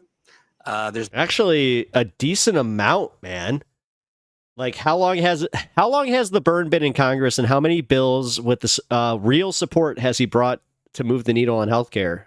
You know what? Right now, because I'm in the middle of this, you can look that up, and then you can tell me. There's been mass shooters not charged with terrorism. I could go down the list of folks not charged with terrorism that killed a whole lot more people. In this case, whether you condone or not what he did, I mean, in his notes, reportedly, he wrote, I wanted to shoot this one person to prevent innocents from being killed, yet he's charged with terrorism.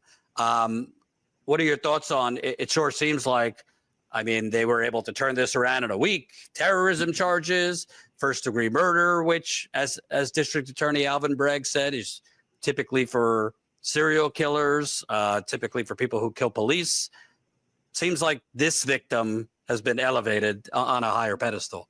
Yeah, gee. And it's almost like they just want us all to go, okay. I think you said it very well. Once again, this shows where the priorities of the state lie. And its primary priority is in protecting the corporate sector and tamping down on any sort of class war being waged from the bottom up, right? Because we know it's already being waged from the top down and has been for a very long time. And it is actually kind of rare in this day and age. So no actual movement on the left is good enough for you? Like, again, you're sitting here saying, who started Justice Dems? Let me prove how everything is a grift from certain folk on the faux left. That any kind of violence or consequences would... While also not proving or having any counter information on how they have actually had, like, see how that works when you're only looking for the bad, how you'll only find that bad. But what you're doing is you're asking these questions where you can look it up. There's this magical device called Google. It's like it's this ultimate thesaurus. You can definitely find the information you're looking for. But the thing that you want to do is smugly sit here asking questions, because this is how you do it. You come on my stream, you do the thing where you're like, I lived through the 60s, bud. And then you like to argue with my chat and just be like, oh, what did you guys actually do? What movement has actually been made? When there has been. Things are tentatively better than they were even 20-something years ago. Yeah, it's definitely not perfect. There's a lot of progress to be made, but still, it's a lot. Gay marriage is a perfect example. I grew up in a world where gay marriage wasn't legal, where we called them effets, and you know what? It was a dirty, dirty place to grow up. But then, after a certain bill happened in 2005, people voted on it, and then, I don't know, the world kind of changed, and now we are in the year of our Lord, 2024, where people, honest to God, even on the Republican side, have even said, whatever, I've got a problem with the gays. And now they're just doing the thing where they're like, the transes, they make me weird. They make me feel weird. Come back onto the ruling class. But which, if they had any modicum of self-reflection, they would be like, maybe I'm not as comfortable in my sexuality as I thought. Maybe I don't understand this. Maybe I have some research to do and hate the trans people. Once again, I think they are scared. They're trans person made my pee-pee feel weird. I hate them. Scared. That's exactly how this is, and you fucking know it. The populist rage that exists in this country, bubbling just below the surface at all times. And they want to do whatever they can to try to maintain order, maintain the status quo, and keep people from rising up and fighting back. And Jamie, you are the host of a podcast, Party Girls. Tell people where they could find you. Sure. My podcast is called Party Girls. Get it? Like the party? Yeah. And that is some of what we talk on about on the podcast. Various organizational forms that may be adequate to the task at hand and the historic task of revolution. You can find the podcast at patreon.com/partygirls. What's up, Adrian? We also have a YouTube page, youtube.com/@partygirlspod. Am I getting that right? Yes. We'll put it in the description too. Okay, excellent. And we're on Instagram. We're on TikTok. We're building out our video operation, which is a very exciting and new thing for me, because in all my years of podcasting, well, minus my job at the Majority Report, my own shows haven't been on YouTube before. Oh, really? So that's exciting. Oh, that's right. She was on Twitch. And we have a lot of great content right now. We have a lot of great content coming out in the new year. And yeah, me and Sam are very excited. Sam's my co-host. I was about to say, wait, are you working with Sam Cedar again? Wait, what did I miss? We're excited to keep doing it. Oh, no, you got banned? Wait, Adrian, hold on. I'll have to talk to you about that. What happened? Sorry, I'm really tired. Thank you. I know you're not feeling well. You could type in Party Girls wherever you get your podcasts, and it'll pop up all of the free episodes. If you want the bonus episodes too, then you got to go to Patreon and subscribe. And speaking of healthcare, thank you. I know you're not feeling well, have a cold, so thanks for doing this tonight. Man, she nailed that interview for even having a cold. Like she is crushing this. I'm really happy that she's out there getting the word out. And also, I as much as Les is kind of in here being a jerk about it, I think that this is a good one. Because, listen, the way that I'm looking at it is, yeah, we may have found out that the kid has money, but I just don't see why having a backup plan for this. And also, yep, banned indefinitely for a Luigi emote. Oh, no way. Really? Oh, no way. Oh, you know what? That's interesting, because I did just have something kicked back on Twitter or on Twitch about that, where I was trying to update my my stream title. And yeah, it actually got rid of the Luigi part here. I'm sorry, that sucks, man. But I'll be honest, Adrian, because I'm newer to Twitch, I really don't know what the TOS situation over there is, and especially with the emotes, because that's a whole new game to me. Because yeah, I'm surprised. If you don't mind me asking, if you can't say, obviously you don't want to get banned here, but was it bad? Was it an emote that your community made? And I don't know. That sucks.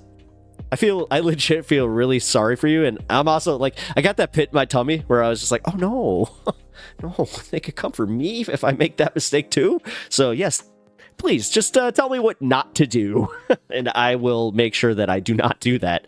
They don't allow Luigi emotes. 1984. I mean, that is nuts. Wait a minute, because again, that's why I was asking, to be honest, is if it was I guess super crass or whatever by their terms, I don't know. But if it was just a Luigi remote, really? Because even I have one of those in my Discord, and I'm okay. I do want to just preface. It's dude, I'm sorry, the day after Christmas? It's okay. Also, if you can let me know, how do you go about appealing that? No, it was a St. Luigi meme. Nothing wrong with it. Okay, one of my chatters just said it then. 1984. That makes... What? Really? Really? Because, I have one that's the V for Vendetta mask with the Luigi hat. That's nuts. So you're telling me that if I had that on Twitch, just... They're doing that now, huh? Huh. Okay. Well, thanks for the heads up.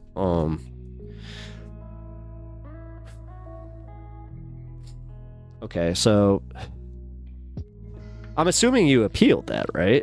And you can appeal that, because I know. Okay, so I know how it works here. And if it's anything like YouTube, God, I'm sorry. Because getting a hold of anybody on YouTube is damn near impossible. So, okay, so for that, all right. Well, you know what then? I'm going to clean up my, I'm going to clean up my emotes, and make sure that can't, make a cross there, because, did it happen in the middle of your show? Sorry if I'm asking too many questions. I am so curious about this, because I also God. feel like really bad. It was actually Christmas Eve. I'm drafting my appeal. Yeah. Okay, cool. Yeah, because I saw you were on yesterday. So they did a ban yet.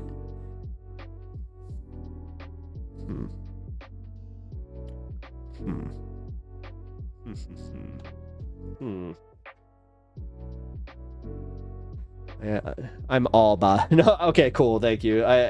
Because I am a little bit bothered by this, where it's like, no, man, like, because also the fact it was you, like, I'll be honest, when I saw that it was, I'm like, wait, but you've been doing this much longer than me, and you kind of know the ins and outs of what to do and what not to do. So, and then when you said for the T word, I was like, oh, so we're playing that game now. Also, can you update me on this? Are we allowed to say genocide on Twitch? As I just said it. Oops. I hope that was yeah, quick oopsie, right? How do I walk that back?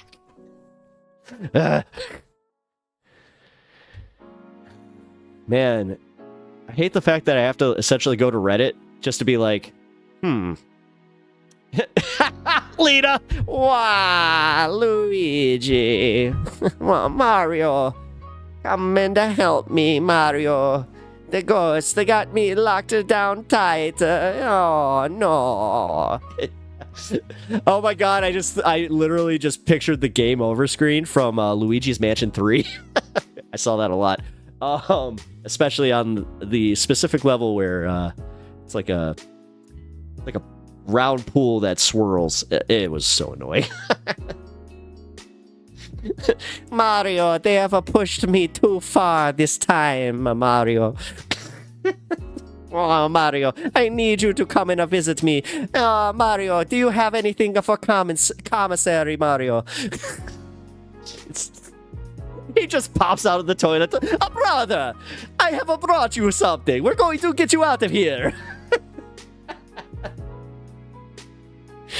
Oh my god. But not you, Diddy. Alright, now I'm having too much fun. Uh-oh.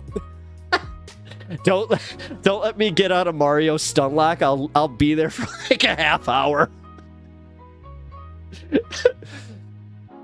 Oh my. Just sends over. Pushes an egg out.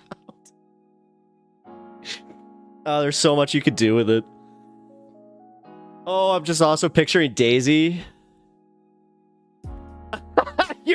Kirk, you're no longer invited to the Italian cookout. Ah, damn it. No dry ice for me.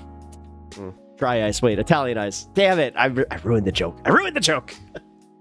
Gabagool! Frickin' Kirk. I think you are actually gonna, like, legit disinvite me from every Italian gathering. It's like, you see that guy, Pep? He has been banned from every Italian gathering.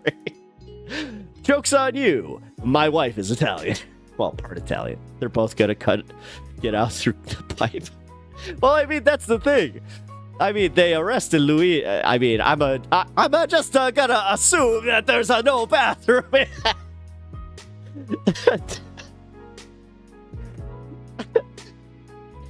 Wait a minute. I just checked this prison. Every pipe in here is a green pipe. We got some construction to do, boys. Just remember, if they're from the plumbers union, then they're probably not okay. Dude, exactly. Oh my god, was his name Morimoto? Just he's literally rolling in his grave every time. It's just like, no.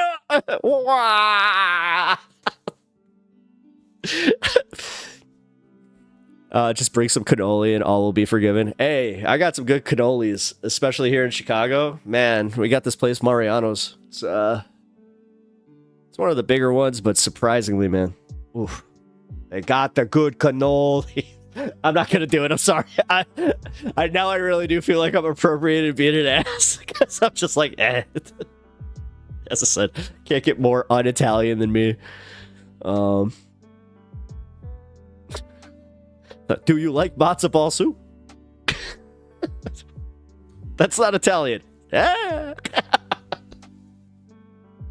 swear to God, I had that interaction with somebody because I thought I was making a funny joke and I made that. I was just like, yeah. All right. Nah, as I said, you're gonna totally disinvite me. And as I said, Adrian, like that really sucks. I'm sorry, and I hope that your appeal goes through, because damn. But do you have your backup channel on YouTube, or like do you simulcast? Because I noticed that when you were on when I rated you, I actually had a little bit of an oopsie on that, because when I rated you, you were playing music and it struck my video or my stream, so I had to erase that. The whites haven't been this racist to Italians for like 60 years. Uh-oh. Bringing it back. Oh, no. That's not what I was looking to bring back, guys. Oh, we'd always go to Lou Malnati's. I mean, Malnati's is good. Unfortunately, Lou's has the problem that a lot of places here have. Well, like Portillo's, where it's like the bigger they got, the less like authentic it got. And like there's just so many better places that you can actually get like a good pizza. You know? But I try to tell everybody, like, don't get fooled by that whole, oh, Chicago, you gotta go Chicago deep dish. And they get all the assholes making fun of me. They're just like, oh, so you want a casserole instead of a pizza? What's wrong with you? It's like, you know that we have this thing called tavern style. That is way better than anything else. I'm sorry. Like, we're good at the thin crust. And now I'm still doing the voice. What's wrong with me? Gino's East will always be king. Oh, carbonated water. You know what? Coming in. I'll say Uno's. Uno's is good. Uno's is good. But Gino's. Nah, Gino's actually, I will say, Gino's has the most authentic pizza in Chicago, but it has to be the original Gino's East location. Yeah, tavern style. It's called tavern style. It's a thin crust pizza. You gotta burn the edges just a little bit. But yeah, cutting squares, little squares of pizza. Yeah, I'm telling you, like, we got some of the best places. God, the guy from Barstool Sports, that Dave Portnoy, that Jagoff, he actually did a thing where he rated all like the pizza across the country. The place that won, I think it was called Jerry's, but it's twin. They actually share. It's the same owner. Sal's is right by me. Like they have, they got a whole bunch of like really good pizza. I mean, yes, it is a chain. It's a Chicago chain, but they haven't moved out of Chicago. So, yeah, Nancy's thin crust. Oh, Nancy's thin butter crust. Oh, yeah, that's a good one. Barstool uses one of your songs? No shit. No kidding. Hey, get that payday, man. Hell yeah. Flaky, buttery crust. That's such a weird... Why did that seem like... Even saying that, I was like, flaky, buttery. There's nothing like moist. That word, obviously, like everybody hates that word, but well, maybe flaky's on there too. Buttery? No, buttery's awesome. Portnoy is a D-bag and a really good dude. Yeah. Unfortunately, he has kind of done some things where even I had to go like, crap. It's like, all right. It's not that bad.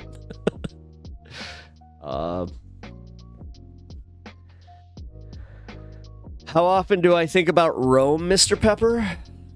What, did you just watch that new Francis Ford Coppola movie or something? Tavern style pizza is amazing pie, granted. Who doesn't love any type of pizza except pineapple? That can all burn in hell. Amen, carbonated water FTW. Yes. Also, follow if you haven't already. This is a fun place. Also, Chicago boy. And that's not necessarily true, man, because, like, I don't know. Papa John's. Like, if we're gonna talk about pizza and then like not mention like the places that any jackoff can get, you know, all across America, I'm just gonna say it. Papa John's is the worst. Papa John's sucks. They got that garlic sauce. It's the only thing that's good from there.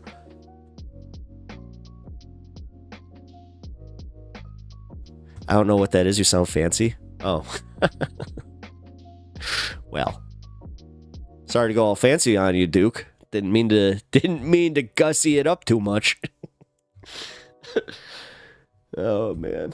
All right. Sorry, I got stone locked. I'm going to go to the next thing that I had lined up here. All right. So this is kind of funny. I'm pretty sure that this doesn't really fall into the political aspect of things, but it is just funny to me. I'm a few drinks in and someone drops a Papa John's in front of me. I'm not gonna turn it down. Now, did I listen? Just because I said Papa John's is trash doesn't mean that I myself am not a little bit trash and will eat said trash. The thing is, I'll do it begrudgingly. Also, if I have the choice between a Papa John's, a Pizza Hut, and a Domino's is actually, Unimoogle just said, Domino's, if you order it with the marinara instead of their house sauce, is actually, like, it's good. It's actually a good pizza. One of my good buddies, he works at Domino's, and he was just like, you've been doing it all wrong.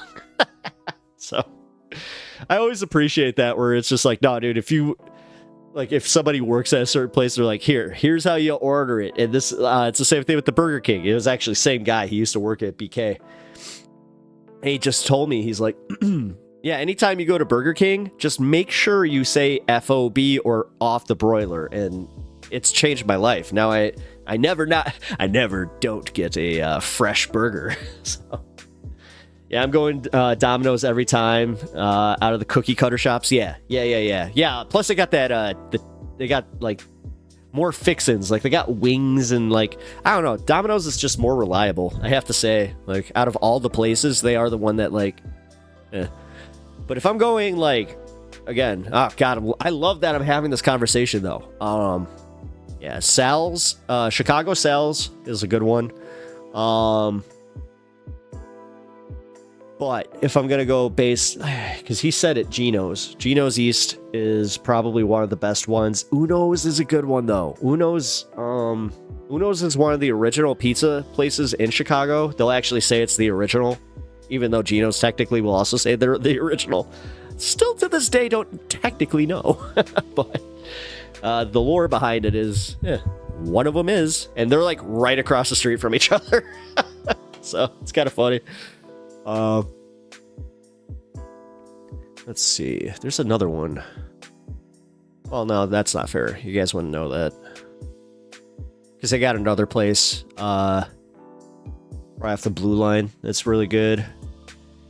Domino's is like the McDonald's of pizza. Papa John's is like the Subway. Maybe the veggies are cut fresh at least. Yeah, it's just their sauce, man. I don't know. There's something with their sauce that just tastes like garbage to me. Like I said, they got the garlic. They have the garlic dip or whatever the hell. Fine, especially if they have that at like my guy over here, carbonated water is saying. Yeah, I'll down a Papa John's at a party.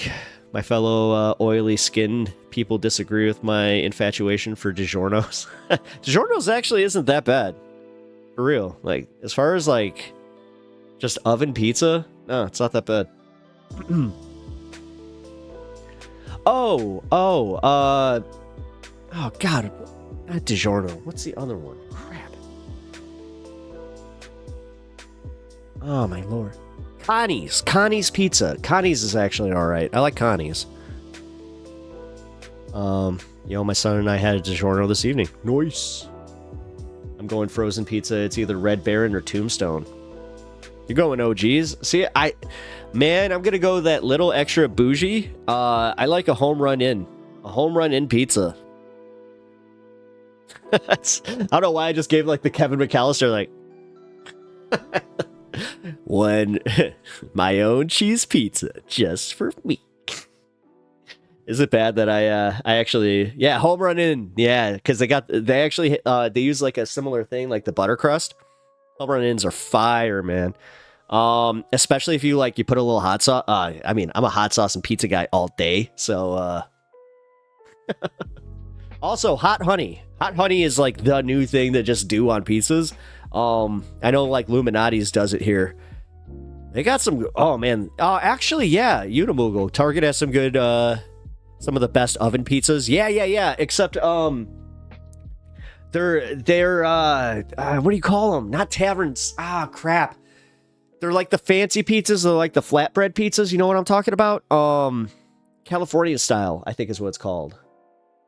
Chili oil and hot honey. Oh. You're just... Dude, you're making me so hungry. I am so hungry right now. I've barely eaten today, and hey, we're at 4 hours and 12 minutes on stream, so you know what that means. Get everything packed and ready to go, because we're going on a trip.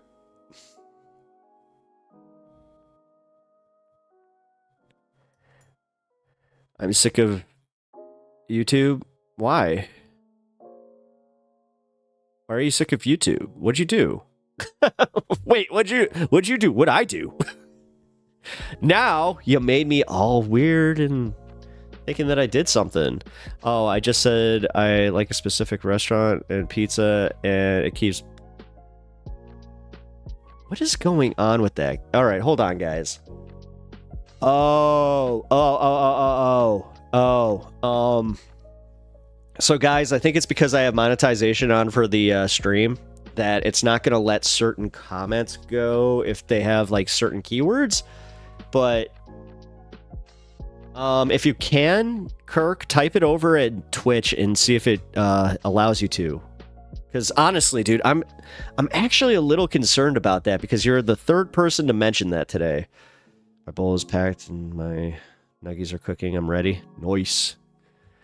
God, I hate to say like the Dino Nuggies trend on YouTube.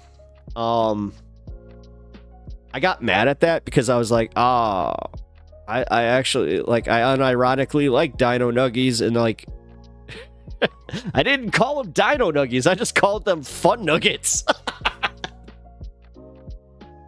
I was just like, yeah, they make dinner a little bit more interesting. I'm also one of like the super immature type that, hey, if I'm gonna get some box mac and cheese, it may not be noodles. It may be SpongeBob.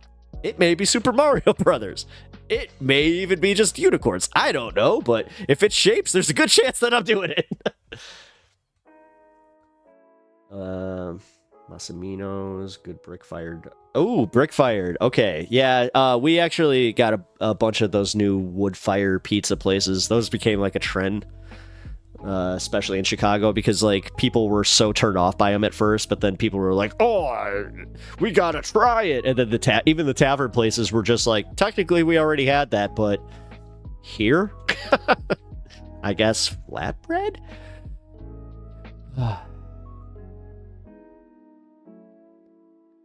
Deal with it. I'll deal with it. Don't worry. Okay, cool. Blood taking this seriously. Ready like a paratrooper about to jump over area territory. Dino. That's a comment. Okay, cool. Well, no, that's what I said. Yeah, no, okay, cool. All right, Scott, and did you... All right, Scott, I think purposefully retracted that. All right, cool. Also just trying to keep an eye on like what's happening with who. I hear the regulations on those brick ovens are killing the business in New England. Oh, no kidding. Damn. Huh.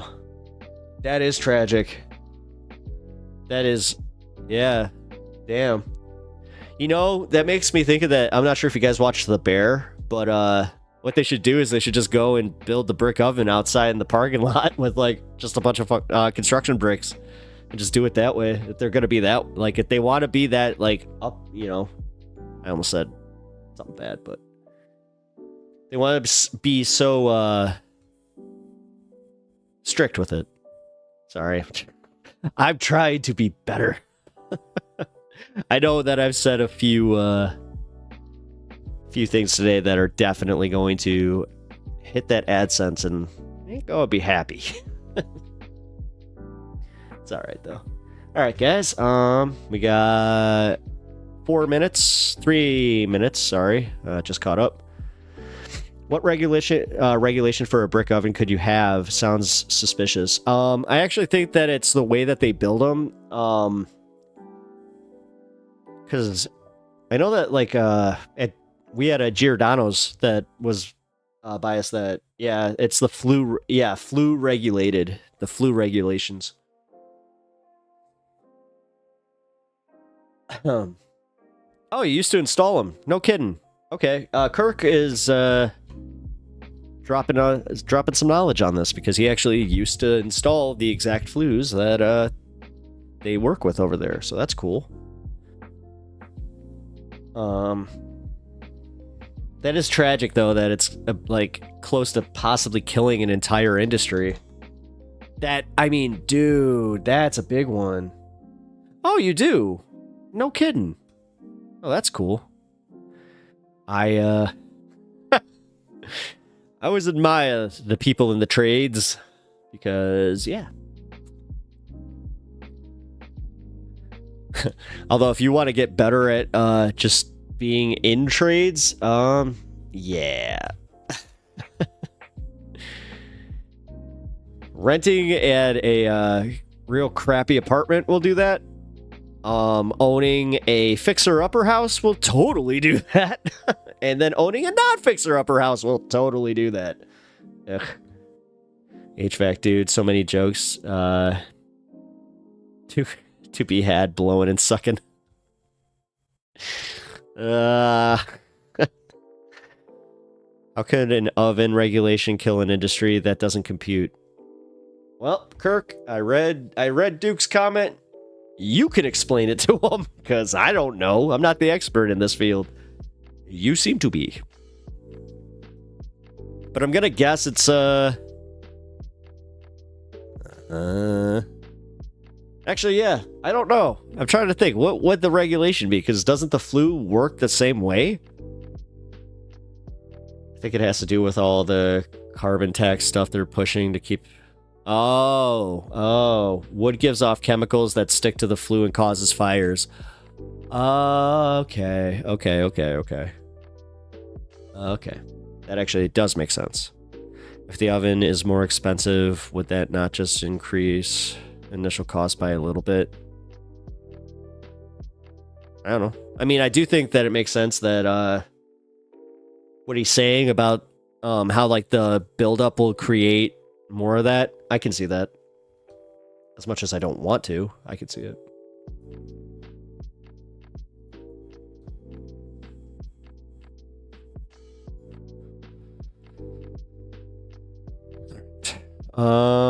We got 20 seconds, so load on up. We're good to go, and then it's party time. What's the stuff called? Creosote? Creosote.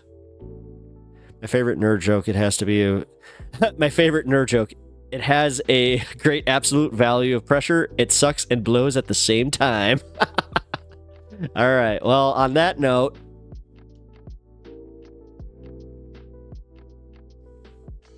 what's that, Brian? What is your simple question? While I take a little break here.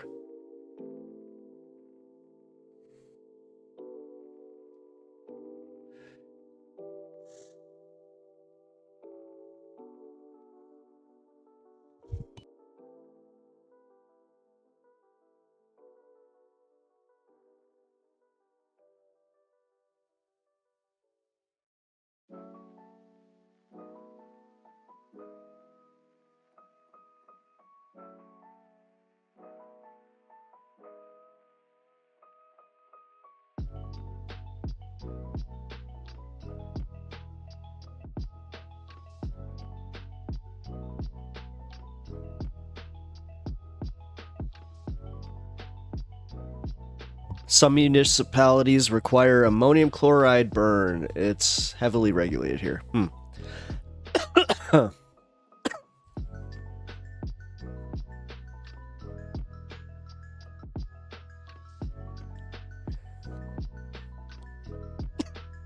Sorry, that was a little bit fuller than I'm used to.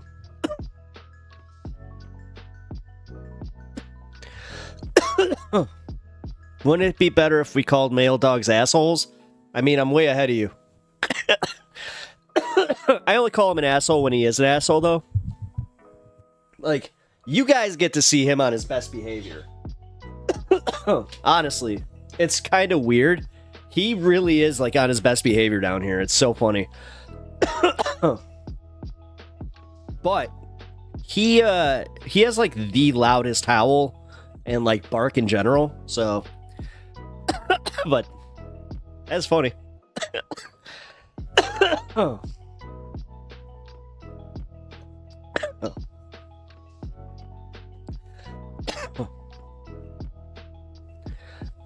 No, seriously though, every time I stop smoking, I start having vivid dreams, but if I smoke a little bit, I don't dream and wake up in the middle of the night. Is it weird? No, that's actually very normal. Like, extremely normal. That's like... That's just one of the symptoms of can consumption. So, my bigger question there, Brian, is: are you trying to have vivid dreams, or are you trying to not dream? Like, I don't know. Every once in a while, I'll have like the rarity, like one will sneak through, and I'll just be like, "Wow, that was interesting." Mostly when I do like an Eddie before bed, though.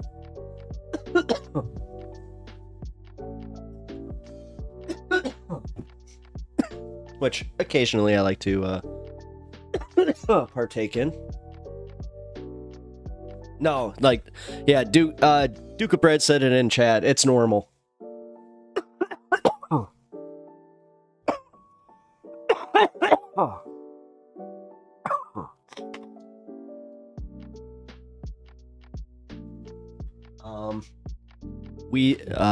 Burr will block your ability to remember your dreams usually. Yeah.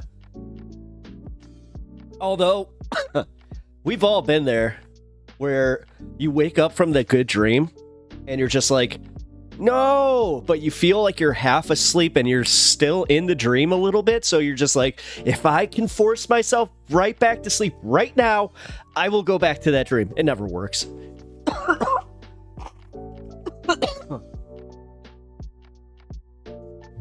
Wouldn't it just be easier to regulate, to have them do like a bi-monthly cleansing of the pipes to get rid of the buildup instead of doing extra poison chemical stuff near food? It would promote business and business of chimney cleaners for the city while still being actually carbonated water. Yeah, that's a really good practical like fix to that. Because also, I've been thinking about that. Funny enough, we watched a documentary about Salem recently here, and I had a thought because when I was in Salem, I had asked one of the tour guides about how often they have to rebuild stuff. It's way more often than you think. So I was kind of thinking, I'm like, well, that means that you have to have people that are knowledgeable in the way that the craft, like the craftsmanship, worked in the early 1600s.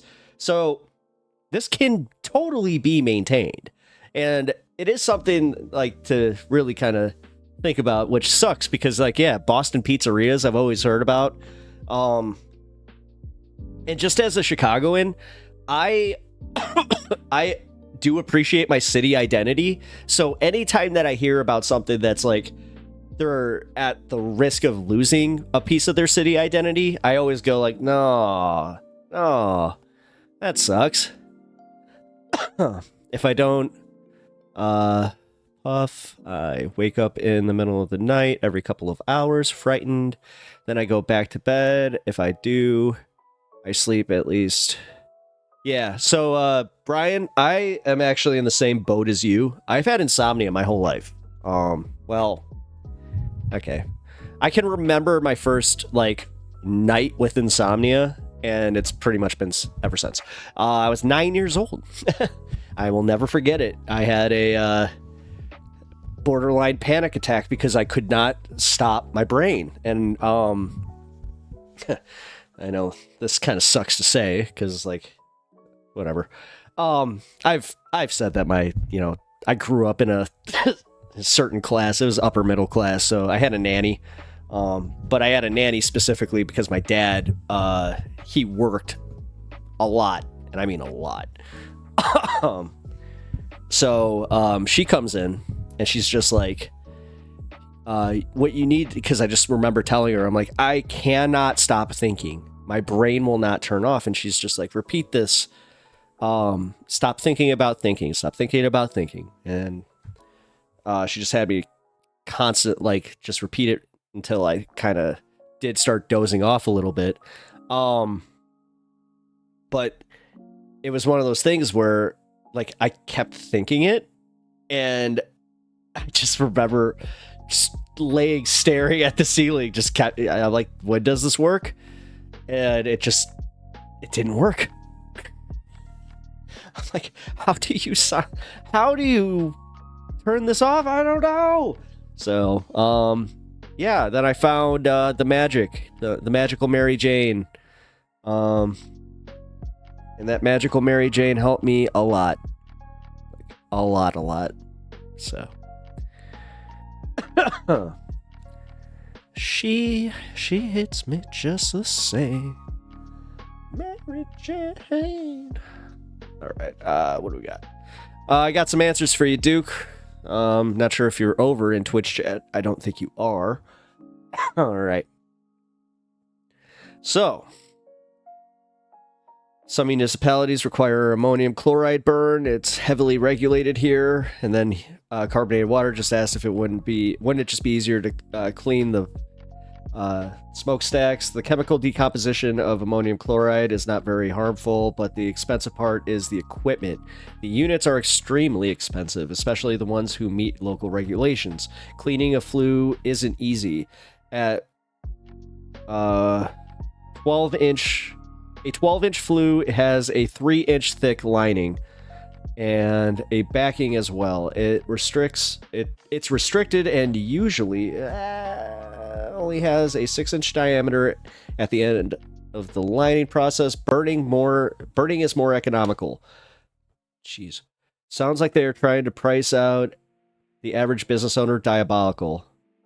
Probably I just remember hearing about so many fires caused by stoves burning uncured oak. Oh. Okay. I just assume all politicians are pee-pee puffers. Pee-pee puffers. Damn it. Haven't heard that one before. Alright. Immediately in the lexicon of my favorites. Pee-pee puffers. Alright. Sorry, guys. I'm reading the Twitch chat.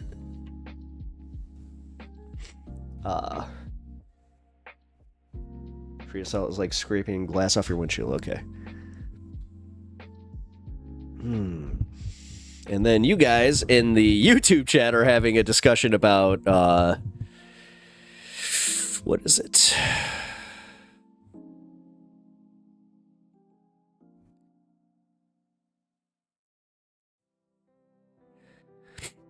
You should talk to a doctor about that. Sounds like PTSD. Oh, were you talking to me? Could be. Trust me, it takes a couple of days for all the get out of my system, and the dreams get darker and darker and more vivid and more vivid. I just have to.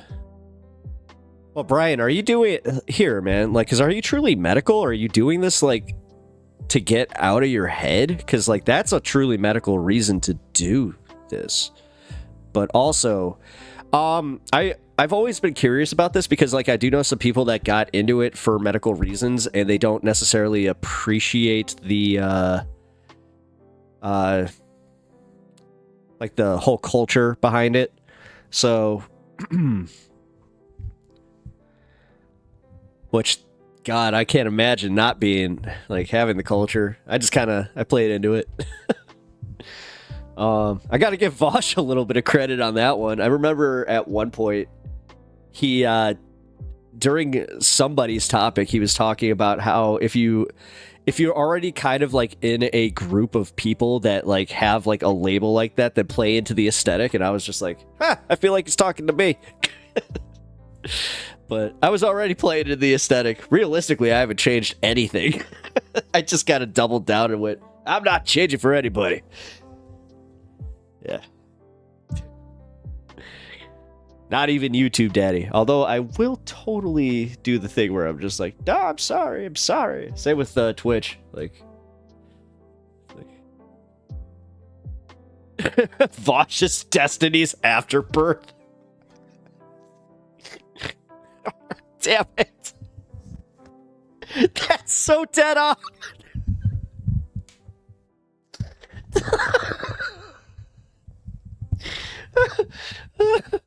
No.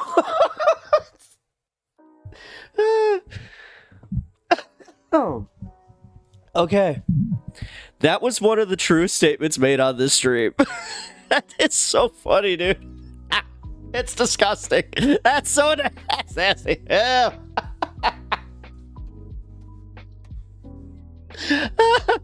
Okay. Oh, man. I got streaming to do. I can't just left. That was... Oh. You guys, man. I don't deserve an audience as funny as you. That was... freaking hilarious. Okay. Oh, man. Wait, where did this go? Because I'm trying to keep up with you guys on chat, and I'm not going to read everything, but, oh, trust me, it takes a... yeah, I was about to say, like, because Duke said he's talking to you about PTSD, and honestly, from what I'm reading here, it kind of sounds like you might have a little PTSD. Trust me, it takes a couple days for... Okay, there we go. Maybe bleach? No bleach. Ivermectin. Hahaha, maybe not. Smoke horseradish. Bro, I had this roommate that once told me he wrote out a document in his blood to a demon and signed it. Was it like just a story that he told you, or did he like do it and then he was just like, look what I did? That'd be wild. Just like knocks on your door. It's just like, I have something to show you in the living room. It's like, what is it? You walk in, it's a bloody pentagram. You're like, what the? You just start hearing chanting, and it's kind of like a movie. It just goes black. Oh, that got dark real fast. I had a nanny too. Her name was Mom. Yeah, well, nice. Nice, Brian. I'm happy for you. My mom was going through some stuff at that point. What the hell? Lord knows what. Ask this guy anything. I mean, I'm a pretty open book, my man. It's so funny because like some people have even tried to be like, you said this. It's like, yes, I volunteered that information. Well, we're going to try and use it against you because, ha ha ha, look, you said something stupid. See how long my streams are? Alright. Okay, you guys are still going on about about the chimney?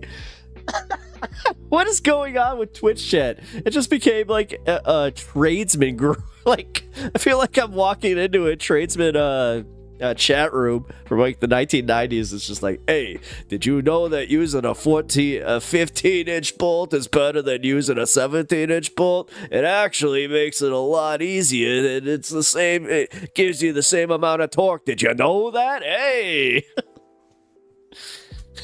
Did you know that the sheep... I know nothing about what I'm talking about. I'm making all this crap up on the fly. It's not the greatest, but...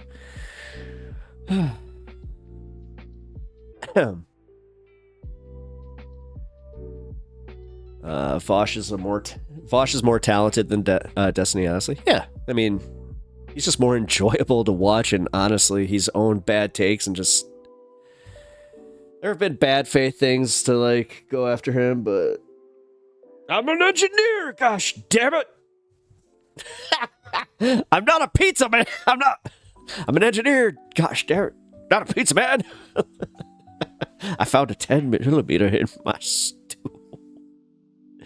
Chimney chat sponsored by Pep Talks. Nice. Yeah, I mean, at this point, I just... Hey, this segment has been sponsored by Edmund & Sons. Roofing and chimneys done on the cheap. Just don't ask for a home inspector afterwards, please. Oh, shit. Carbonated water, I noticed that you still haven't followed me. What's up with that? I'm calling you out. Sorry. Alright. This is what happens. We are in the, oh yeah, for anybody that's new, which we got a few people. Hey, what's up?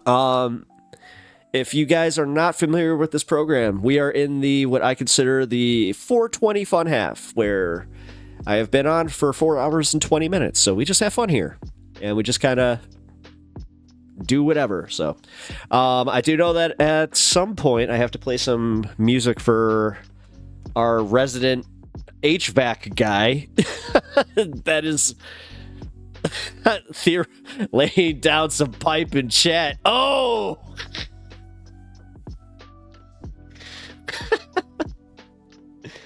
I love carbonated water. He's funny.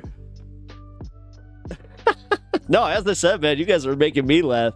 This is the fun part where I'm like, oh, I try to make you laugh, but this is the bitch about being on on stream is I cannot actually just... I don't know. That is the nice part about doing this in a room of people, where they do kind of give you that immediate, like, okay, moving on. So, if I've bombed, like, bad, and I just keep going, it's like laying down this pipe, I'm hung like a horsefly.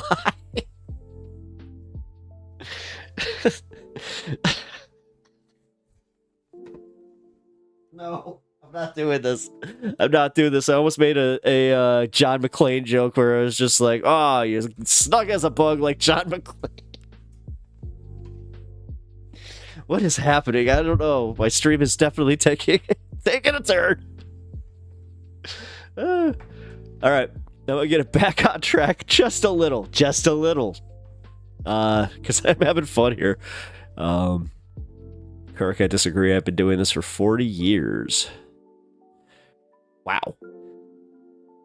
We ruined it. You did. You guys, between Twitch chat and YouTube chat today, I gotta say, it's kind of been, You're also making the case for me finally building this website that I have been putting off for the better part of 2 months, so. I don't want to do this. But it looks like I'm going to have to, so. Look out for that, guys. In the near future, look out for me finally doing a website. And then, yeah, I know that I'm going to start, I'm going to put a poll up after the show in the community section where you guys can tell me if you want, like, your chat on screen. I kind of don't want it. I kind of like the way I do it now, but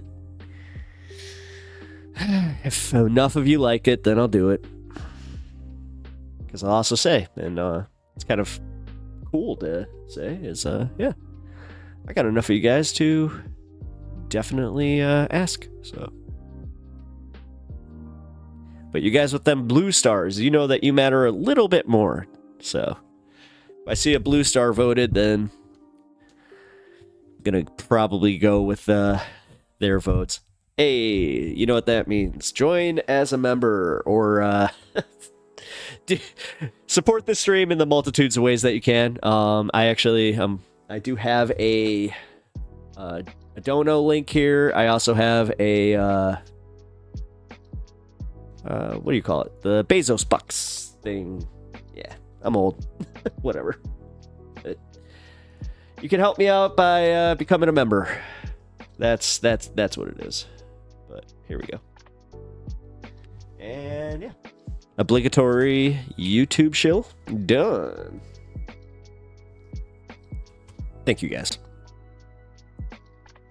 All right, so you've been doing this for 40 years. I think Vosh is more than capable with his wordplay. Very respectable. By the way, did you see Sturgill Simpson honor the Grateful Dead on the Kennedy Center? No, I didn't. Cool though. I know they're on their final tour, but yeah, they've done that. Did anybody else watch Beyonce? No. That's all I could think about it. Guilty. Hey, Brett, that's cool. Vosh is autistic, so he's funnier to me. I don't know. Hey, no, that's cool. I've always tended to like people that were more like me, so although I am not autistic. Diagnosed as not being. No, I just have a really bad case of that ADHD. I grew up in Humboldt, California. I've smoked more than your whole family combined. F off, F you. I was asking an honest question. What? Man, chill. I don't know. Did I make a bad joke at your expense? I also don't remember crap right now. Like, literally, I just said something. I don't know. What did I say to you? I'm sorry. I'm also just like... Yeah, just stop dreaming. No? What do you mean? Are you trying to tell me to, like, quit? I don't know what's going on here. Yeah, I was about to say, you sound a little angry. What's up? Like, so I have expressed anti-Italian discrimination for being Italian passing if I am tossing... You're just sitting there doing the spin. You're like, hey. No, I think it's worse if you just go paisa. That's where it takes the turn.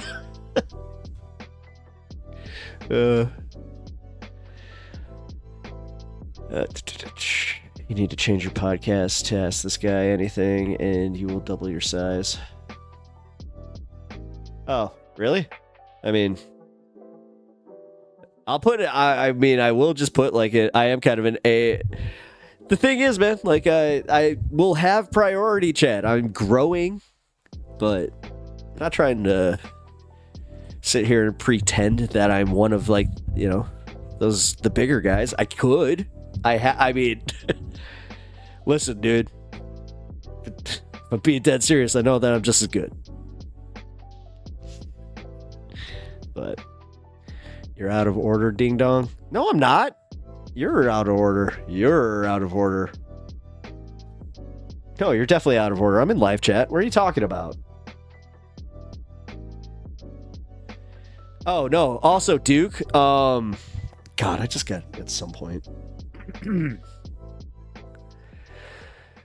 Duke, do me a favor. I sent you a friend request on Discord. Yeah, just do that and I'll got something to ask you. It would actually just make this easier on me. So, all right.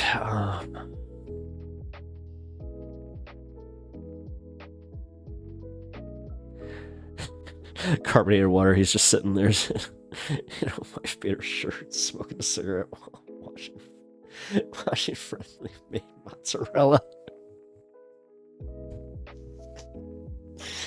That's actually really, dude, what the hell? This really has devolved. All right, we're just talking about like stereotypical versions of to ask. Yes, you're annoying. No, it's about your membership, doofus. But whatever, fine. Don't take it. I don't feel like being as charitable now. It's the day after Christmas. Now it's easier to be it's easier to be a humbug. Gross. Boy. Alright, what do we got? Oh yeah, I had this. I saved this for the fun half. Which one of you guys was the Yu-Gi-Oh? I remember one of y'all mentioning that you played Yu-Gi-Oh, so why do we get so much hate? I don't know. Also, Kirk, on the real side, I'm gonna also be playing your music at the back end of stream, so just be ready for that. Also, Smoke a Tide Pod, if you are still here, sound off so I can shout you out too.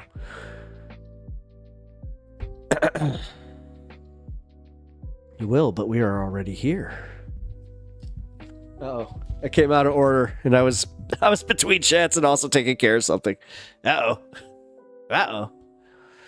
Well, I mean, Brian, you're not new to this. You've been doing this for 40 years, like you said, and I respect that.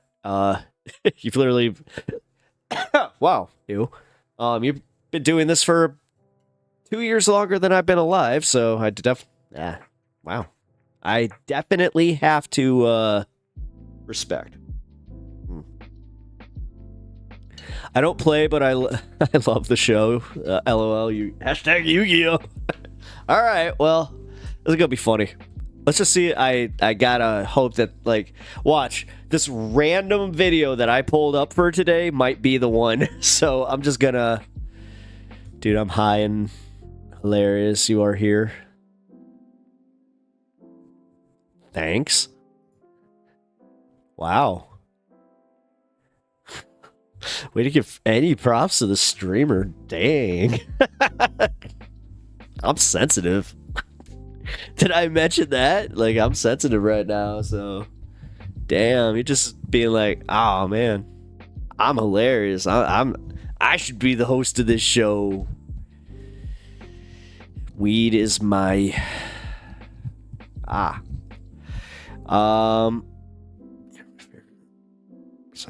What? Wait, what? I mean, there are reasons those stereotypes exist. I'm a half. Oh, wait. I gotta be careful with some of this.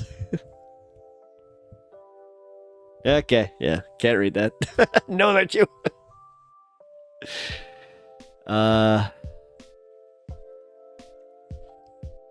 Mary Jane is more friendly than that. Because Duke of Bread is sitting here saying, tell her I said hi. And then Brian's just like, she doesn't even care. It's like, no, she cares. Have you not heard the songs? She cares. She totally cares. I mean, come on, man. There's a reason that, you know. I don't know why I keep going back to the Rick James one. The Mary Jane.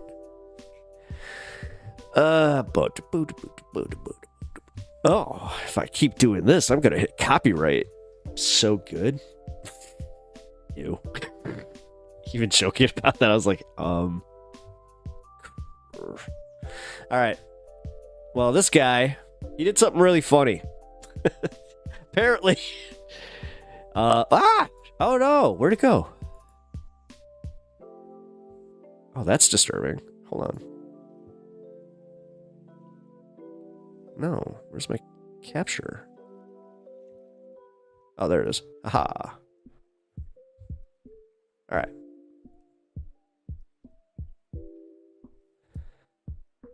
I'm so small. I'm coming back.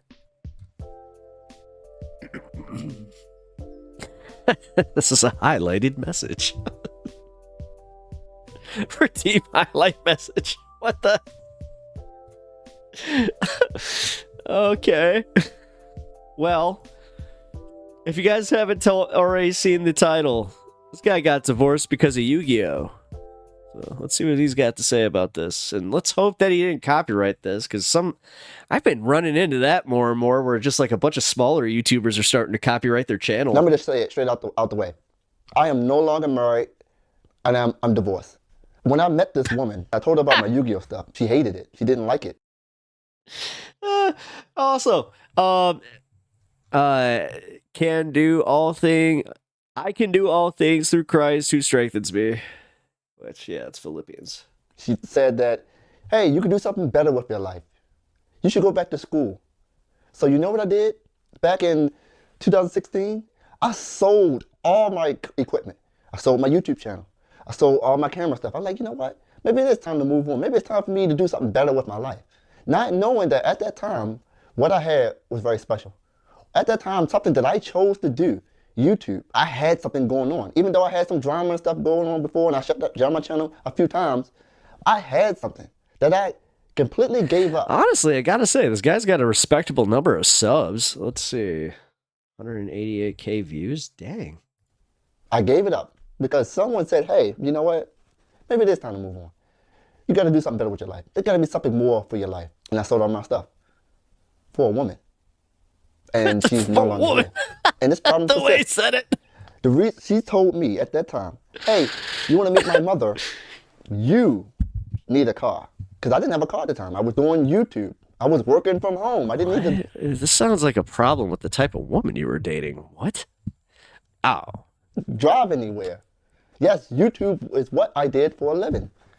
It's how I paid my bills. And I was street performing also. How did I street perform? I just catch the bus 20 minutes down the street, played my horn, went home. I never needed a car. Yeah, this guy's hustling. But when I met this woman, you have to go back He to school. sounds like a loser. I love him. You have to exercise. Oh my you God. You have to get your degree. You Yes. have to do something better. The thing is, I actually feel that, man. Even though I explained to her, this is what I chose to do. A woman comes in your life and try to tell you the plan that you chose for your life is wrong. And out of love, I choose to say, you know what? Sold his successful YouTube channel for a woman. As a woman myself, that sounds like a dumbass. That was a dumbass move. I appreciate that take, Bloodstone. Duke of Brett, buy me a car, then ding dong. I say, you know what? I'm gonna give this up completely. Like, for good. Sold the channel's jobber. Sold all my stuff. Tried to go back to school multiple times. There's some... I don't want to say that I can't finish school. But it certainly feels like I can't. I don't know what it is. And every time I talk to people, they just think that everything I say is just an excuse. You are a grown man. You are an adult. You can do it. It's like no one can see it from my perspective. It's like I am always wrong. When I study, what I do? I fall asleep. What do they say? Hey, you're lazy. You're procrastinating.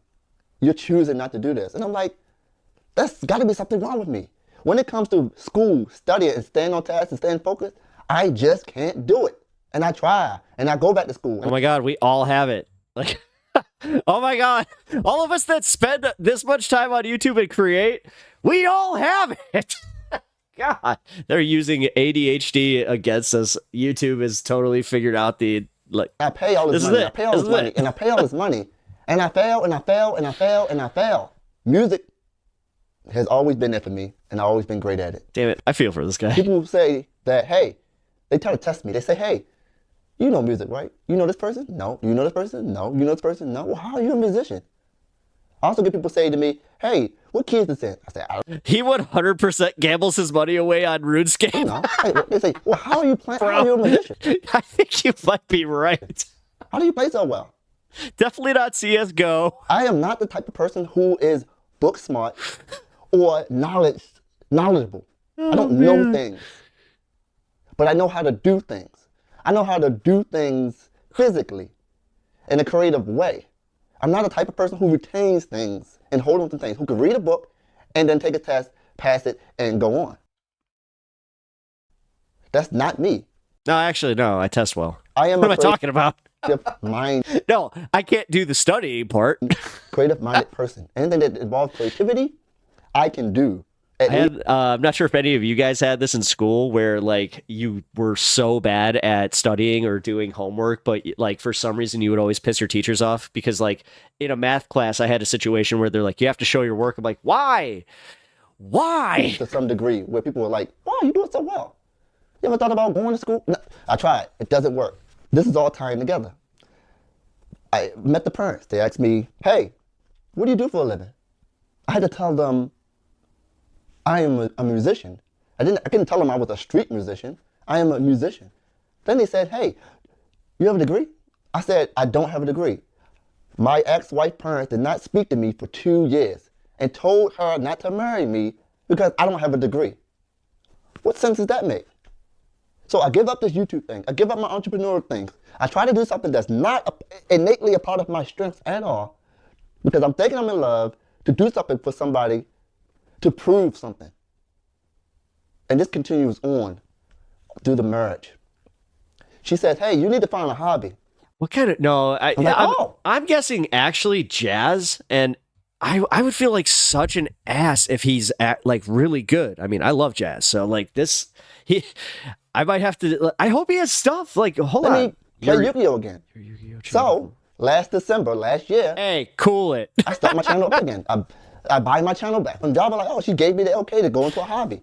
You know what she said? You're spending too much time playing those cards.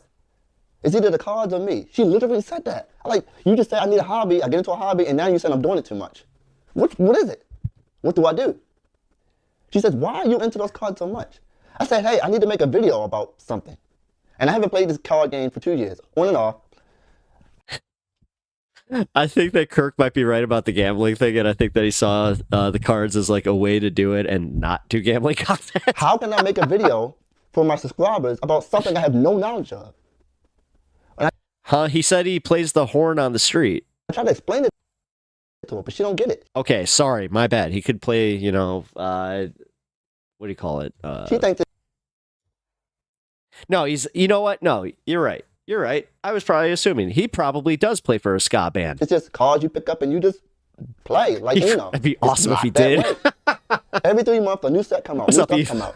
I can't make a video about something if I don't know what it's about. I can't start my channel. So he's homeless 8 hours a day is what you're saying? Back up and just start making videos? I have to be in it.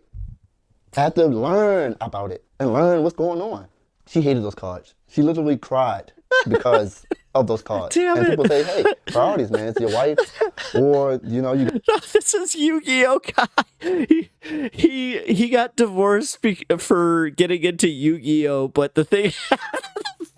We're having too much fun with it because we're now assuming that he had a gambling addiction, which kind of cool with it. It's all a legend, but for him to get us into Yu-Gi-Oh as he did, she's like, well, now you're into your hobbies. The timetables are not adding up on his side is all I'm saying. You got to do what you got to do. But then I'll be back at that point where I'm giving up things that I like, things that's a part of my life. And that's so funny. He said that he goes out and plays the horn, just, you know, does creative stuff on the street, and somebody in chat was just like, so you're telling me that he's homeless 8 hours a day? For someone else to feel happy.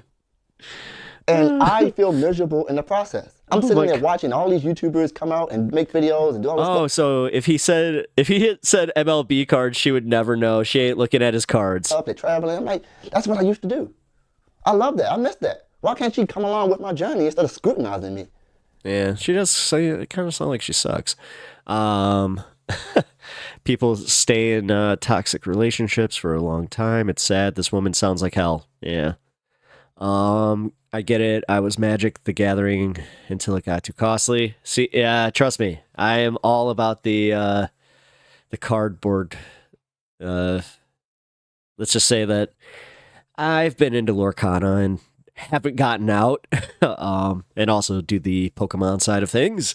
So, yeah, she sounds like a class. She has a classist family. Yeah, my girlfriend's mom just passed away tonight, and I am tripping because my girlfriend has to go to Tijuana tomorrow, and I'm afraid she will be deported. Are you serious, or are you like that? I mean, if you are, I mean, that explains the time to drop that in there. Whoa, Brian, that is effed. Yeah. Okay, if this is no joke, bro. Wow. Well, don't harsh the vibe too much. Okay, no, okay. Sorry. It's always my stoner self where I'm just like, no! I am sorry. That really sucks, and I hope that there's something we could do, like laugh about this a little bit more, and then maybe figure out how to cheer you up a little bit more. And then that's money gone from me. It's not about the money, but that was money gone from me. Then street performing. I said to her, hey, I don't want to move away from Baltimore. You may be thinking, why? That's where my home base is. My gigs, my performances, everything. Keep in mind, I didn't have a job.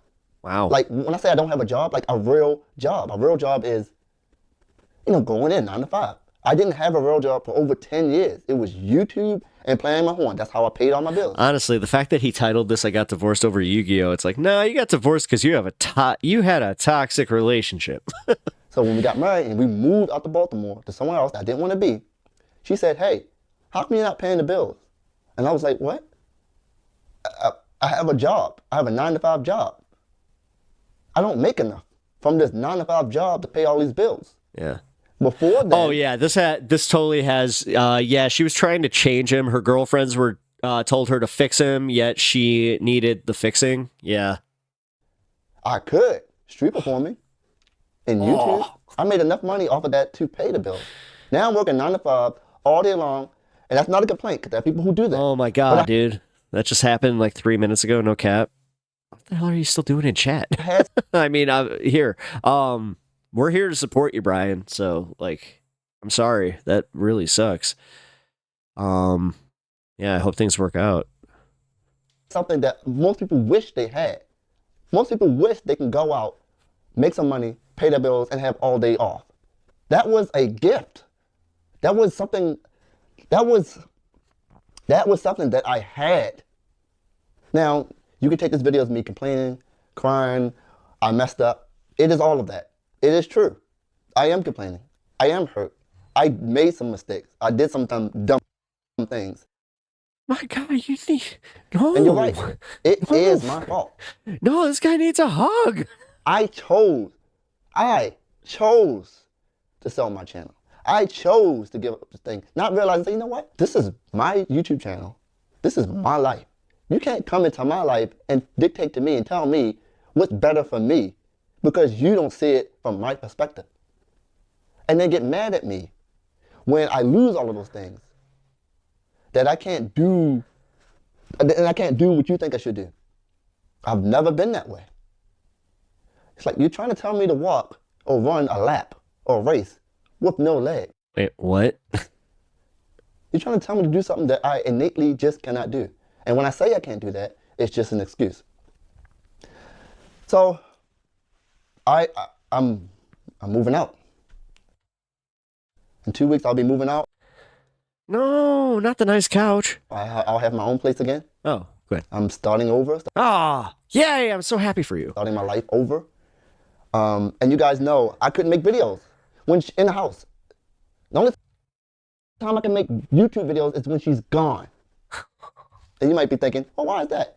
She would come in here from my room and say, hey, you're too loud.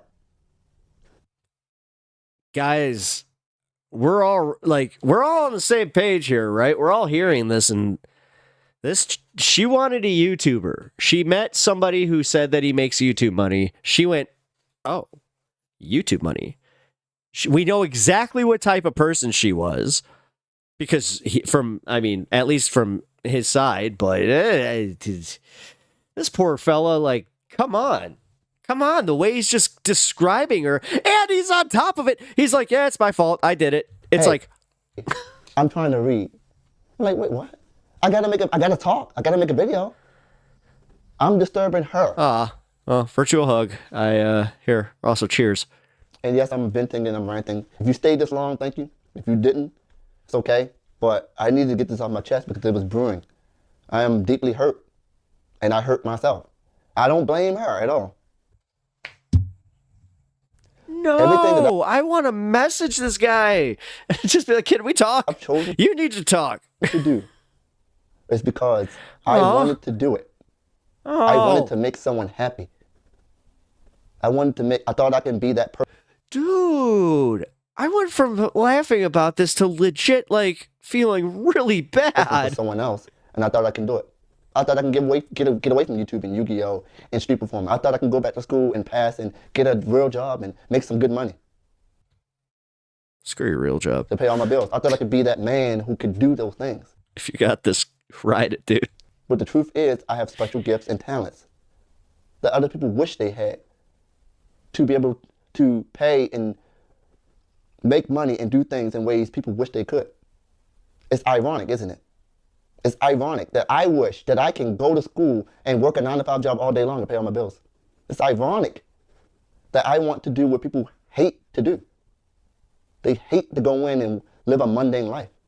They hate that.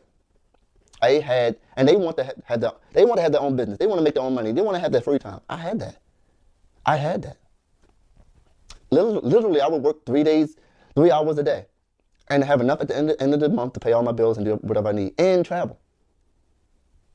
But that wasn't good enough for the person I was with. It wasn't secured enough. This was all about the money. What if you didn't make enough, was the question. Oh my God, no, this was all about the money. She was a horrible person. What about medical bills? What about this? What about that? What about retirement? What about all the stuff? I truly want to do YouTube full time. Not for a living. Yes, money comes along with it. And yes, my channel is dead. But I'll do it as a hobby because I like doing it and I can't give it up.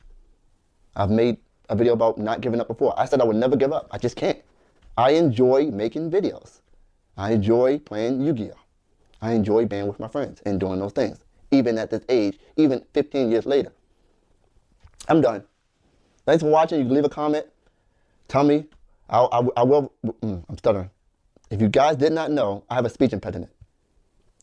Some of you guys say, hey, God, dude, you are like... Oh, man. Okay, hold on. Liking, subscribing. Also...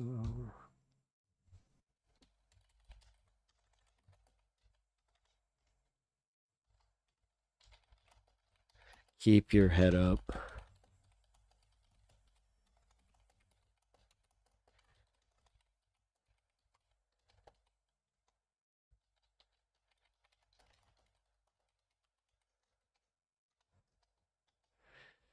I just told him, dude, keep your head up. You're in a toxic situation and you will thrive. Because I legit feel horrible for this guy. Why you stutter? Why you sound like Bill Cosby? I have a speech impediment. Who the hell is making fun of him for it? I never told you guys that. Just realized that.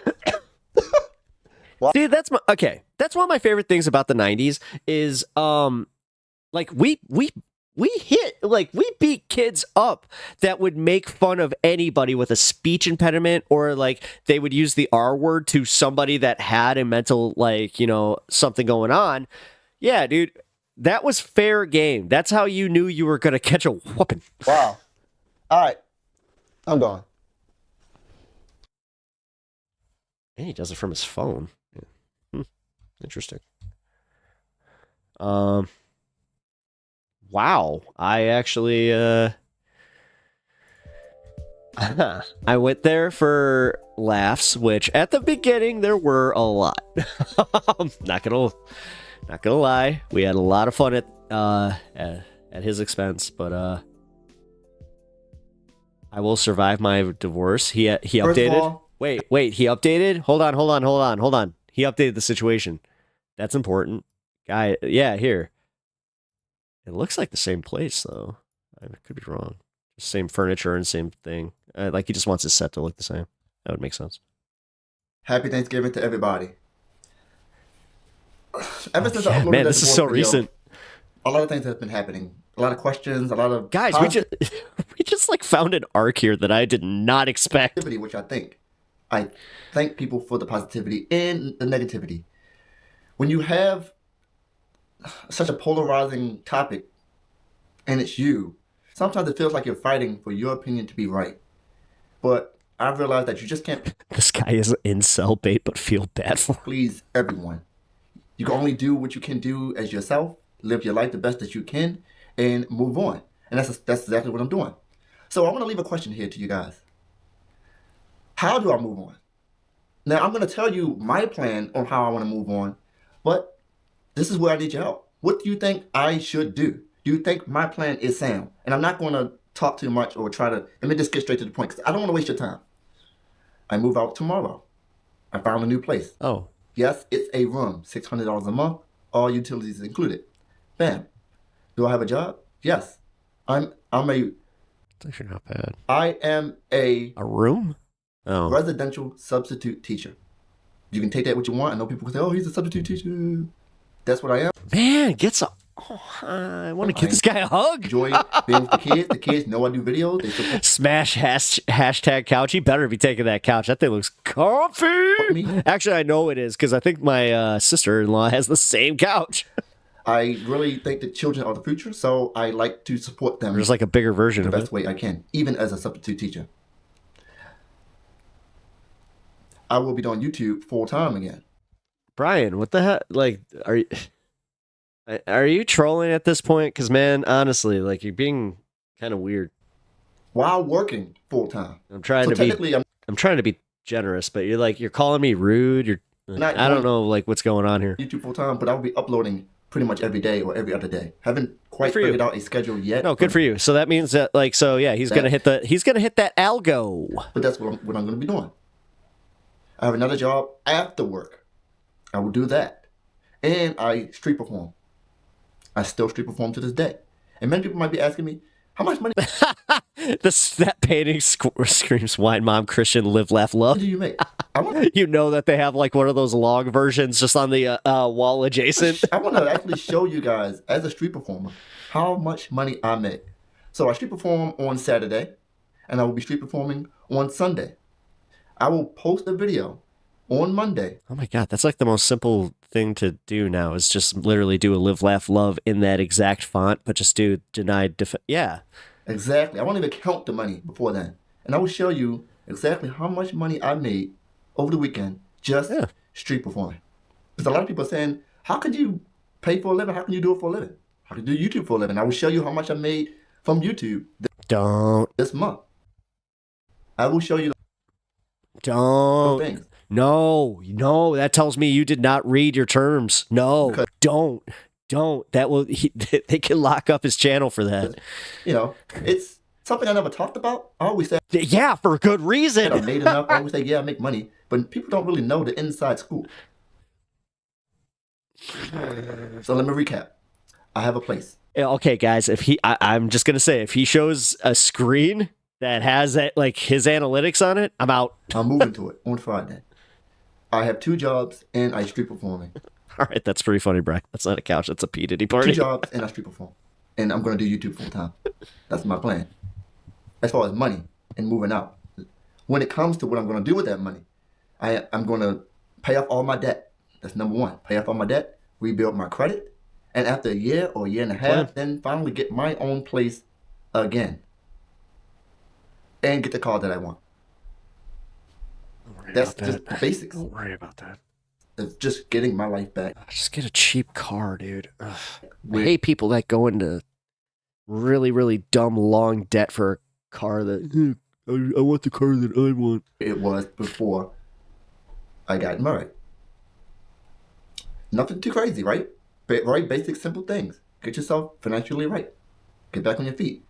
Physically, I will be working out. I started going to the gym. Good for you. I started going to the gym. Good for you. I need to exercise. I need to gain some weight. I need to eat right. I'm giving up meat. I'm giving up. That's not going to help you gain weight. And drinks. Sugary drinks. It's actually going to do the opposite, especially if you're working out. Maybe tea with honey in it. But that's just about it. That's my diet plan. I love to cook. Those are the things I will be doing. The plan with YouTube, I need to outsource. I need to outsource thumbnails or editing to people. People have talked to me, and I'm going to get back with you soon to try to delegate the task to other people who want to help me. Because it is difficult for me to do it by myself. If I saw this video back in like August, I probably would have offered. I'm a casual Yu-Gi-Oh player. I'm not very knowledgeable in the nuances of Yu-Gi-Oh, the map of Yu-Gi-Oh. All I know is that these cards do something, and this is how you should do it. But I don't really get into the nitty-gritty nuances of it and the wins and the whys. I just watch, observe other players, form an opinion, and regurgitate that on video of what I saw. He breaks when he lies? You mean like, what? So leave a comment. People blink when they talk. Wait, what? Is my plan? Are you one of those guys? sound? It's like you have a tell. Sound. And at the end, after I get myself financially situated and get myself back where I need to be, I will finish school. No matter what, I will finish school. I will. Trust me. I believe I can. It's just, I'm sorry, I'm not very confident in that last one. To find my way. Medically. YouTube, yes. School, maybe not. I see the doctor Monday. I'm going to talk about the ADHD, maybe dyslexia, my speech impediment, all of those things, all those issues that I have. I also will be going to the dentist. I'm getting 4 teeth pulled out, getting my cavities filled in. Good for him. And then I start my plan for braces. So a divorce is hard. It is. Life is hard. Things happen. But get yourself together. That's what I tell myself.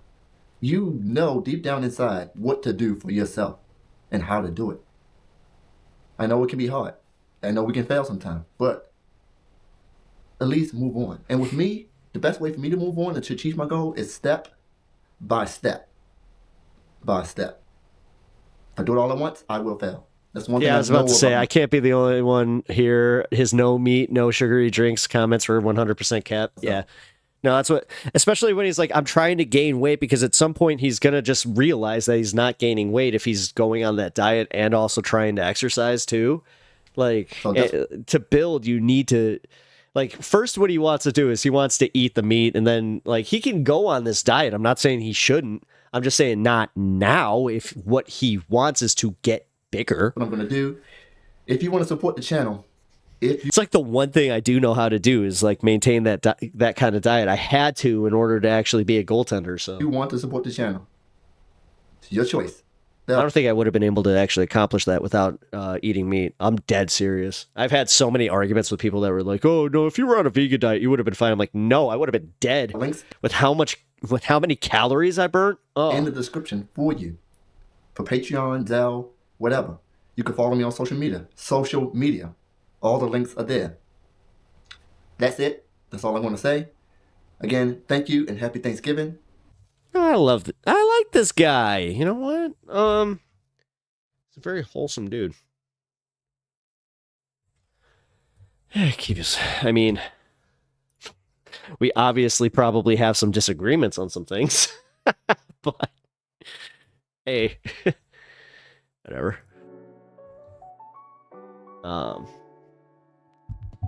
Speaking true social.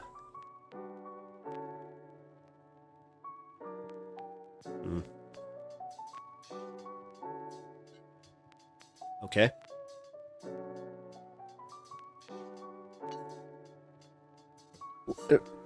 I'm just telling you, man, for me to get those calories, eating like a huge piece of chicken was the easiest way to do it. Because also, like, Duke, I'm being completely honest, I didn't like putting that much thought into food. Like, okay, man, I can make a chickpea salad. I can make whatever the hell, but it takes twice as long. You know. Kirk, just eat meat. Yeah, I know. Trust me.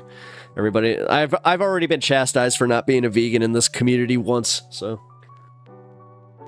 They're like, oh, look at you. You're not consistent in your morals. You believe that, that people shouldn't, you know, harm animals, but here you are eating them. Got him. All right. Well.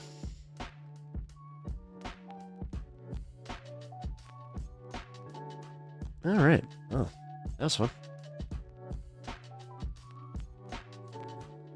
Honestly, here. Does he have any more? My Yu-Gi-Oh divorce. I got divorced over Yu-Gi-Oh. I mean, dude, he's gonna... I can tell you right now, he only released that a month ago. And this was 4 weeks ago, so he saw a bump. And I'll tell you right now that with 18K views, you know, he's doing fine. He's doing fine.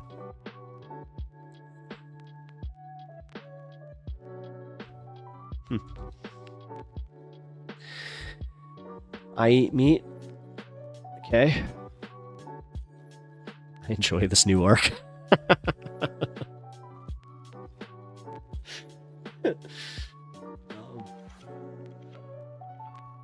I'm still actually failing to see it, like, because he believes that his divorce, that's what's sad, is he believes his divorce was over Yu-Gi-Oh cards. It wasn't. It was not.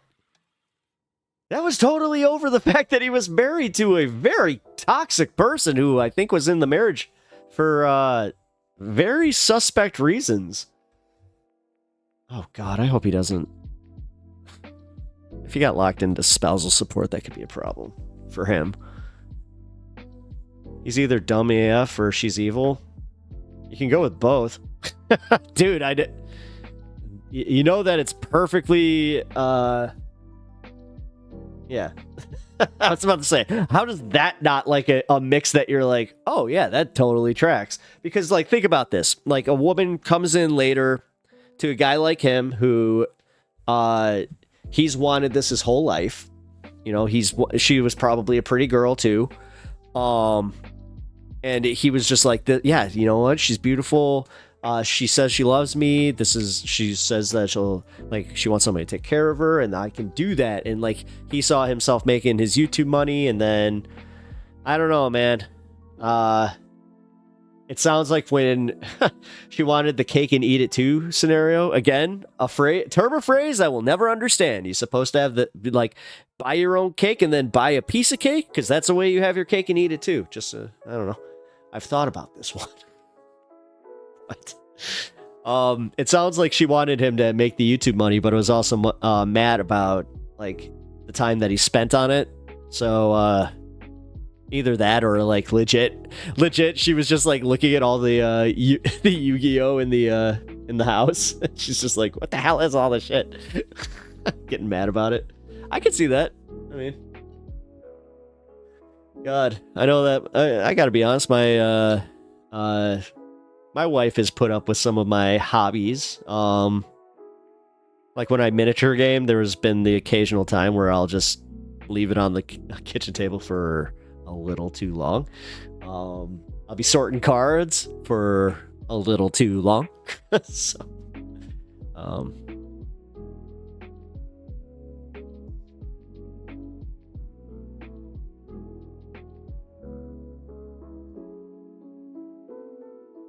it's been a really good month. I mean, Brian, I'm not sure if you're okay. You have been all over the place, my dude, and I'm kind of worried about you, to be completely honest. So, and I don't think I'm the only one. I think there's a few of us in chat that like we've been having fun with you, but I mean, again, you say like everything that you're going through, like, man, like, yeah, like Kirk, okay, go get some sleep. Like, dude, no, for real. Like, at this point, we're just trying to kind of look out for you, man. Like, I know you probably don't need it, but okay. I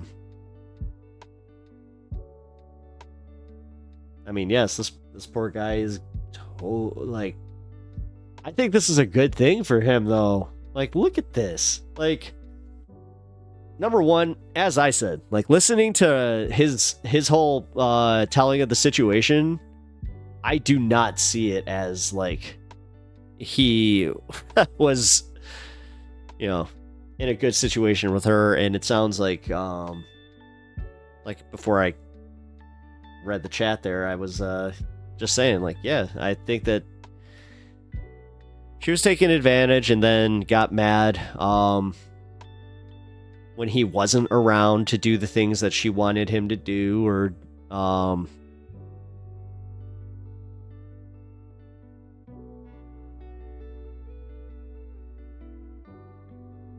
I mean, yeah, Kirk, you are trolling. I mean, dude, honestly, I don't know. Totally drunk. This makes sense. That tracks. Okay. All right, Brian. Well, you're fine, man. As long as you're all right. I hope you know that, man. We're not even trying to be a dick. I hope you're just okay. I know I'm worrying about a random stranger who could very well be trolling me, but I don't know. Also, I just hope he's all right. 'Cause, yeah. That would be a bummer.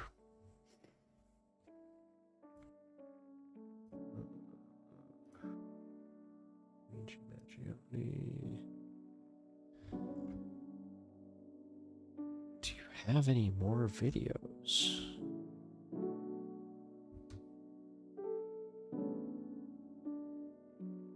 $100,000 subs. What the F? So this guy had... Oh. Hey, there's hope for me yet, guys.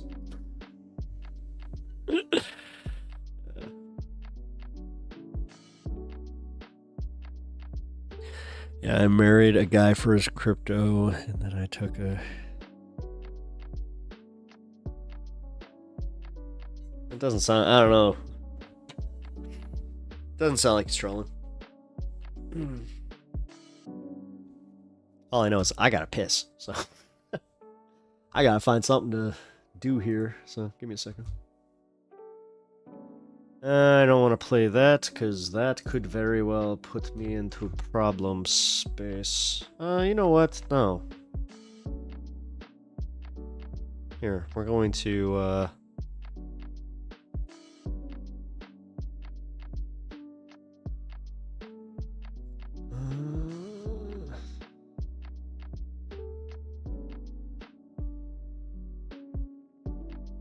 Here we go.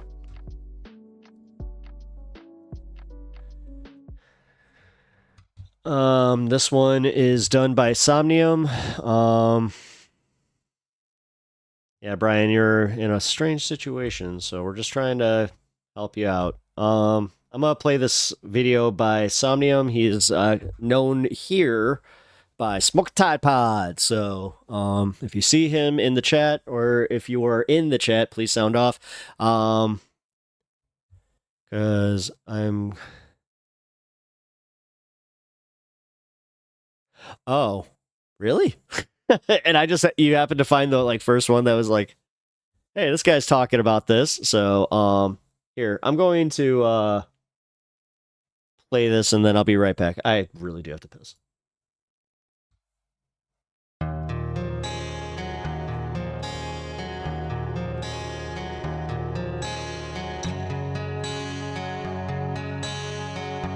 Wait a minute. I just realized that I might not want to play this song because our dude here is okay. Yeah, you know what? Keep him cheered up. This will be a task. It's a great song, but I was like, ooh, mood. Ooh. Oh, I mean, you think you have power there, my friend.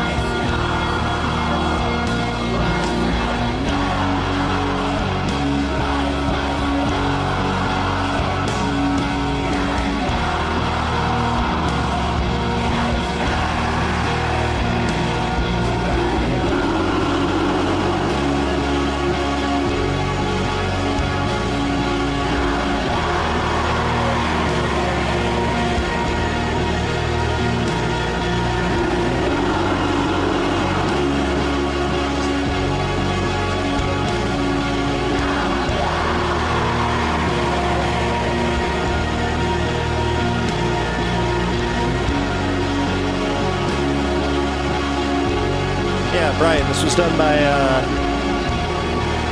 one of our chatters. A fine member of this community. Brian, I actually said the same thing. I said Perfect Circle, and it has like a Opeth vibe. I'm not sure if you know who they are.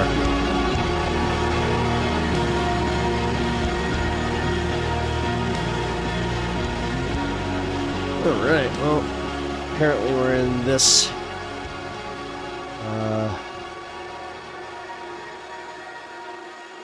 we'll do one more by him, and then we'll move on to your stuff.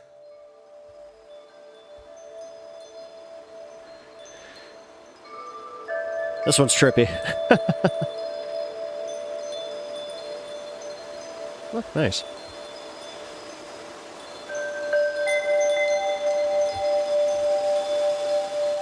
Also, for anybody who, just real quick, I appreciate you all being here. Can you please leave a like on the stream? It really helps me out. It also is free. It makes you awesome. Please just do it to anybody on YouTube.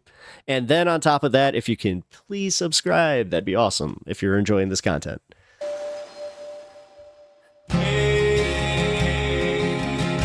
And as I said, this is Somnium, and if you see him in chat, it is Smoke a Tide Pod.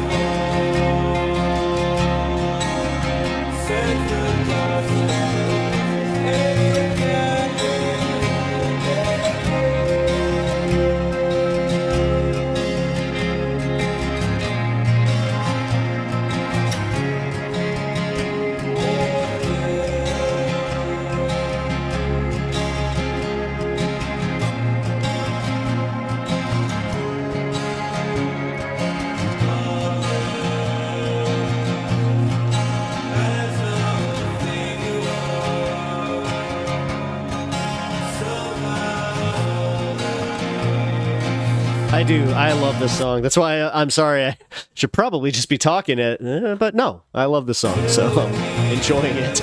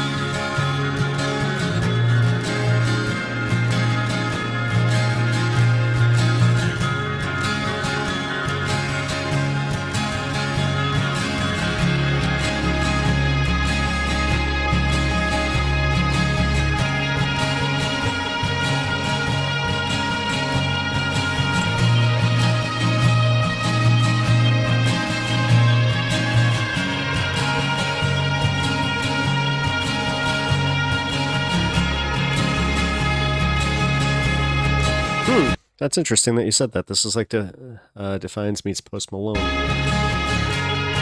Kirk, that's kind of interesting. I mean, if you and Tide Pod did if you did a collab, you guys would sound a lot like Post.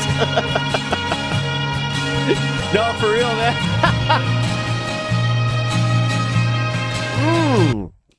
Brian, yeah, Deftones. Yeah, this does actually have a little bit of a Deftone vibe.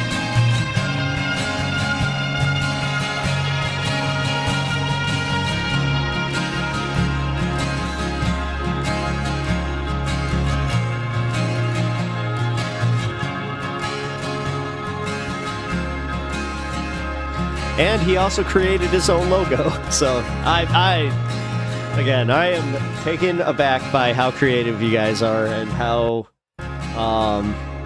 just how legitimately talented both of you guys are. So I think that might lead into it. Yep, there it goes. And then we got our boy Kirk. And then I got your new one loaded up to go for the last song of the night. Which, yes, I'm going to do 6 hours tonight, so I'm at 5:37. I hope this will fill it. If it doesn't, then we got a 15-minute I can put on. Oh, shit. I didn't mean to speed your stuff up. That was on my keyboard. My bad. I accidentally hit my preset. Give me a second. This is what happens when you do too much YouTube. It just assumes it's just like, bah. Oh, is he? Cenk is on Mark Lamont Hill right now? Oh, shit. You know what? Here. I'm sorry, Les. We're going to go check that out real quick. Here.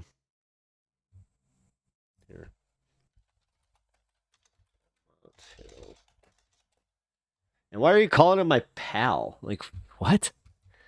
What is with people? I think I'm like... Now, Mark, this is a core disagreement. So if there's a room full of Islamophobes, I'm not going to, A, not go in there, and B, I'm not going to call them Islamophobes. I'm going to go in there, and I'm going to start to change minds very gradually, okay?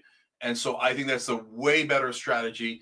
And yes, it endangers me maybe to go into a room filled with Islamophobes, but I'm going to do it again and again and again, okay? And so it, like, even you saying, okay, half the room is white supremacist, but Mark, what, like, so you're saying they believe in systemic, like they are part of a system that executes racism in the country. Yes, but we all kind of are. But so calling all Americans white supremacists is not helpful. But again, Jake, you're holding on to a point that I'm not making. You keep debating the argument about whether or not we should call them white supremacists. Let me stipulate again.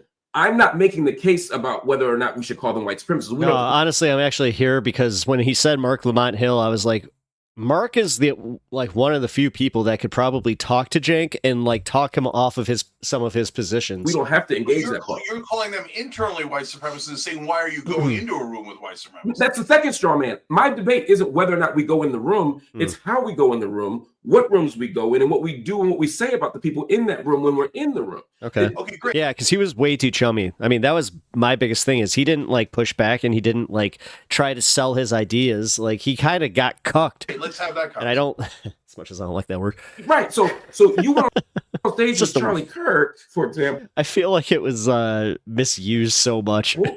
Who, just to use your description of him, says, not white. We're not going to use the white supremacist language, because for the purpose of this conversation, it's not that helpful. But certainly he consistently advocates positions that certainly strengthen white supremacy. He certainly advocates. Oh, chat, what would I do without you? Saying I don't like such and such, and then you double down such and such positions that strengthen anti-black racism. He certainly advocates positions that advance Islamophobia.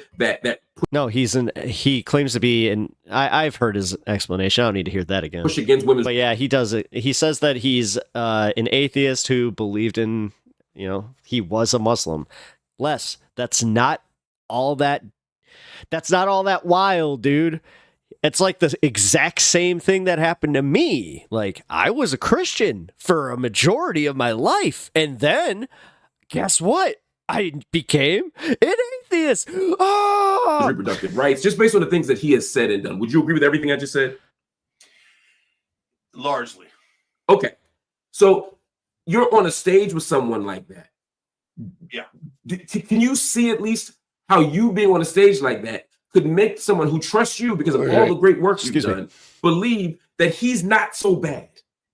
And maybe the positions he's taking are legitimate ones. Could you at least see how being in the room with him without offering any substantive critique of him? See? And look at the way that Cenk is treating this differently than most of the people that would come at him with this. In that space could be problematic. But wait a minute, I defended left-wing position, so I don't accept your premise. I said a substantive critique of his behavior, what he's doing. I didn't say you didn't. Okay, Les, I misspoke. Whatever. Like he doesn't practice the tenets of Islam. He did. Disagreed with him on trans. I'm not being an apologist, dude. You're just kind of being a dick about housing. it. So again, I don't accept the premise. But there's a difference. So let me restate it because I don't want to operate disingenuously.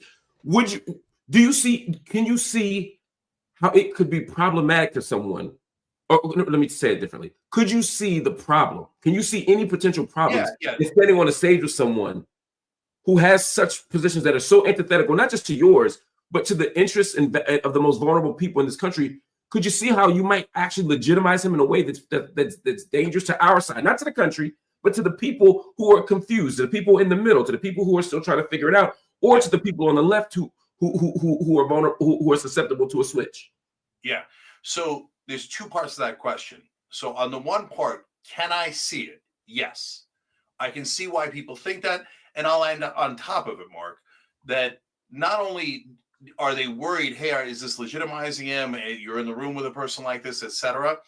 But we've also seen a pattern, right? We've seen Dave Rubin and we've seen Tulsi Gabbard and we've seen others. And first they go in the room, then they agree with a little bit, and then they agree with everything. And then all of a sudden they're all right-wingers. And then while still pretending to be left-wing and saying, oh, well, me as a liberal or a progressive or a left-winger is telling you you're right about all the issues, right? And so I get that's why people are concerned. So that's not crazy. I get it, right? But then the second half of what you're saying, I don't agree with at all, right? So does that legitimize them? Well, first of all, they won the election. So they won the popular vote. They won all the swing states. Like, we have it in our mind that I specifically said not to the entire country, but to the people on our side, specifically in anticipation of you saying they're already legitimate and won the popular election. Again, I'm not saying that you're. Am I legitimizing them to our side? What I'm saying is there are people who are going to vote for them, right? There are people, majority of whom are in this country are going to vote for, say, Donald Trump, right? But if you stand on stage with Donald Trump, that strengthens Donald Trump's position. It doesn't undermine it. No, it totally depends. So, for example, I interviewed David. Do you think you strengthen Charlie Kirk's position? Let me ask. Let's not be hypothetical. Do you think you strengthened Charlie Kirk's position by standing next to him? Do you think you had no effect, or do you think you hurt his position? Well, first of all, I didn't go there to hurt or help his position. That's not your intention is irrelevant. I'm asking about the consequence of your choice, not the intention of your choice. I don't think it's what happened. Anything. I don't think it helped him 1%. Not at all. Do you think I think this idea that if you stand next to them, that helps them is absurd. Totally, utterly absurd. Because on that logic, that's it. We never stand next to them. We never talk to them. We're so bored. Jake does seem like the. Talk to them. Oh, we didn't legitimize them. We didn't help them. That's nonsense. Let me ask a broader question. Do you think you advanced right-wing interests by going there? Do you think you undermine right-wing interests by going there? Well, first of all, it's not binary, but I helped left-wing interests. Definitely. Okay? How so? How? Yeah, explain. Every time they say yes to cutting the Pentagon, every time they say yes to paid family leave, every time they say yes to conflict of interest rules, et cetera, that I could go on, that are all left-wing positions. Does that mean it's going to happen overnight? Of course not. Does that mean that it's immediately going to go to their leader and they're going to introduce it next week? Of course not. But is it helping for them to think, well, paid family leave, that does sound pretty good. Hey, cutting the Pentagon, that makes sense. I bet there is a lot of waste and abuse. That helps left-wing positions. The good news is they're no longer left-wing positions. The right wing agrees Their voters agree with those positions. Take the win. Take yes for an answer. Instead, the other ideology is white supremacists. I'm never talking to them. That'll show them. That won't help them at all. If I talk to them, it'll help them. Really? Because they won the election without any of our help. None of us talked to them, and they won anyway. So how's that strategy working? It's working terribly, terribly. And then we look extreme because we actually, this is a great comment. Yeah, don't stand next to fascists unless you are making them look bad by comparison, not normalizing them. That's exactly what Cenk was doing, and that's why he failed at his mission. We won't talk to anyone, and we just keep pushing everyone out of our party, everyone out of our side, and saying, "I am morally superior." And guess what happens? America doesn't like that. They think it's arrogant and obnoxious. And instead of having a conversation with people, we're putting them in buckets of white supremacists, Islamophobe. God, America hates that. We got to cut that crap out. I disagree. I mean, the idea of a moral agenda or moral issues was coined by the right. They absolutely think they have moral superiority over the left on issues around babies, or issues around prayer in school. To suggest that the left thinks they have moral superiority and that somehow stands in contrast to the right's position. It's not a contrast. They both think they have moral superiority. So if everybody thinks that, how is America upset with the left for it? Because the right goes, "Oh, you agree with me 5%? Come on in. I'm willing to have that conversation. I'm willing to do this. I'm willing to do that." The left goes, "You disagree with me 5%? Nazi." And then, okay, then America goes, "All right, then I know which side to go on." Because this guy says, the slightest disagreement, I'm a racist, I'm an Islamophobe, I'm a Nazi, etc. I don't like that guy. The other guy says, you have some opinion, you have tons of opinions I don't agree with, but you're welcome here. It's not rocket science. It's just politics. Of course, the side that's more welcoming is going to get more voters. It's not his fault. He looks like a Lego. And that's exactly what happened. That's why they won the popular vote. Oh my God, he does totally look like a Lego man. When we thought it wasn't possible. So stop blaming everyone and start listening to people. So when I listen to the right wing, they still had tons of opinions I don't agree with and I think are problematic. But then I did hear opinions. Here, I'll give you another one.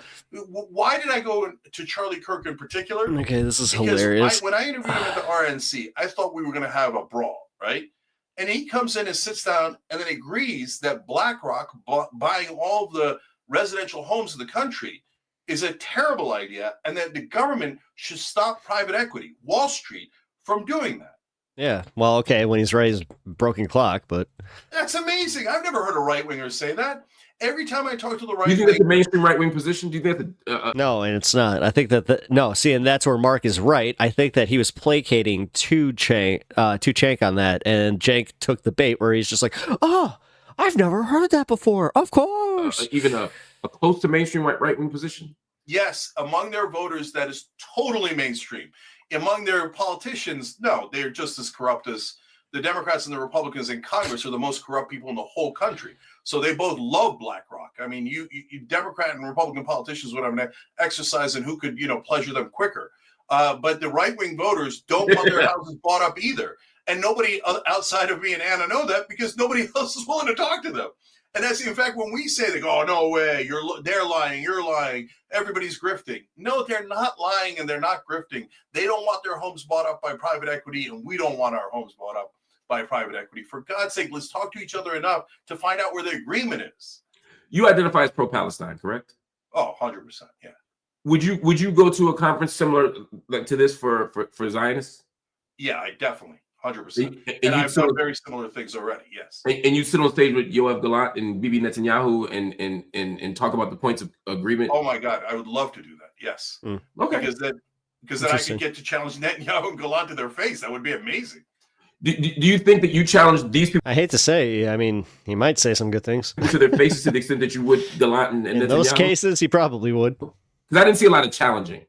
Yeah, but you're seeing one snippet there. First of all, that's what I'm asking. I'm asking because I don't want to presume. So Mark, two things about that. Number one, this was a venue where we were talking about a shocking new development where sometimes the left and the right agree. Be like Wiz. Please follow Wiz on YT. Wow. Let's see. I might. Oh, you're 10 away from 20 subs. We'll see. If I see a sub increase and a follow on here, You got yourself a deal. But I clearly said, and everybody in that room knows, you go ask the right winger. They all know, no, Cenk's left wing. He's not Maga, right? And so why do they know that? Because I've been on dozens of shows. No, but I don't want you to avoid the question. Did you challenge them with the intensity that you ostensibly would with in the Zionist example? Did you challenge them to their faces? On many of the right wing shows, on many topics, I do. No, yes. At this event, that's not what we were doing. So no, you didn't. No, we did challenge. You heard me challenge, but we didn't have a fight. So I'm sorry if you thought we should have had a fight, but we didn't. No. What happened here is when I asked you if you challenged them to your faces, you said, well, people only saw a snippet, which would imply to the viewer that had we seen more, we would have seen more. No. I said you only saw a snippet of my right wing, my appearances on right wing shows, et cetera, et cetera. Oh no, I've seen a bunch of your appearances on right wing shows. So there was no challenge here. This was more of a no challenge. We clearly laid out places where we disagree. We just didn't fight over the things that we disagree on. This is what no historical analysis does to an MFer like Chunk. It's a danger to the left and a fool for the right. Yep. Okay. Les, he went to the Turning Point conference. I think it was like 2 or 3 days ago. There's a difference between disagreeing. Literally, just type in Charlie Kirk and Jenkins. It's on there. And challenging people on their position. I'm pretty sure that it was run by Modern Day Debate. For example, I could say, Netanyahu, I disagree with your position on could be wrong. Greater Israel. That's different than saying you've killed hundreds of thousands of people, right? I suspect if you're on stage with Netanyahu, you say, hey, you've killed hundreds of thousands of people. You prosecuted a genocide. What you're doing is against international law. You would dig in his ass. Is that fair to say? First of all, it depends on the context, but very likely, yes. But you're saying there's context where you wouldn't do that. Fine, fair enough. That troubles me, but I'm saying comparably, did you do something comparable in this space? So in this case, we didn't go to set out to do a debate. If we went to do a debate, I'm not talking about a debate. No, hold on. That's not what I asked you. I'm saying, did you confront them on the? You might not be debating Netanyahu, but if I see Netanyahu and I'm on a stage with him, I'm digging in his ass whether we're here for a debate or not because it's the principled thing to do. Did you tear down the right for all of the problems, all of the harm, all of the damage they've done? Did you do anything that would succeed? No, Mark, that's a totally unreasonable standard. So you're saying in every I'm every single appearance that I need to tear them down. Well, that defeats the point of beginning to have a conversation on the things that we agree on.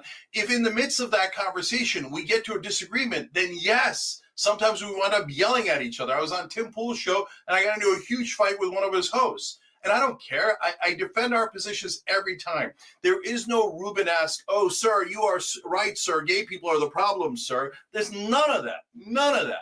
But if you're asking me to pick a fight every single time, you got borderline there, bro. Come on. Every single time, that is an unrealistic and ridiculous. I agree that it's unrealistic to pick a fight, but again, I never made that claim. That's another straw man. What I'm more asking about, I guess what I'm saying is, if you go there and you say, hey, look, here's the stuff we agree on. Let's move this stuff forward. Yeah, you didn't say, hey, you're awful on gay people, but what you did say is, hey, we agree on trans people. So no, we don't agree on trans people. Because I said, do you guys agree with constitutional rights for trans people? Every time I've done that on a right-wing show, all the hosts said yes. In this case, 2/3 of the audience said yes. About a third didn't, but just my read of it. And then Charlie said that no, he doesn't think housing is a constitutional right. So I said I disagree with that. So you agree with trans people having housing? That wasn't really what I meant, but I don't want to get distracted by that. My bigger point is pointing to the right and saying, hey, here's where we agree. The right doesn't seem to have a problem getting the stuff they want accomplished. They don't seem to have a problem advancing policies. So to me, to go in that space I think right-wing voters are just as screwed as us. What did Trump deliver for them in the first term? Nothing. He just gave corporate tax cuts. So they're not getting what they want either. And I'm super curious how they're going to react if Trump screws them again this time. Is it the old Maga and I'm totally wrong and they all bow their heads? If he invades Panama, all of a sudden they love war, then I'm wrong. And then I'll be happy to say I'm wrong. But if it turns out that he continues to screw them and they rebel a little bit, well, that'll be an interesting phenomenon, right? But I don't know what's going to happen yet. We made up the percentages in the beginning. We'll see what the reality is when the rubber hits the road, but it hasn't yet. Have you received any money for this? None. No one's paid you to appear? None. Zero. None. You appeared at this conference completely for free? Yes. That seems stupid. Okay. Have you been offered any kind of positions, any kind of consultancies, any kind? There's no shame in taking a payday to go on stage to debate the right. What? No, at least have them cover your expenses. Organizations. None. Zero. Oh, come on. You paid for that all yourself? Okay. That seems dumb. I ask because I think you have. I actually don't think you have. I just want to put that on. I want that on the record so that there's no confusion. Oh, Polymarket Studios, or Polymarket is his new benefactor. What do you say to the person who says, and I'm not doing the hypothetical journalist thing, people in the comments have said it. I just don't know, specifically their names, but you can scroll through and see. Yeah, you're not getting money from this directly, but you know what side of the bread is buttered. You know that taking the positions you're taking will have you on talk shows. Your views will go up on the channel. You'll get more. Come on, Mark. No. Don't play that. Don't play that game. Come on. Then how the hell else are you supposed to grow? Audience, if the right wingers who love to click on stuff and love to watch media. Yeah. Not just left wingers. That's everybody. That's the YouTube game. Mark, you're doing the same thing. You've been on Pierce Morgan. This is still a strategic career move. What do you say to that? You know what? By all means, Mark, this is a strategic career move with you, having Cenk on your... Totally and utterly absurd. So, number one, if you want to be... I'm doing the impression. Really? Of the two things, the theories that I talked about earlier about us, we're right-wing grifters and getting money for it. Oh, your audience is dying off, etc. We can't be both, right? Well, the reality is this has cost They us, have. right? Come on. It cost you a lot. Dude, I was a paying sub. And I was like, never again. And then I unsubbed from the channel entirely. Good number. Like, no, dude, you got hurt by this. Paid subscribers. And not just from... no, guys, it was my one. Considering that I technically had a 2 because I had a 1 and a 2. Because I had YouTube Premium. Aware of that. And it has cost us in terms of the live show, etc. The number is there. We're not unaware of that. We're actually doing something really bold and courageous, which is that we're willing to risk our not only money, but the loyalty of our audience to do what we perceive to be the right thing. And Mark, it's the same exact thing I did when I challenged Obama from the left. Tons of paid subscribers left, audience left. No, Obama's a saint. You can't do that. And that was early on in his administration after we helped him so much to get elected against McCain. We do not do audience capture, and we challenge our own audience, open minds, open hearts. So the challenge, this idea of grifting, I know where it comes from. Again, I'm not saying, oh my God, nobody's ever going to do that or nobody's ever done that. No, people have done that. I get it. I get it every day. Yeah, but in order to make that charge, and if somebody in the audience is concerned, that's totally fine, right? But when other left-wing hosts say they already have done that, that's just a lie. And so that is deeply problematic that we have a bunch of hosts out there saying things that aren't even close to true. They never checked. They never asked. At least you asked, Mark. And I appreciate you asking. So people have to be concerned about where they're getting their news. And unfortunately, some folks on our side also have bad intent. And this, ladies and gentlemen, is why we at this program use Ground News. This show is sponsored by Ground News. Just want to let everybody know. But also, that is legitimately why I use it, is because of things like that. I think that's that's important for you to state.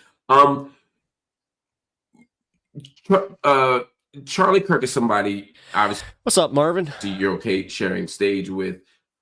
We contrasted him to Nick Fuentes. Would you share a stage with Nick Fuentes? No. In fact, I was on this Spaces on X, and he joined, and I left. And so, yeah, there's a line, right? And I. What's the line? I often grapple with that line myself, right? What is the line for you, right? And I know it's provisional. We all fluctuate. But what is the line in general for you? Yeah, line is when your main thesis is white supremacy, racism, anti-Semitism, Islamophobia, etc. Like, that's what Nick's known for. That's what he does, right? Right. He's a Nazi. He's like a literal Nazi. I mean, I think he says he's a neo-Nazi, and I'll take him at his word, right? So, or he defends Nazis, right? That's good enough. No, I have no interest, right? So I guess that's where I get confused. I saw this from Duke. I'm not doing that one. 1023, where you called Trump a Nazi. But you share a stage with Trump and share a stage in the event that supports the movement of a Nazi. And what's the difference? Yeah, I don't know if that's the title or if I actually said that, but it's in quotes, so maybe I did. I mean, I have the video. I can play it. Yeah, okay. No. If you say it, I know that some people are sending around videos. I believe it. So what I tried to do was I tried not to call him a Nazi or Hitler, but I did say... Did you think he was a Nazi? Or were you... Sometimes, like, you have, like, more online brain than, like, my 6-year-old nephew, dude. You being hyperbolic? No, I must have been hyperbolic then, because I never... You never thought Trump was a Nazi? No.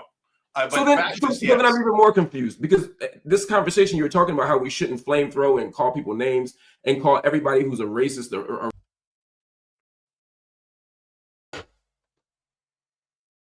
Lex, this is why right there, you witnessed it. The Bears lost 6-3 to Seattle. It was an ugly game. You don't have to even tell me it was an ugly game. You don't even want us to call actual white supremacists white supremacists. Why would you call them a Nazi? No, I'm saying that I must have... I'm going to do the thing. I'm from Chicago. I'm going to do the thing. Maybe next year. That must have been hyperbolic, because I tried hard not to call him a Nazi. So that must have been a mistake. So here's my distinction. Why did you have to tell me? I was having a good day. I'm worried about Trump's fascism because he showed it to us. So on January 6th, but before January 6th as well, he did a fake electoral. Oh, we have no. We have no offensive line. Don't even get me started on that, Les. And agitated people to go bum rush the Capitol. The point wasn't to keep the Capitol. The point was to delay the proceedings so he could have his fake electors steal the election. Oh, we don't even have a real coach. So I've been super clear about that. That's why I hated Trump. That's why I fought tooth and nail against Trump. Crap. So those are fascist tendencies, and I have no problem calling it fascism. But it is not Nazi. Nazi is a completely different What's the line on the draft next year? thing where they killed 13 million people and had death camps. Trump didn't have death camps. He didn't kill those people. But for the right, neither did Charlie Kirk. Yeah. I'm sorry, neither did Nick Fuentes, but you're still comfortable calling him a Nazi. No, but Nick Fuentes thought that he defends the Nazis. So that's a giant difference. So that's the line for you. You have to explain. And I agree, by the way, that Nick Fuentes is an evil person. Bears. Stuff, Bears. Stuff, Bears. Stuff, Bears. Stuff, Bears. Bears. Stuff, Bears. Stuff, Bears. Stuff, Bears. Stuff, Bears. He's a Nazi, etc. You're saying the person, anything short of self-identifying as a Nazi and openly supporting Hitler. This sucks. You're okay sharing the stage with, it sounds like. Again, Mark, you're Seahawks are one of the most annoying teams in the NFL. Shut up, dude. Framing it in a way that sounds extreme. So it's look at us, we got the 12th man. I want you to consider that really what you're saying is extreme, though. I mean, I might be describing exactly what you're saying. It just doesn't sound as good coming back to you. So no, not at all, Mark. So a couple of things. Benjamin Netanyahu is a terrorist. Kidding, Lex. You just put me in a bad mood. Terrorist. He's a war criminal. He committed genocide. Bro. But I would share a stage with him because of all the things that we discussed before. The ability to talking football used to be fun. The other side have a voice. You know, whether you challenge that I was a Bears fan. Challenge screaming, you challenge whispering. At least I give the Palestinians a voice by being on that stage. When I go on the right-wing shows, at least I give the left wing. I'm not kidding. Maybe next year by being there. And so if you frame it as, oh, look at Cenk Uygur happily going on stage with a terrorist Netanyahu, then I seem like a bad guy. If you say Cenk Uygur giving voice to the Palestinians by being on the same stage as Netanyahu, I seem like a good guy. It's all in the framing. It's in the framing. So when you get to the I disagree. It's not just in the that suggests that your behavior is neutral and the framing is what makes it right or wrong. I'm saying that you can actually make different choices on that stage. So Mark, then let me ask you back. So Sure. Do you think that as we were talking about populism on both sides and rebelling against the establishment, and that was the theme of it that was supposed to last about 20 minutes, that I should have done a sidewinder and derailed the whole thing by attacking him on his previous quotes about Seahawks was the only time I got into the sports ball thing when I was a kid and they went to the Super Bowl. Not necessarily, no. But again, that's not necessarily the only way to be courageous in that space. That's not the only way to be principled in that space. That's not the only way to You bragging? do important resistance work in that space. You could pull up an old quote, or you could speak to the bigger system. You could speak to the bigger establishment.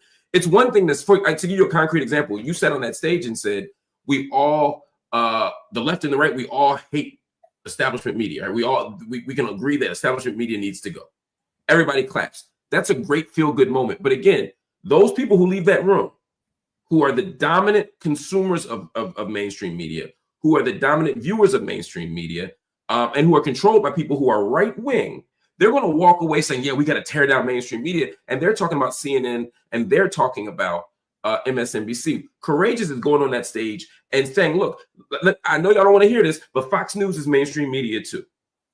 But I have said that on right-wing shows. So you're taking a 20-minute event here. I'm not saying you've never said it. I'm saying in that, we're talking about how to behave in this space, right? I'm sure you've said it a million times, but we're talking about right now how to behave in that space. And when I keep pointing out what you didn't do in that space, you kind of do the sleight of hand thing where then you talk about what you did somewhere else. I'm saying in this space, to answer your specific question you asked me, which is, should you have torn them down and brought up specific acts of racism or this other thing? I'm saying you don't necessarily have to do that or even make it so personal, right? Because I get how that could be a distraction.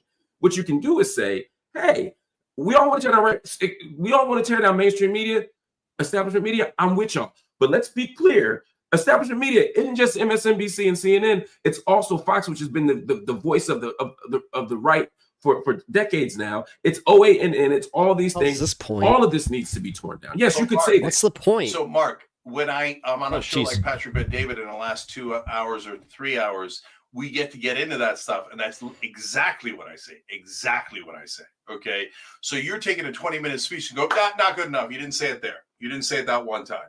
Okay. That's not what I'm doing. You're misrepresenting my position. My position isn't that in this single instance you didn't do this one thing in a 20-minute space. My critique is that when you're deploying now a strategy of entering these kinds of rooms and doing these kinds of things, and particularly these very public spectacles, right? Which is what conventions are: Democrat, Republican, left, right, whatever. They're all these public spectacles. And I'm saying that there's a significant danger in entering those spaces and not being significantly courageous. This isn't about nitpicking a particular thing you didn't do. This isn't about saying, well, you did 99, but there's the 100 when you missed. You're framing this as if we're nitpicking. And I'm saying, no, the actual logic of the strategy that you're articulating right now about how to move in these rooms, I'm saying is deeply problematic for left wing. I don't even understand what you're saying, Mark. Well, how is it problematic? You keep calling it problematic. Everybody keeps calling it problematic. I'll tell you why.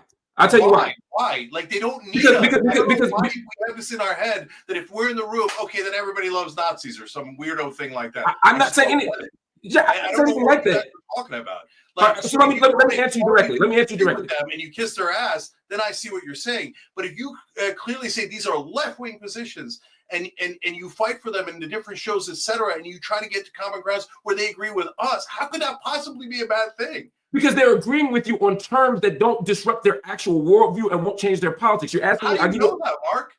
Because you're asking. You're assuming it, and now I'm not. Stopped assuming it. It turns out kind of is that a lot of their voters agree with us on like 40% of things. Right. We can actually get 40% of things done. Really, really important things. But we were too busy calling them white supremacists to ever get there.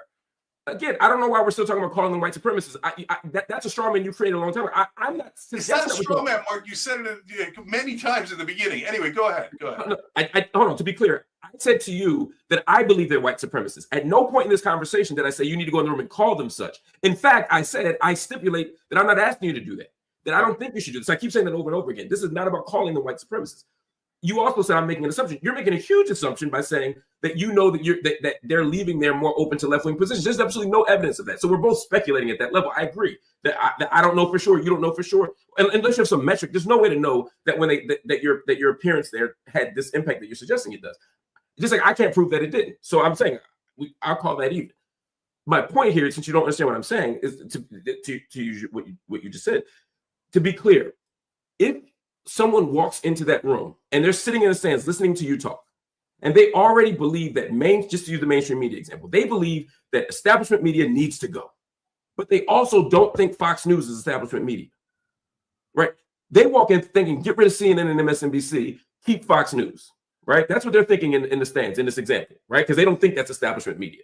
Just like to your point, the person on the left is saying, get rid of Fox, keep us MSNBC. Fine, right? So that person doesn't realize Fox is that. When you sit on that stage and say, yeah, we can all agree to get rid of mainstream media. And Joe Sixpack in the stands claps and says, that's right. Even the lefty guy agrees with me. So let me let me just tie a bow on it. He now has even more reinforcement for his position that establishment media needs to go, but he's still never been told that the thing he thinks isn't establishment media, Fox News, isn't. So that's what I'm saying. But now he has more legitimacy to his wrong point because you didn't actually tell him that it's wrong. No, totally disagree. So Mark, I can go in the room and have that same exact conversation with Joy Reid, right? And then everybody in the filled with left-wingers in that case, right? And people walk out thinking, oh, yeah, we got to get rid of Fox News and maybe CNN, but definitely not MSNBC. But that's not my responsibility to go to convince them that, no, you also have to hate MSNBC. Now, I will tell them that if they ask me. I will tell them that in the span of a larger and longer conversation. I will tell the left the same exact thing that I'm telling the right, and I would tell the right the same thing I'm telling the left. So just because we didn't clarify Fox News or OAN in that conversation doesn't mean we shouldn't have that conversation or that it somehow helped Charlie Kirk's nefarious plans. So if his plans are to get rid of establishment media, that's my plans. I hate establishment media. So if you say to me, oh, my God, but then if you say, Cenk, then what if they use it to get rid of everything but Fox News? But they didn't do that. That's a wild hypothetical. And if they did, I'd fight them tooth and nail, right? So, like, if they do things that we don't agree with, we fight. And so that's not that complicated. Maybe we're talking about super clear about that, right? But you're assuming what's in their head and what they assumed about what I said. I'm not assuming what's in their their head. That gave strength to Charlie Kirk, but none of those things actually happened. So, like, we don't know what happened. No, again, no. That's misrepresented. We don't know what happened anymore in the sense of what I'm saying and what you're saying. One would hear that and think that somehow I'm painting a hypothetical that's unprovable and yours has been demonstrably proven. What I'm saying is you made an argument in that room that didn't challenge Joe in the stands argument. I just painted a picture of Joe in the stands and his belief on mainstream media, and you didn't really respond to that. I'm saying Joe has no reason to believe that Fox News is establishment media based on what you said on that stage. Do you have a duty to tell him that? I think you do if your goal is to challenge establishment media, to not only challenge establishment media, but to challenge what he thinks is establishment media. If that's not your goal, then that's fine. But then that doesn't advance our interests. Do you get that? Brian, are you trying to hurt my feelings? Since I've done that on other shows, but it wasn't part of that 25-minute conversation, that's not a fair standard to hold me to, that I didn't debunk every thought that every right-winger in the stands had within that 25 minutes, that's a wildly unfair standard. So I get what you just said, but what you just attributed to me is not what I said. I keep making point A, and then you keep sort of caricaturing my point. But the Fox News thing is like, why would I didn't even assume that they would think that it's not Fox News. But you should. That's Fox News, because that wasn't what the conversation was about, Mark. So you went really deep into that rabbit hole to come up with No, I used your example.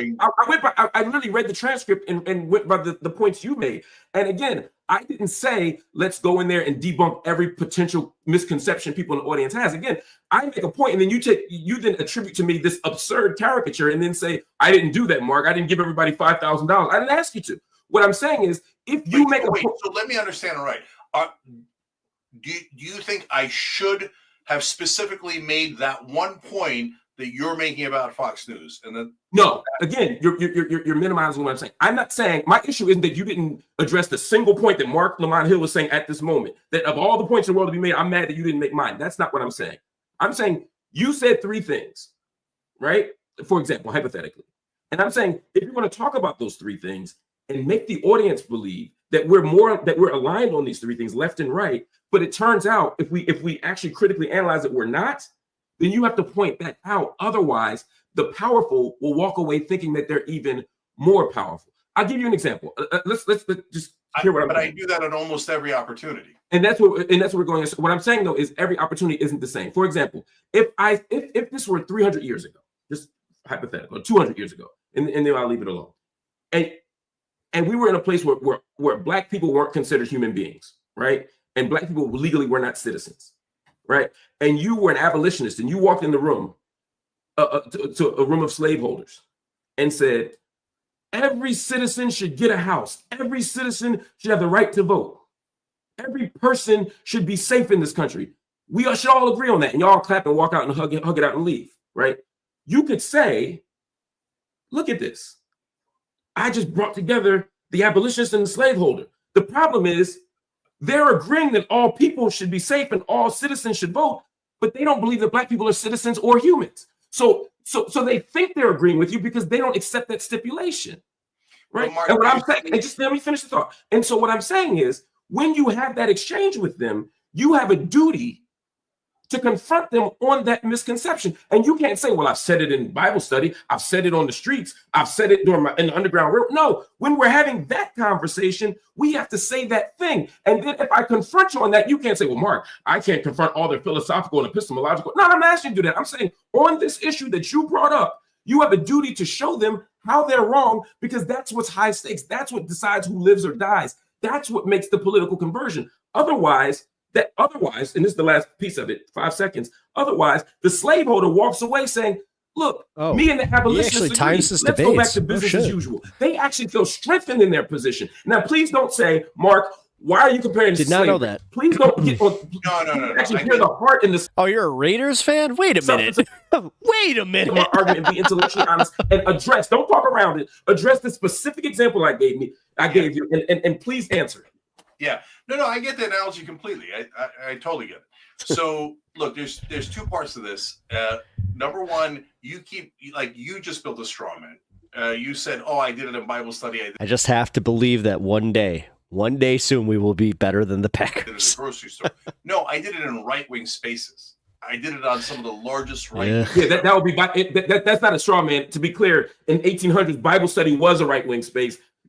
Only the right was allowed in the grocery store because Black people were property. It's a perfect analogy.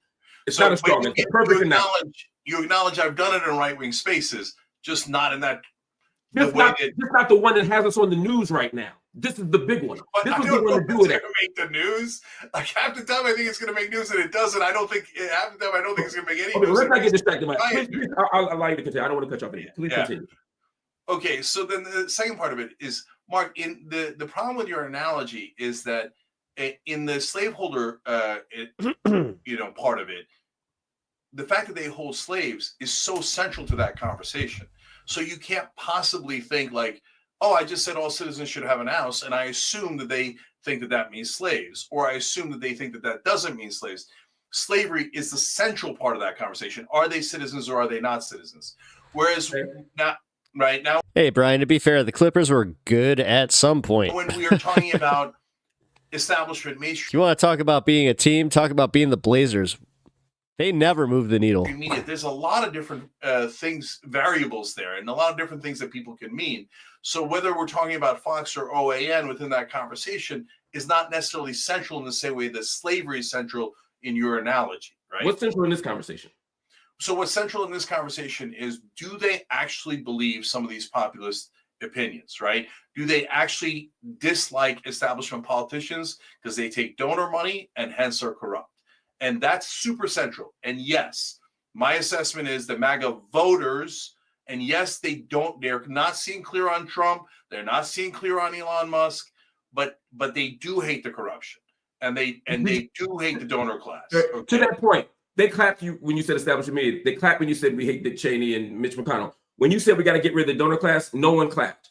I noticed that. You know why, Mark? Because I challenged them by talking about their donors. And I've done that on many shows.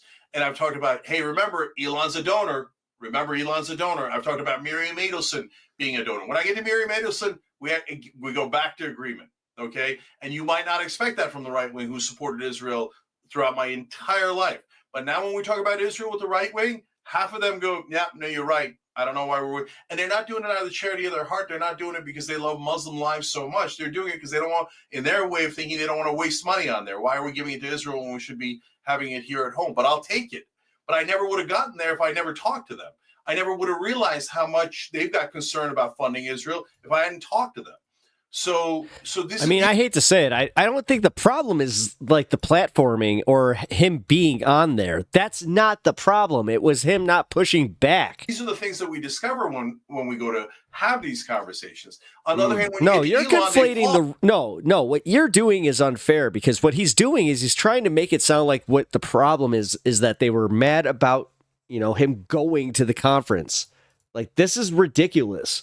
No, wait, I like Elon. Right, so that means you got more work to do, and in the next conversation, you can talk a little bit more about Elon. He's so frustrating. A little bit more, etc.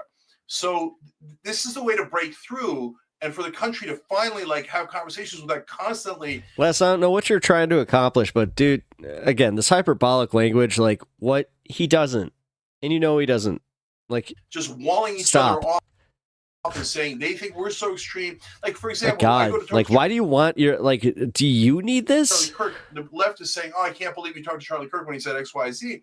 But do you know that the right wing is saying the same thing to Charlie? I can't believe. This is such a true comment. I've been to both stadiums, and trust me, Chicago is the best stadium I've ever been to. Yes, I could see that. It's got a lot of history, but it's not the best.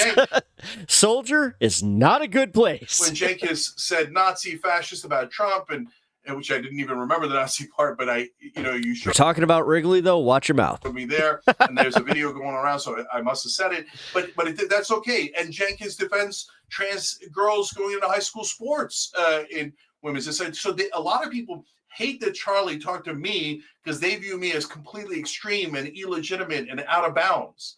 And what we're doing is we're breaking down some walls. So, but do you believe that you and Charlie Kirk are opposite sides of the same coin? Do you believe that you and Charlie Kirk are opposite sides of the same coin? No.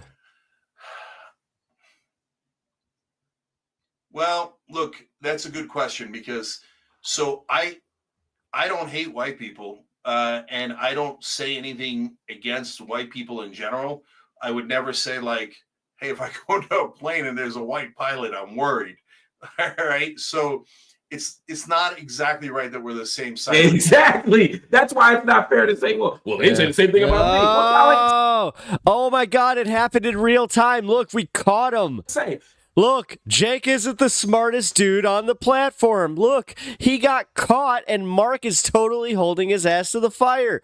This is cathartic. I also think it's interesting that you said. They think it's the same, Mark, but they do think it's the same. Nah. I can't say they're wrong. But also, I just to be a little petty, I appreciate that you saying you're not like Charlie Kirk because you don't hate white people. You accept that Charlie Kirk hates black people, which I appreciate. I just think it's wild and bizarre that you can accept that he hates black people and don't think he's a white supremacist.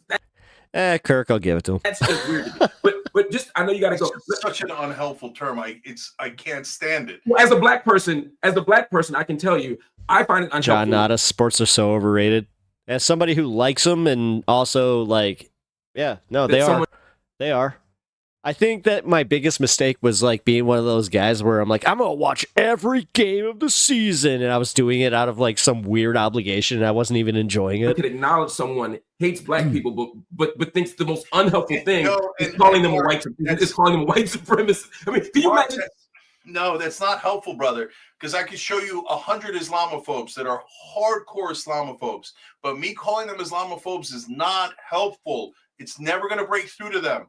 You've got to go to a different strategy. So when I go to a different strategy, instead of going, hey, I wonder how that'll turn out, which I think you're basically doing, which I appreciate, and that's why this is an interesting conversation. Yeah. I've got other folks saying, no, tear them down. Don't ever talk to anyone on the other side. They're white supremacists. They're this, they're that. And those people are dumb. If you go in the room with them, they instantly gain. He's doing the thing. He's using hyperbolic language and anecdotal fucking evidence to just say, hey, look, there's a small percentage of my audience that are far leftists that are assholes. Credibility and legitimacy, and now he's using that as the barometer to be like, see, the left just isn't fair to me. And now you help them. Help them how, man? Come on, man. I don't know, man. This is why nobody takes you seriously, Chunk. The idea of not hating them, being helpful to them, is a very wrong way of thinking about it. Well, I think one way, and I know we got to go. I think, again, it's not to me about going in the room. It's what we do in the room. But I think one way, the one thing a white supremacist hates being called is a white supremacist. The one thing that racists hate being called is a racist. And I think, and usually the people calling them racist or white supremacists are the people who are catching hell from them.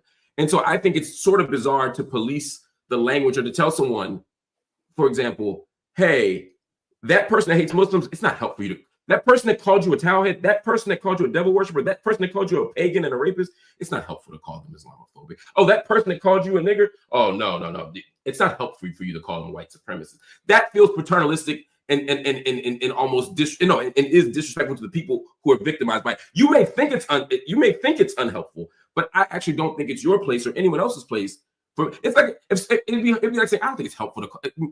It would be like me saying to women, I don't think it's helpful for you guys to call Donald Trump sexist or misogynistic. I don't think that's helpful, ladies. I mean, come on. Can you at least see why somebody would find that a problematic claim for you to make? No, hold on. You're conflating two things that is super unfair because you can call them anything you like. I'm not stopping you from calling them. I'm not stopping women from calling them whatever they want. I'm just telling you what I'm doing, right? And in fact, no. You're not doing that. No, you're not. That's not what you said. No, I'm calling you a contradiction. I'm calling. No, hold on, Mark. That's not what you said. No, Mark. You can backtrack, but that's not what you said. What you said was, all right, night, Kirk. I'm gonna still play your new song, so sorry you got to miss it. I don't think it's helpful. I thought they were gonna end, but they keep going. People doing this and it's not working. Let us try something different. Let us, not let me. Mark. No. Okay, hold on. So number one, are you allowed to say whatever the fuck you want? Of course, right? I don't police anyone. But you think it's unhelpful. Yeah. But is it unhelpful? Yes. Okay. Now that's up to you. You want to be unhelpful because you're pissed. I get it. Especially if it affected you. So like if I go tell a fellow Muslim, hey, it's unhelpful to say the Jews are this or the Jews are that. And he goes, I don't want to hear that shit. Okay. My family got killed. I hear him and he can say whatever he wants. Right. But is it unhelpful? It is unhelpful. Okay. So for great examples, I just want to be clear that that's what you're saying. Let me finish my thought. So Hillary Clinton and everybody and Kamala Harris, what did a lot of people do? They call Trump sexist, right? And I think that they have a lot of evidence on their side. But was it helpful? No, it wasn't helpful. It didn't work. Okay. So hold on, let me finish. So all I'm asking is, let me do my thing without assuming bad intent, without assuming that I'm helping. Because what I'm hearing from some portions of the left is, you're not allowed to do it. Not, hey, I don't want to do it. Hey, I want to call them white supremacists. They say, no, you have to call him a white supremacist. And if you didn't call him that, then that's it. You're a bad guy. You're a traitor. You're a racist or whatever. No, I don't accept that. You're not going to get me to say anything that I don't want to say. I believe in your freedom to say whatever you want, Mark, and I'm going to say whatever I want. And I think my strategy is infinitely better. I'm going to execute that. I'm going to get us some policy wins, I hope, over the long run. And then I'm going to say you're welcome. I hope you do. Just to be idealistic. Clear, that last point again. I mean, I was saying this to Jake. Trying to. I mean, he deserves it though. Point out the contradiction. What you had said was you were only saying it's unhelpful for you. You weren't saying it was unhelpful. You weren't telling other people it was unhelpful. You weren't policing or critiquing the actions of others based on me saying. Based on me. Let me finish. Based on me saying that I find when I hear you say it's unhelpful, I find that problematic as a person who's on the business end of the white supremacy. And what you just said was you weren't telling us that. You were only speaking for yourself. But then even in your rejoinder, in your response, you pointed out that you actually are saying to the people that it was unhelpful. This isn't about their right to say it, free speech, but you're telling them that it's unhelpful. And I'm saying telling Black people or telling women or telling Muslims or telling trans folk, hey, you have a right to say this. It's your experience. But I'm just telling you, that's unhelpful. I'm just telling you, even in terms of strategically uniting folk, as a Black person and as a Muslim and as an whatever title you want to put on me, when I'm told that thing, for every right-wing person you potentially get, I'm telling you, you're going to lose a whole lot of us. Okay. So, Mark, he doesn't want to hear it, but he's right. Mark is right. Again, the framing is critical because you said two words that are not the same. You said policing and critiquing. Okay. So I am critiquing the strategy, but I'm not policing it. I'm not the boss of anyone. Okay. So because he's inconsistent and a bit of a hypocrite, just like everybody else. I don't know why people like you hold like everybody else to this higher standard when apparently you've never been a hypocrite. And in fact, on our own network, I hope everything you've ever said has been 100% on point. everybody's allowed to But say we whatever know they it want. has been because And you're tons Les of our Wiseman. hosts disagree with me from the left on the trans issues and on all the things that you've challenged me on. And I don't police that. I don't police it. But do I critique it? Yeah, because we're having a discussion about what's the best strategy to win people over to our side. Fair enough. That's fair. I'm saying as a black person being told, hey, you shouldn't call the white supremacists white. I could see if you said, Mark, I don't think he's a white supremacist. I think that's fair ground. But saying, yeah, he does hate black people, but it's not helpful to call him a white supremacist. I'm just telling you, but even he's more, offensive. John, I actually agree with you because he wants to save his sorry ass. Yes. when you say he hates black people, it's more complicated than that. It's I'm like going by what you said. I said, are you opposite sides of the same coin? And you said no, because I'm not like Charlie Kirk. I don't hate white people. We're not opposite sides of the same coin. One would infer that you were saying that he hates white people. That's not a no. I know, and that's why I'm clarifying now, Mark. Okay, fair enough. Yeah, and so Charlie has said those things that are deeply problematic, and that are those comments were racist, right? Well, I mean, why are we worried about a black pilot? That's crazy. And in fact, I challenged him on that in one of our interviews, and he walked it back a little bit, not all the way, but he walked it back a little bit. Not everybody is as like methodical as you think, Les. And in fact, the fact that he walked it back a little bit surprised me, right? No, he saw a shift in his content. He saw. Listen, this is as simple as Cenk really has not shifted that much outside of the fact that he has had to make these decisions to save TYT. He had to take the Polymarket deal because he saw that they were going to lose the studio. He had to start pivoting a little bit, right? Because he saw that he was losing audience share. So he wanted to make it up with another audience. I don't know why this is rocket science. I don't agree with it, but it is just that. So, okay, now we have that conversation, and all of a sudden he's walking it back a little bit. Okay, so that's a little bit of a win there. But in terms of fly, Eagles, fly. Like again, helpful or not helpful. So you remember the protest in Washington on Israel, and somebody writes onward to victory, burns an American flag, and somebody writes Hamas on a statue. So I'm not the boss of them. I can't stop them from doing that. Okay, nor would I want to live in a world where I stop them from doing that. Having said that, not helpful. Okay, and it's my job as a host to say what I think is helpful and not helpful. And that was deeply unhelpful. It drives people away from us. We want people to relate to Palestinians, to relate to Muslims, and feel like, oh, there but for the grace of God go I.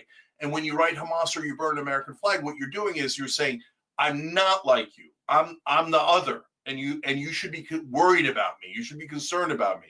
And I think it's a bad strategy. And as a do you think that's analogous? It's literally my job to say what I think is good and bad strategy. Do you think what you just described is analogous to telling a black person not to call a person who hates black people a white supremacist? No, I would never tell a black person to say this or that. But if that person was the campaign chair for Kamala Harris, then yes, I would have that conversation, because then they're not just speaking for themselves. They're trying to win an election, and that's a different dynamic in a different context. But hey, you're angry. Somebody was racist to you. You want to call them a racist? Of course, I totally get it. Obviously. I mean, and I told you earlier, right? So when people come at me in an unfair way in those Israel debates, I call them a racist or a bigot right back at them. It depends on the context. What are we trying to accomplish? In that case, why did I call them that? Because I'm trying to get them to understand. I missed him saying, of course, and I meant to go, he said the thing. Just blanket calling someone anti-Semitic doesn't win the argument.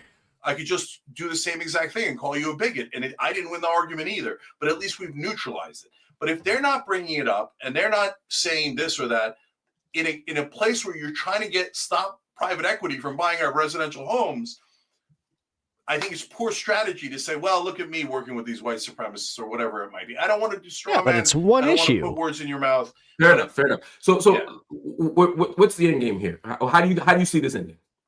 Yeah, there's two possible ways. So one is that we try this, etc. Then Trump starts doing things, and they're not any of the things that the right-wing populists talked about. I have a feeling that's what's going to do it. And when Trump does them, they instantly change their position and go, no, I love when private equity buys my homes. I want moms to go back to the coal mines the day after having a baby. I love war now. Let's invade Panama and Greenland.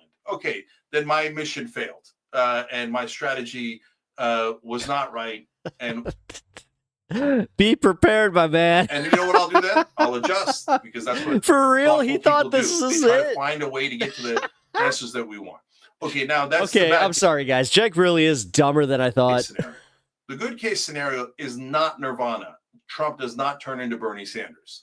The good case scenario is, as they're doing other things, including an enormous robbery that's about to happen. Okay, maybe we get a couple of wins. Maybe, in fact, this is the craziest thing I'll say. I'm a tiny bit hopeful about turning around on Israel, because I've heard those right-wing guys. They don't want to keep funding Israel. I'm telling you that right now. Okay, if we got to turn. That's the right-wing guys. That's his base. That's not the politicians. Around on Israel. Oh my God, that would be such a giant win in the midst of what appeared to be hopeless times. Now that's a hope against hope. Okay, but. Yeah. But can we win on any one of those things? Like, for example, like this is the easiest one, right? I say, one of the things I say is pardon Edward Snowden, because I know that they want to pardon Edward Snowden, right? And we agree with pardoning Edward Snowden.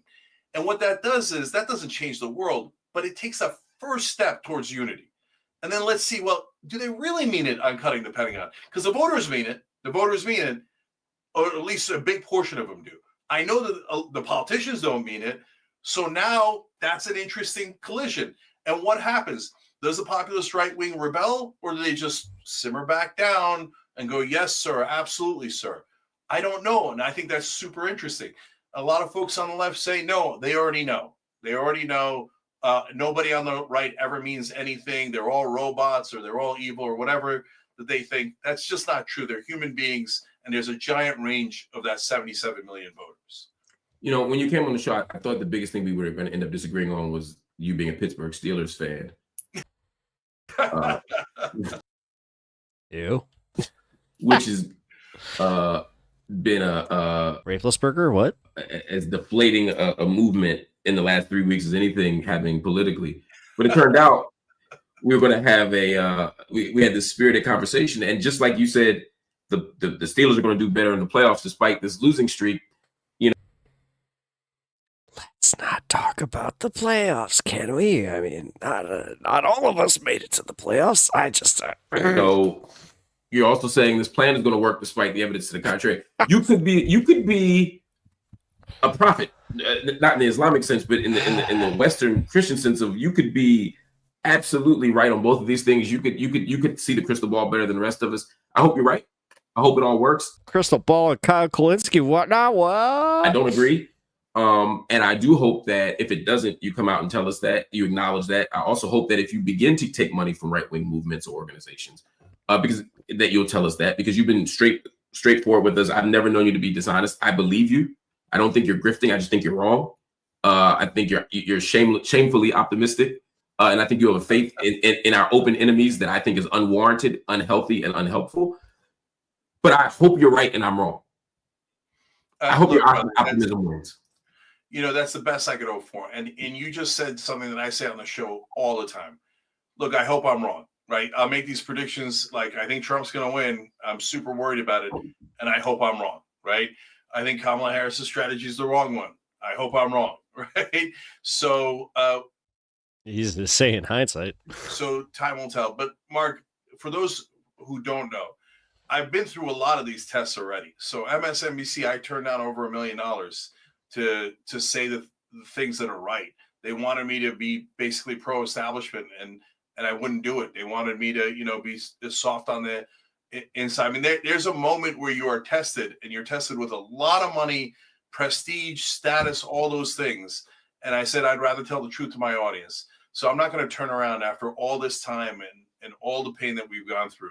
I'm going to keep my eyes on the prize. And to me, if we don't pass progressive bills, then we didn't get anything done, right? Because then the rest of it is just ego games. Whoever has the status, etc. I don't give a damn about that. It's weird. I know exactly what he just did. What I care about is passing bills, because that's the only thing that affects the actual voters' lives. Whoops! So that's what I'm turn both screens off. My bad. Well, inshallah, it'll work out for you, my brother. Thank you so much, Jack. It's always good to see you. Let's talk again soon, and enjoy your night, brother. Thank you, Mark. Appreciate it, brother. That was good. Thank you, Les, for bringing that to my attention. As much as you may have annoyed me a little bit in chat tonight, I actually do really appreciate it. So, all right, well, I made a promise and I'm gonna keep it. So we're gonna play a few songs by Kirk, and then I'm going to go eat. So we got about 20 minutes to play some music. Let's do it. This is by Kirk. You know him from chat. This is 100% him, man. So.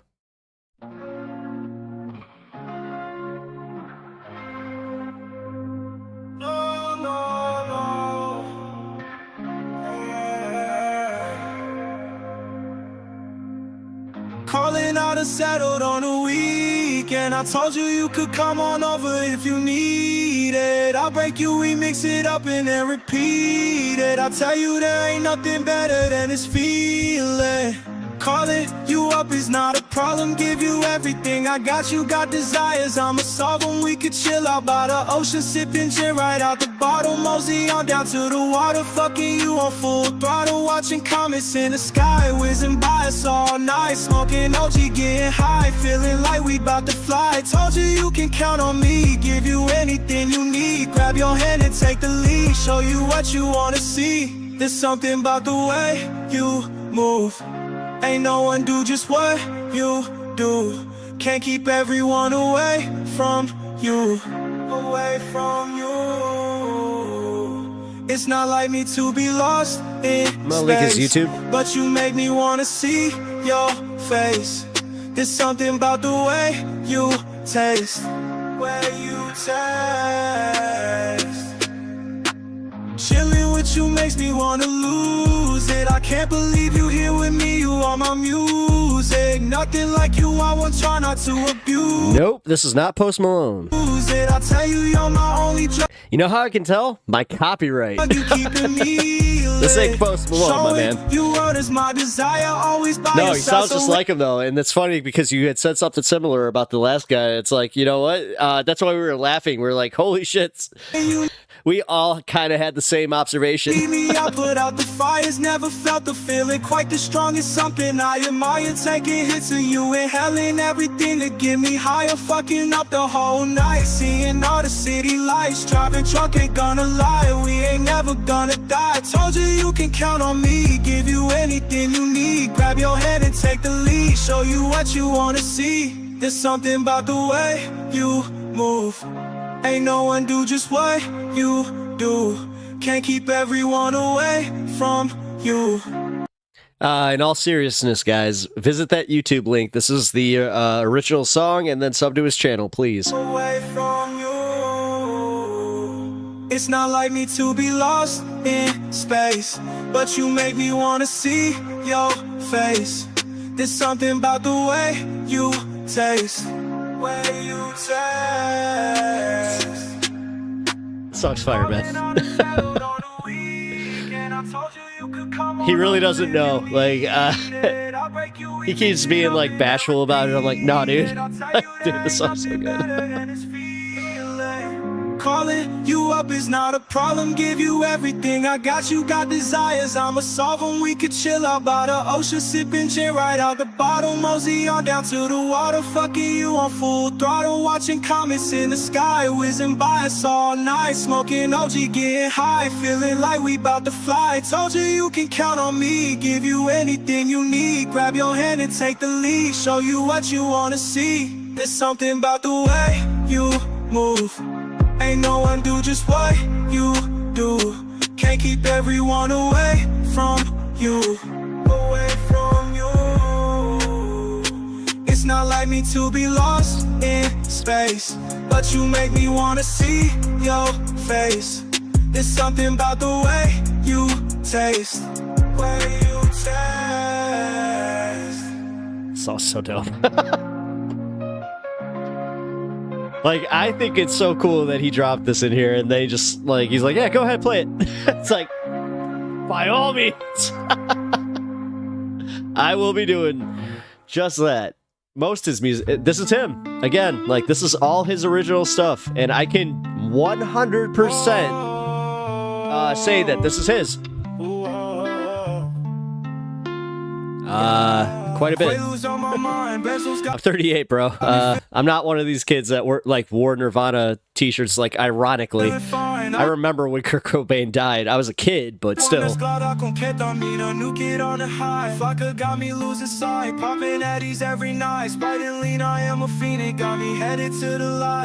Quaaludes on my mind, Benzos got me feeling fine. I want mesclada con ketamina, nuke it on the high. Flocka got me losing sight, popping Addies every night. Sprite and lean, I am a fiend, got me headed to the light. Simple as that, I made a lot of mistakes. You take all the things that I've done and shove them in my face. I promised I would change, fix the problems that I made, change the policies and come up on God, I would change my way. Feel like I'm doing the time, reminding me that I stepped over the line, defining me from all the things that I said in the past. And you cursing my ass when you look and you cast up a shadow, you trying to hide. I made up a deal with the devil. I wish he was in chat because he has so many personal stories to tell about these. I know my demons with me as a kid. I promise I changed all the things I was doing and pray for forgiveness for what I did. They told me they never forget I was wasting my time, so I ran from my past and I hid more trouble. The voice is so subtle, my voice got me muffled. No time to explain all the shit. Defining me from all the things that I said in the past and you curse. I'll be honest, Duke, I do too.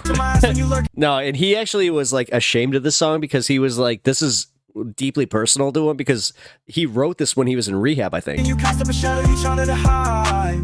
Quaaludes on my mind, Benzos got me feeling fine. I want mesclada con ketamina, nuke it on the high. Vodka got me losing sight, popping Addies every night. Sprite and lean, I am a fiend, got me headed to the light. Quaaludes on my mind, Benzos got me feeling fine. I got a problem and I don't regret it. You say I'm addicted, but I'm medicated. I told you I don't need no help, but you get it. That you were the problem, I just wanna end it. Never had nothing to show. Tried and I fell, got me up in the smoke. Making a whole lot of enemies now that I'm back on the drugs. And you think I'm a joke. Killing myself and not killing my friends. Everyone says that I always depend. Drugs ain't a cost, they a means to an end. To feel a lot better, I wish I was dead. Brian, it works for him. There's nothing wrong with auto-tune. God, you're using an argument that dates back to T-Pain. Like this ain't even worth all the fight. You think that it is, but you ain't see the light. There's nothing wrong. He makes it sound good, dude. Don't understand, so I'm saying goodbye. Quaaludes on my mind, Benzos got me feeling fine. I want mesclada con ketamina, nuke it on the high. Vodka got me losing man, this song's so good. Addies every night. Sprite and lean, I am a fiend, got me headed to the light. Quaaludes on my mind, Benzos got me feeling fine. I want mesclada con ketamina, nuke it on the high. Vodka got me losing sight, popping Addies every night. Sprite and lean, I am a fiend, got me headed to the light. And for Twitch chat, if you guys like this, here is the link to the song and his channel.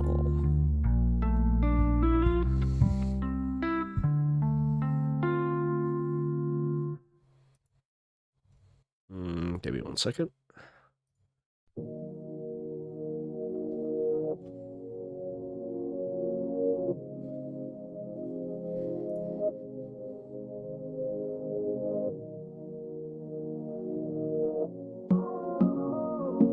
Dead Can Dance? I don't know what you're talking about there, John Nada. Yeah, you got me falling into pieces, and you never given me a reason. Are you wondering just why I'm leaving? Cause you got me in my head again, yeah. Fuck apologies. He's Italian, yeah. Another virtue. Always say that I'm the one that hurt you. Telling everyone I don't deserve you. But I'm the one who really hurting now, yeah. It's the last time you hurt me now, yeah. Although he actually gave up the inspiration on this one. He said that he wrote this one with the tune of Ed Sheeran's I'm in Love with Your Body in mind. Got a new set of bitches now, yeah. Got you shook, you asking me how, yeah. Let them cook, guess who laughing now, yeah. It's the last time you heard me now, yeah. Got a bitch really bugging now, yeah. Got a shit, got you down. Let him know that next time you're in chat. He just goes by Kirk in here. You were talking to him the entire time. And yeah, honestly, I'm trying. Listen, I had a little bit of the same critique, but if this is what works for him, I'm also all for it, man. Like, I've been playing this shit in my own, like, just IRL all over. Like, I've been showing my friends. This stuff is fire. Now, yeah. Let me cook, got me laughing now. Yes, I have heard of the Philharmonic. Actually, I have a buddy who played there. Know why you had a problem. Anybody would have tried to solve them.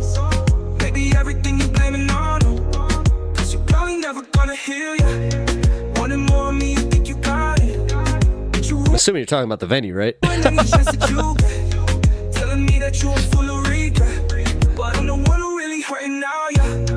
It's the last time you hurt me now, yeah. Got a new set of bitches now, yeah.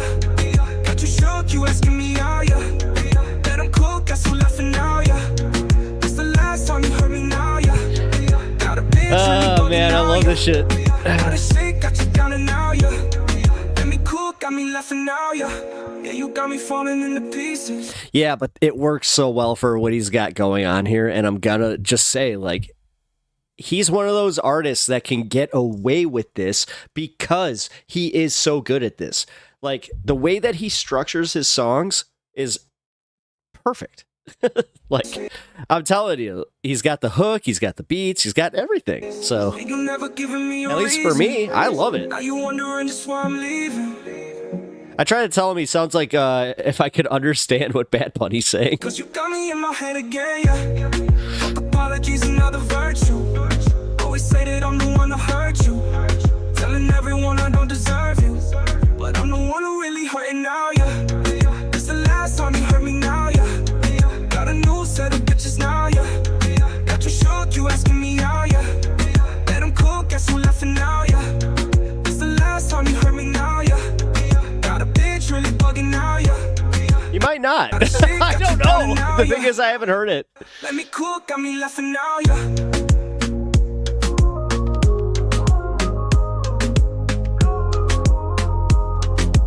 Ah, damn it! I wish he was here because he has one song that's DMCA'd. Fuck.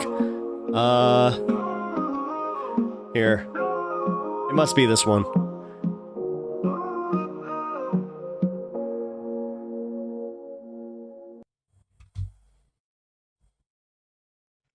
Sometimes I feel like I ain't right. The calling out avoid a single teardrop on my chin. I'll be honest, this one's one of my favorites. Inside my soul, the sadness washes over me. No, and tell me I don't know, cause it defines Oh, okay. My bad. me. And it was sometimes I feel like I ain't right. The calling out avoid a single teardrop on my chin. No, the hole inside my soul, the sadness washes over me. No, and tell me I don't know, cause it defines me. Enough to be alone, hard enough to be awake. It's the only thing that puts a padded layer on the pain. Maybe I don't wanna know what the future has in store. Take a bottle of the pills into my room and lock the door. It's like everyone around me cannot see me. Medication in my veins. I will.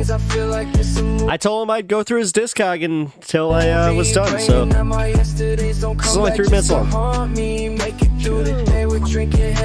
Deal, Winston. Sometimes I feel like I ain't right. The calling out avoid a single teardrop on my chin. No, the hole inside my soul, the sadness washes over me. No, and tell me Bloodstone, if you're still in chat, can you have you been getting down with this music too? Like, because this has been really fucking good. I don't know, cause it defines me. And it was sometimes like, I'm kind of glad they're just not here, so like it doesn't seem like ass kissing. I'm being honest, like his music is fire. I feel like I ain't right. The calling out avoid a single teardrop on my chin. No, the hole inside my soul, the sadness washes over me. No, and tell me I don't know, cause it defines me. And breaking the wall of my psyche, nothing to lose, I'm down more than likely. Gripping the bottle and lean to them tightly. Patting the good in my head, trying to fight me. Sad as my face, I look in the mirror and feel the disgrace. Ay, ay, feel out of place, the me from the past already losing the race. Ay. I thought so. Most of my life, I wondered if people could see in my eyes. Ay, ay, I know that I cry if I'm feeling alone, yeah, and I wanna die, I wanna die. Suicide on my mind, this is a story of my life. Do or die, I decide what I wanna do this time. Same. Just to fight, try to hide. I swear, one of these days I'm gonna get him to play here in Chicago, and you guys are all gonna have to come. All the thoughts I have inside, suicide, suicide. Don't forget you can't rewind. Sometimes I feel like I ain't right. The calling out avoid a single teardrop on my chin. Though the hole inside my soul is it's his lyrics though. Like his lyrics are so good. I don't know, cause it defines me. So good. Sometimes I feel like and like he was embarrassed about how personal it is. Oh man, like I was just like, no, you don't understand. Like this is so good. I don't know, cause it defines me alone. That's hollow, I'm filled with constant sorrow. Might not be here tomorrow. Just swallow up the bottle to fill the hole. See? Man, he's got some Might not be here tomorrow. deep. Sometimes I feel like I ain't right. The calling of the voice, single teardrop on my chin. Load a hole inside my soul. The sadness washes over me. You know and tell me I don't know, cause it defines me.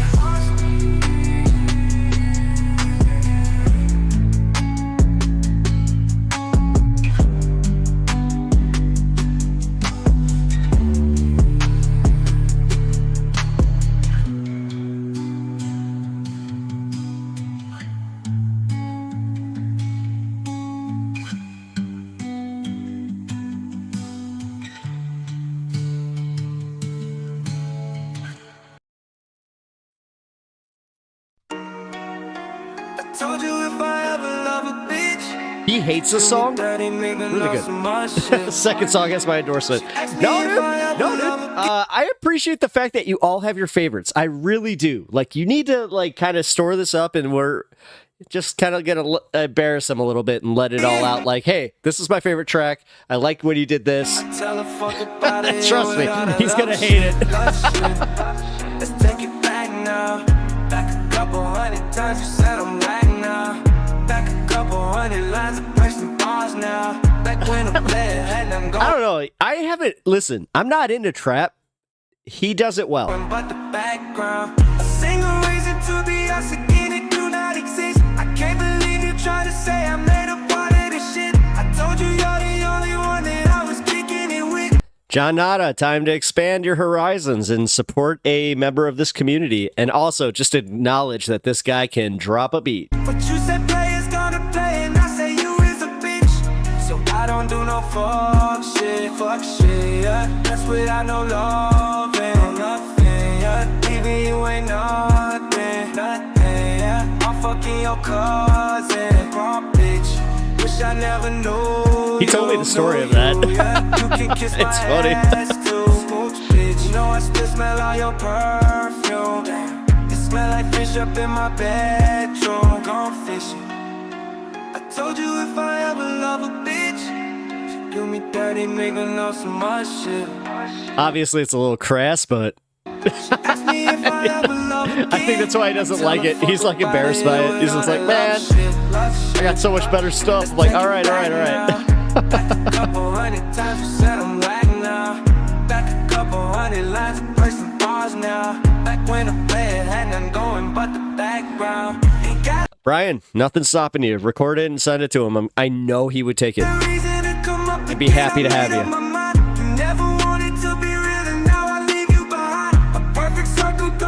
With you, cause you in the streets. You passed me up and now you only thinking about what you did. So I don't do no fuck shit, yeah. That's without no loving, yeah. Even you ain't nothing, yeah. I'm fucking your cousin, wrong bitch. Wish I never knew you, yeah. You my man's dirty. You know I still smell all your perfume. Smell like fish up in my bedroom. Gone fishing. I told her if I ever want a bitch, I fuck a dip and find another bitch. It's not AI. Stop it. She asked me if I ever love again. I tell her no, cause I don't fuck with it. Let's take it back now. Back a couple hundred times you said I'm right now. Back a couple hundred. I understand. If it's not for everybody, this is why I do it at the end of the show. Back when I played, had nothing going but the background. So I appreciate you guys checking out everything. That if you're dipping out, I got a few more songs. But yeah, if you're dipping out, appreciate it. I do appreciate you being here. If you haven't subbed, please do. Leave a like. And also, yeah, I really do just appreciate you being here. So thank you.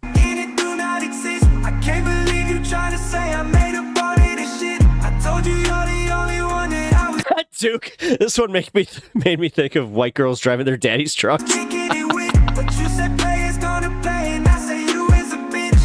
So I don't do no fuck shit, yeah. That's without no loving, yeah. Even you ain't nothing. I don't know, after I found out how old this guy is, I kind of changed my mind about a lot of this. Wish I never knew you, yeah. kiss my ass too. Bitch, you know I still smell all your perfume. It smell like fish up in my bedroom. I mean, come on. As I said, it's crass, but it's funny.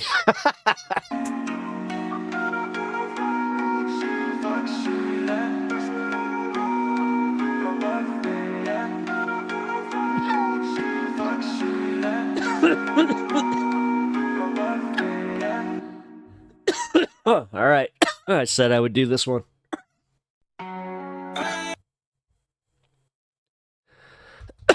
All right. Give me a second.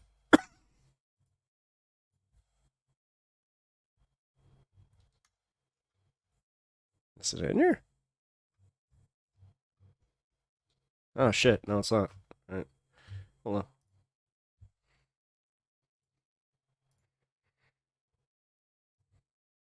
Give me 1 second.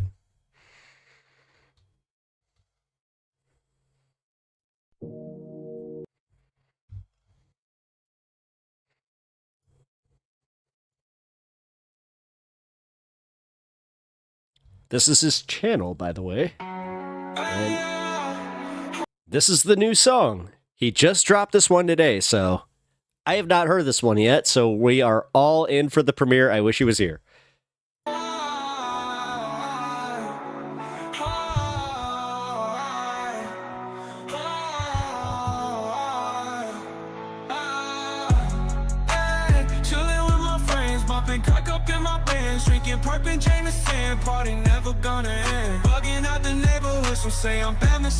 Surprising me again. Living my life the way I should. I'm in my solo cup, we driving fast, we going up the windows, down the AC up, we eating pillies, throwing up. Just wanna do what I do. Swerving through the city, getting high too. Never been this lady losing IQ. Psychedelics winning when they fight you.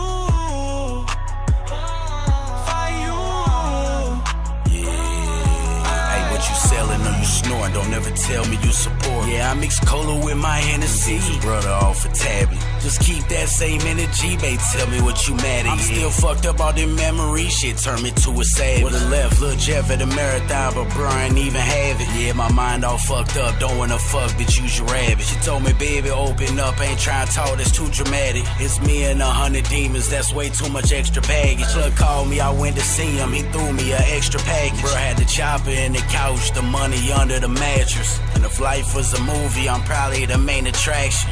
Product of my environment, listen to get the caption. And break a pie down to 4 ways, I'm doing fractions. No need to be a buzzkill, Duke. Bad bitch, she just wanna suck me out my maxes. I was down bad, told that bitch, let me flip your taxes. No L, sliding through the city in a taxi. Going through the sky, pouring Visine in my eye, being sober in my vibe. I can take another line, too much powder in my brain. Uzi can't stay in my lane. Dude, his lyrics are so good. Let's just acknowledge. Oh my god. We ain't getting no sleep, we running on fumes. Passing mescaline around, chasing. Let's get this guy doing this instead of installing HVAC or whatever the heck he's doing. Come on. Killing time before we out of Perkies and lose. Damn, this night is wild, feeling like a pilly vacuum. Please don't stop. The party ain't going until they call the cops. Just chilling with my friends until we all drop. Living life up on the edge, we living on top. Hey, hey, chilling with my friends, bumping crack up in my Benz, drinking Perp and Jameson, party never gonna end. Bugging out the neighborhood, some say I'm bad, misunderstood, but cruising got me feeling good, living my life the way I should. I'm in my solo cup, we driving fast, we going up the windows, down the AC up, we eating pillies, throwing up. Just wanna do what I do, swerving through the city, getting high too. Never been this lady losing IQ. Psychedelics winning when they fight you.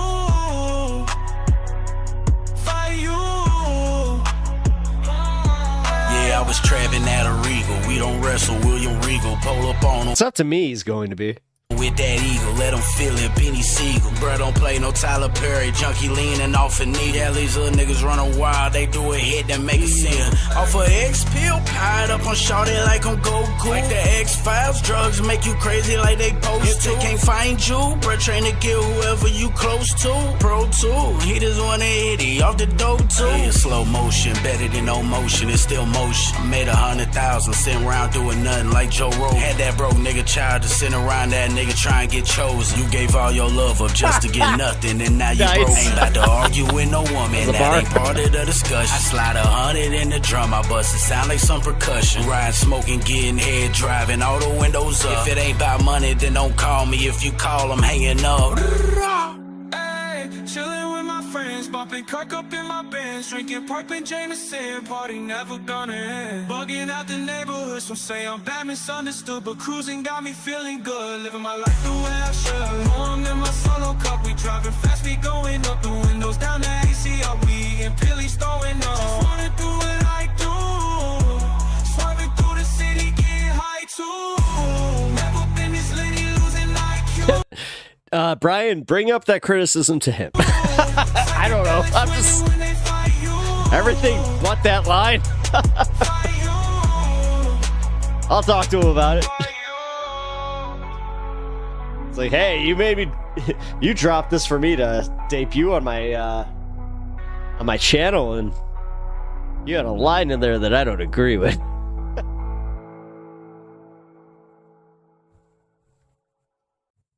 I dig. All right, we got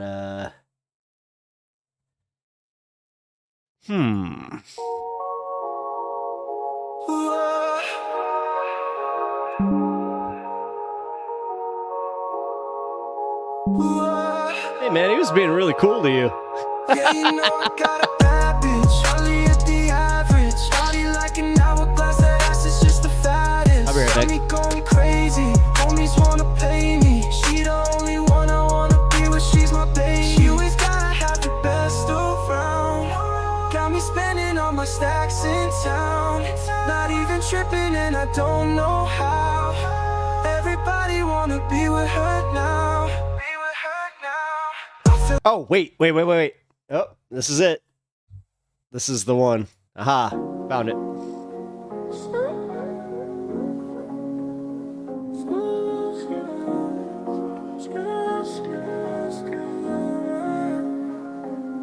You fuck with my shit. I told you right quick. You are my main bitch, but you know I've been playing you. No. You fuck with my shit. I told you right quick. You are my main bitch, but you know I've been playing you. No. Make a call, she come through quick. She like pogo when she riding on my dick. I told her don't believe a thing that anyone gotta say. She wondering if I'm the only one or if she got play. I promise money in a bag at the end of the day. I tell her only main bitches being treated this way. I sent her on and called the next one up to the crib. She told me she ain't really looking for a bag. I gave her all the energy left over from the last. Another bad bitch shuffled through them so fast. Got them on the switch rotation and you know what I'm saying. Hey, no. You fuck with my shit. I told you right quick. You are my main bitch, but you know I've been playing you. No. He's not in Seattle. You fuck with my shit. I told you right quick. You are my main bitch, but you know I've been playing you. No. I catch them all ass, catch them at the end of the day. I fuck them all wrong, I'ma call the last one again. Don't trust it all, told Chelsea that she looking so fine, but didn't realize it was Tina, so she left me behind. This shit go crazy, bitch got me so lazy. Can't remember who the fuck ain't do, I called him baby. I ain't gonna stop now, play her on the top, no. Just remember you the only one, you on my top hoe. You fuck with my What? shit. Dude, he's talking about his ex-girl. Like, what? He's not talking about what? Okay. Well, I'm glad this is pretty much the last one, and then I'm gonna just do one more to do my shout outs and everything, but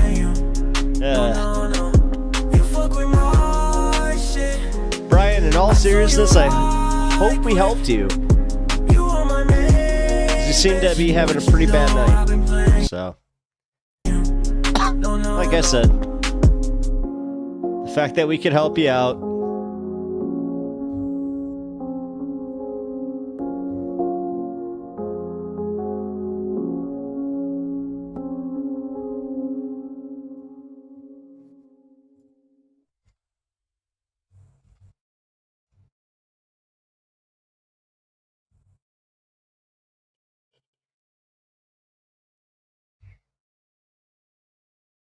Yeah, God is my witness. Yeah. You got a whole lot of problems, but no one to solve them. You fall in this business. Yeah, God is my witness. Yeah. You in the ways, but your family get paid when you trying to get this. Yeah, God is my witness. Falling behind, choke on the Glock just to get through the line. Making a choice and you don't know what's right. Slipping with you and your family dies. Who gonna cry? Selling our souls for the green. Another mistake and you dead at the scene. A player gon' pay you accept all the heat. Keeping killers at bay, so you selling codeine. Ephemeral blast, a shot to the leg and you reach for the stash. A back to the head and you off for the task. You wake in the bed with police up your ass. You ponder the past, so hard on the man. You find out that all of your family dead. You lost in the game and it's you who was next. The toss in the coin and you losing the bet. Still got a decent amount of people. Taste of the life, you sentenced to 10 and got nothing to show. A choice that you made got you put in a hole. You playing the game that you knew was a joke. You lost in the smoke. Sometime at the past, you sit by yourself and you think of the past. You won't see it coming, it happens so fast. The next thing you know, players beating your ass. This day is your last. Yeah, God is my witness. His YouTube channel, if you haven't already gone to it and subbed. You gotta play if you want to pay. Yeah, God is my witness. Yeah, God is my witness. As much as he says I'm helping him, selling yourself for bitches and wealth. he has helped me for the last few shows. Just kind of find something that I like to do. I like to listen to some music that I enjoy and also help out one of my community members. So, fortune and fame, welcome to the game. Yeah, God is my witness. So yeah, if you've enjoyed his stuff, please check him out. Also, sub to my channel. Here. Probably do this too. I'm so good at promoting myself. You sentenced to 10 and got nothing to show. A choice that you made got you put in a hole. You playing the game that you knew was a joke. You lost in the smoke. Sometime at the past, you sit by yourself and you think of the past. You won't see it coming, it happens so fast. The next thing you know, players beating your ass. This day is your last. This day is your last. You can donate to the stream via that link. I like this one. This guy's my witness. I'm going to get away from this. I've been to a white party, but yeah. So you signed an NDA before? Yeah, God is my witness. Masking the pain, no blood in the rain. God is my witness. Yeah, God is my witness. God is my witness. Fortune and fame, welcome to the game. Yeah, God is my witness. God is my witness.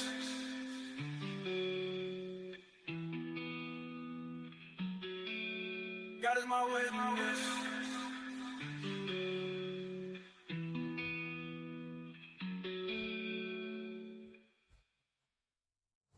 All right. For the first time in my life, I think I might.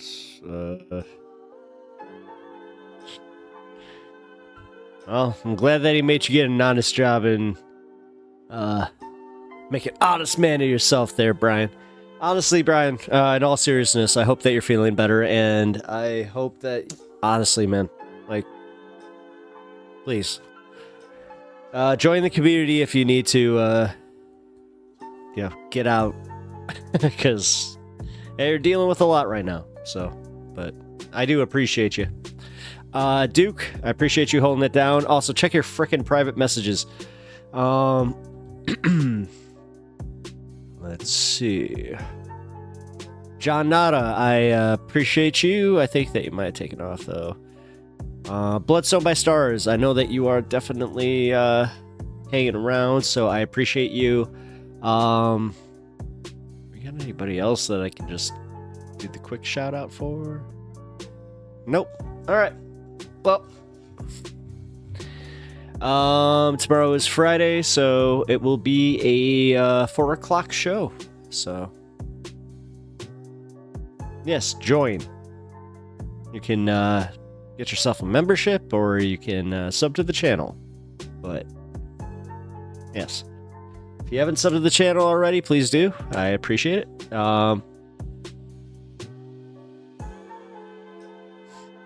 Well, you need to watch one of my videos about the cult that I left, so. Just wait for that, because we got another week or two on that one, and then, yeah. So, all right. Good night. I appreciate you all.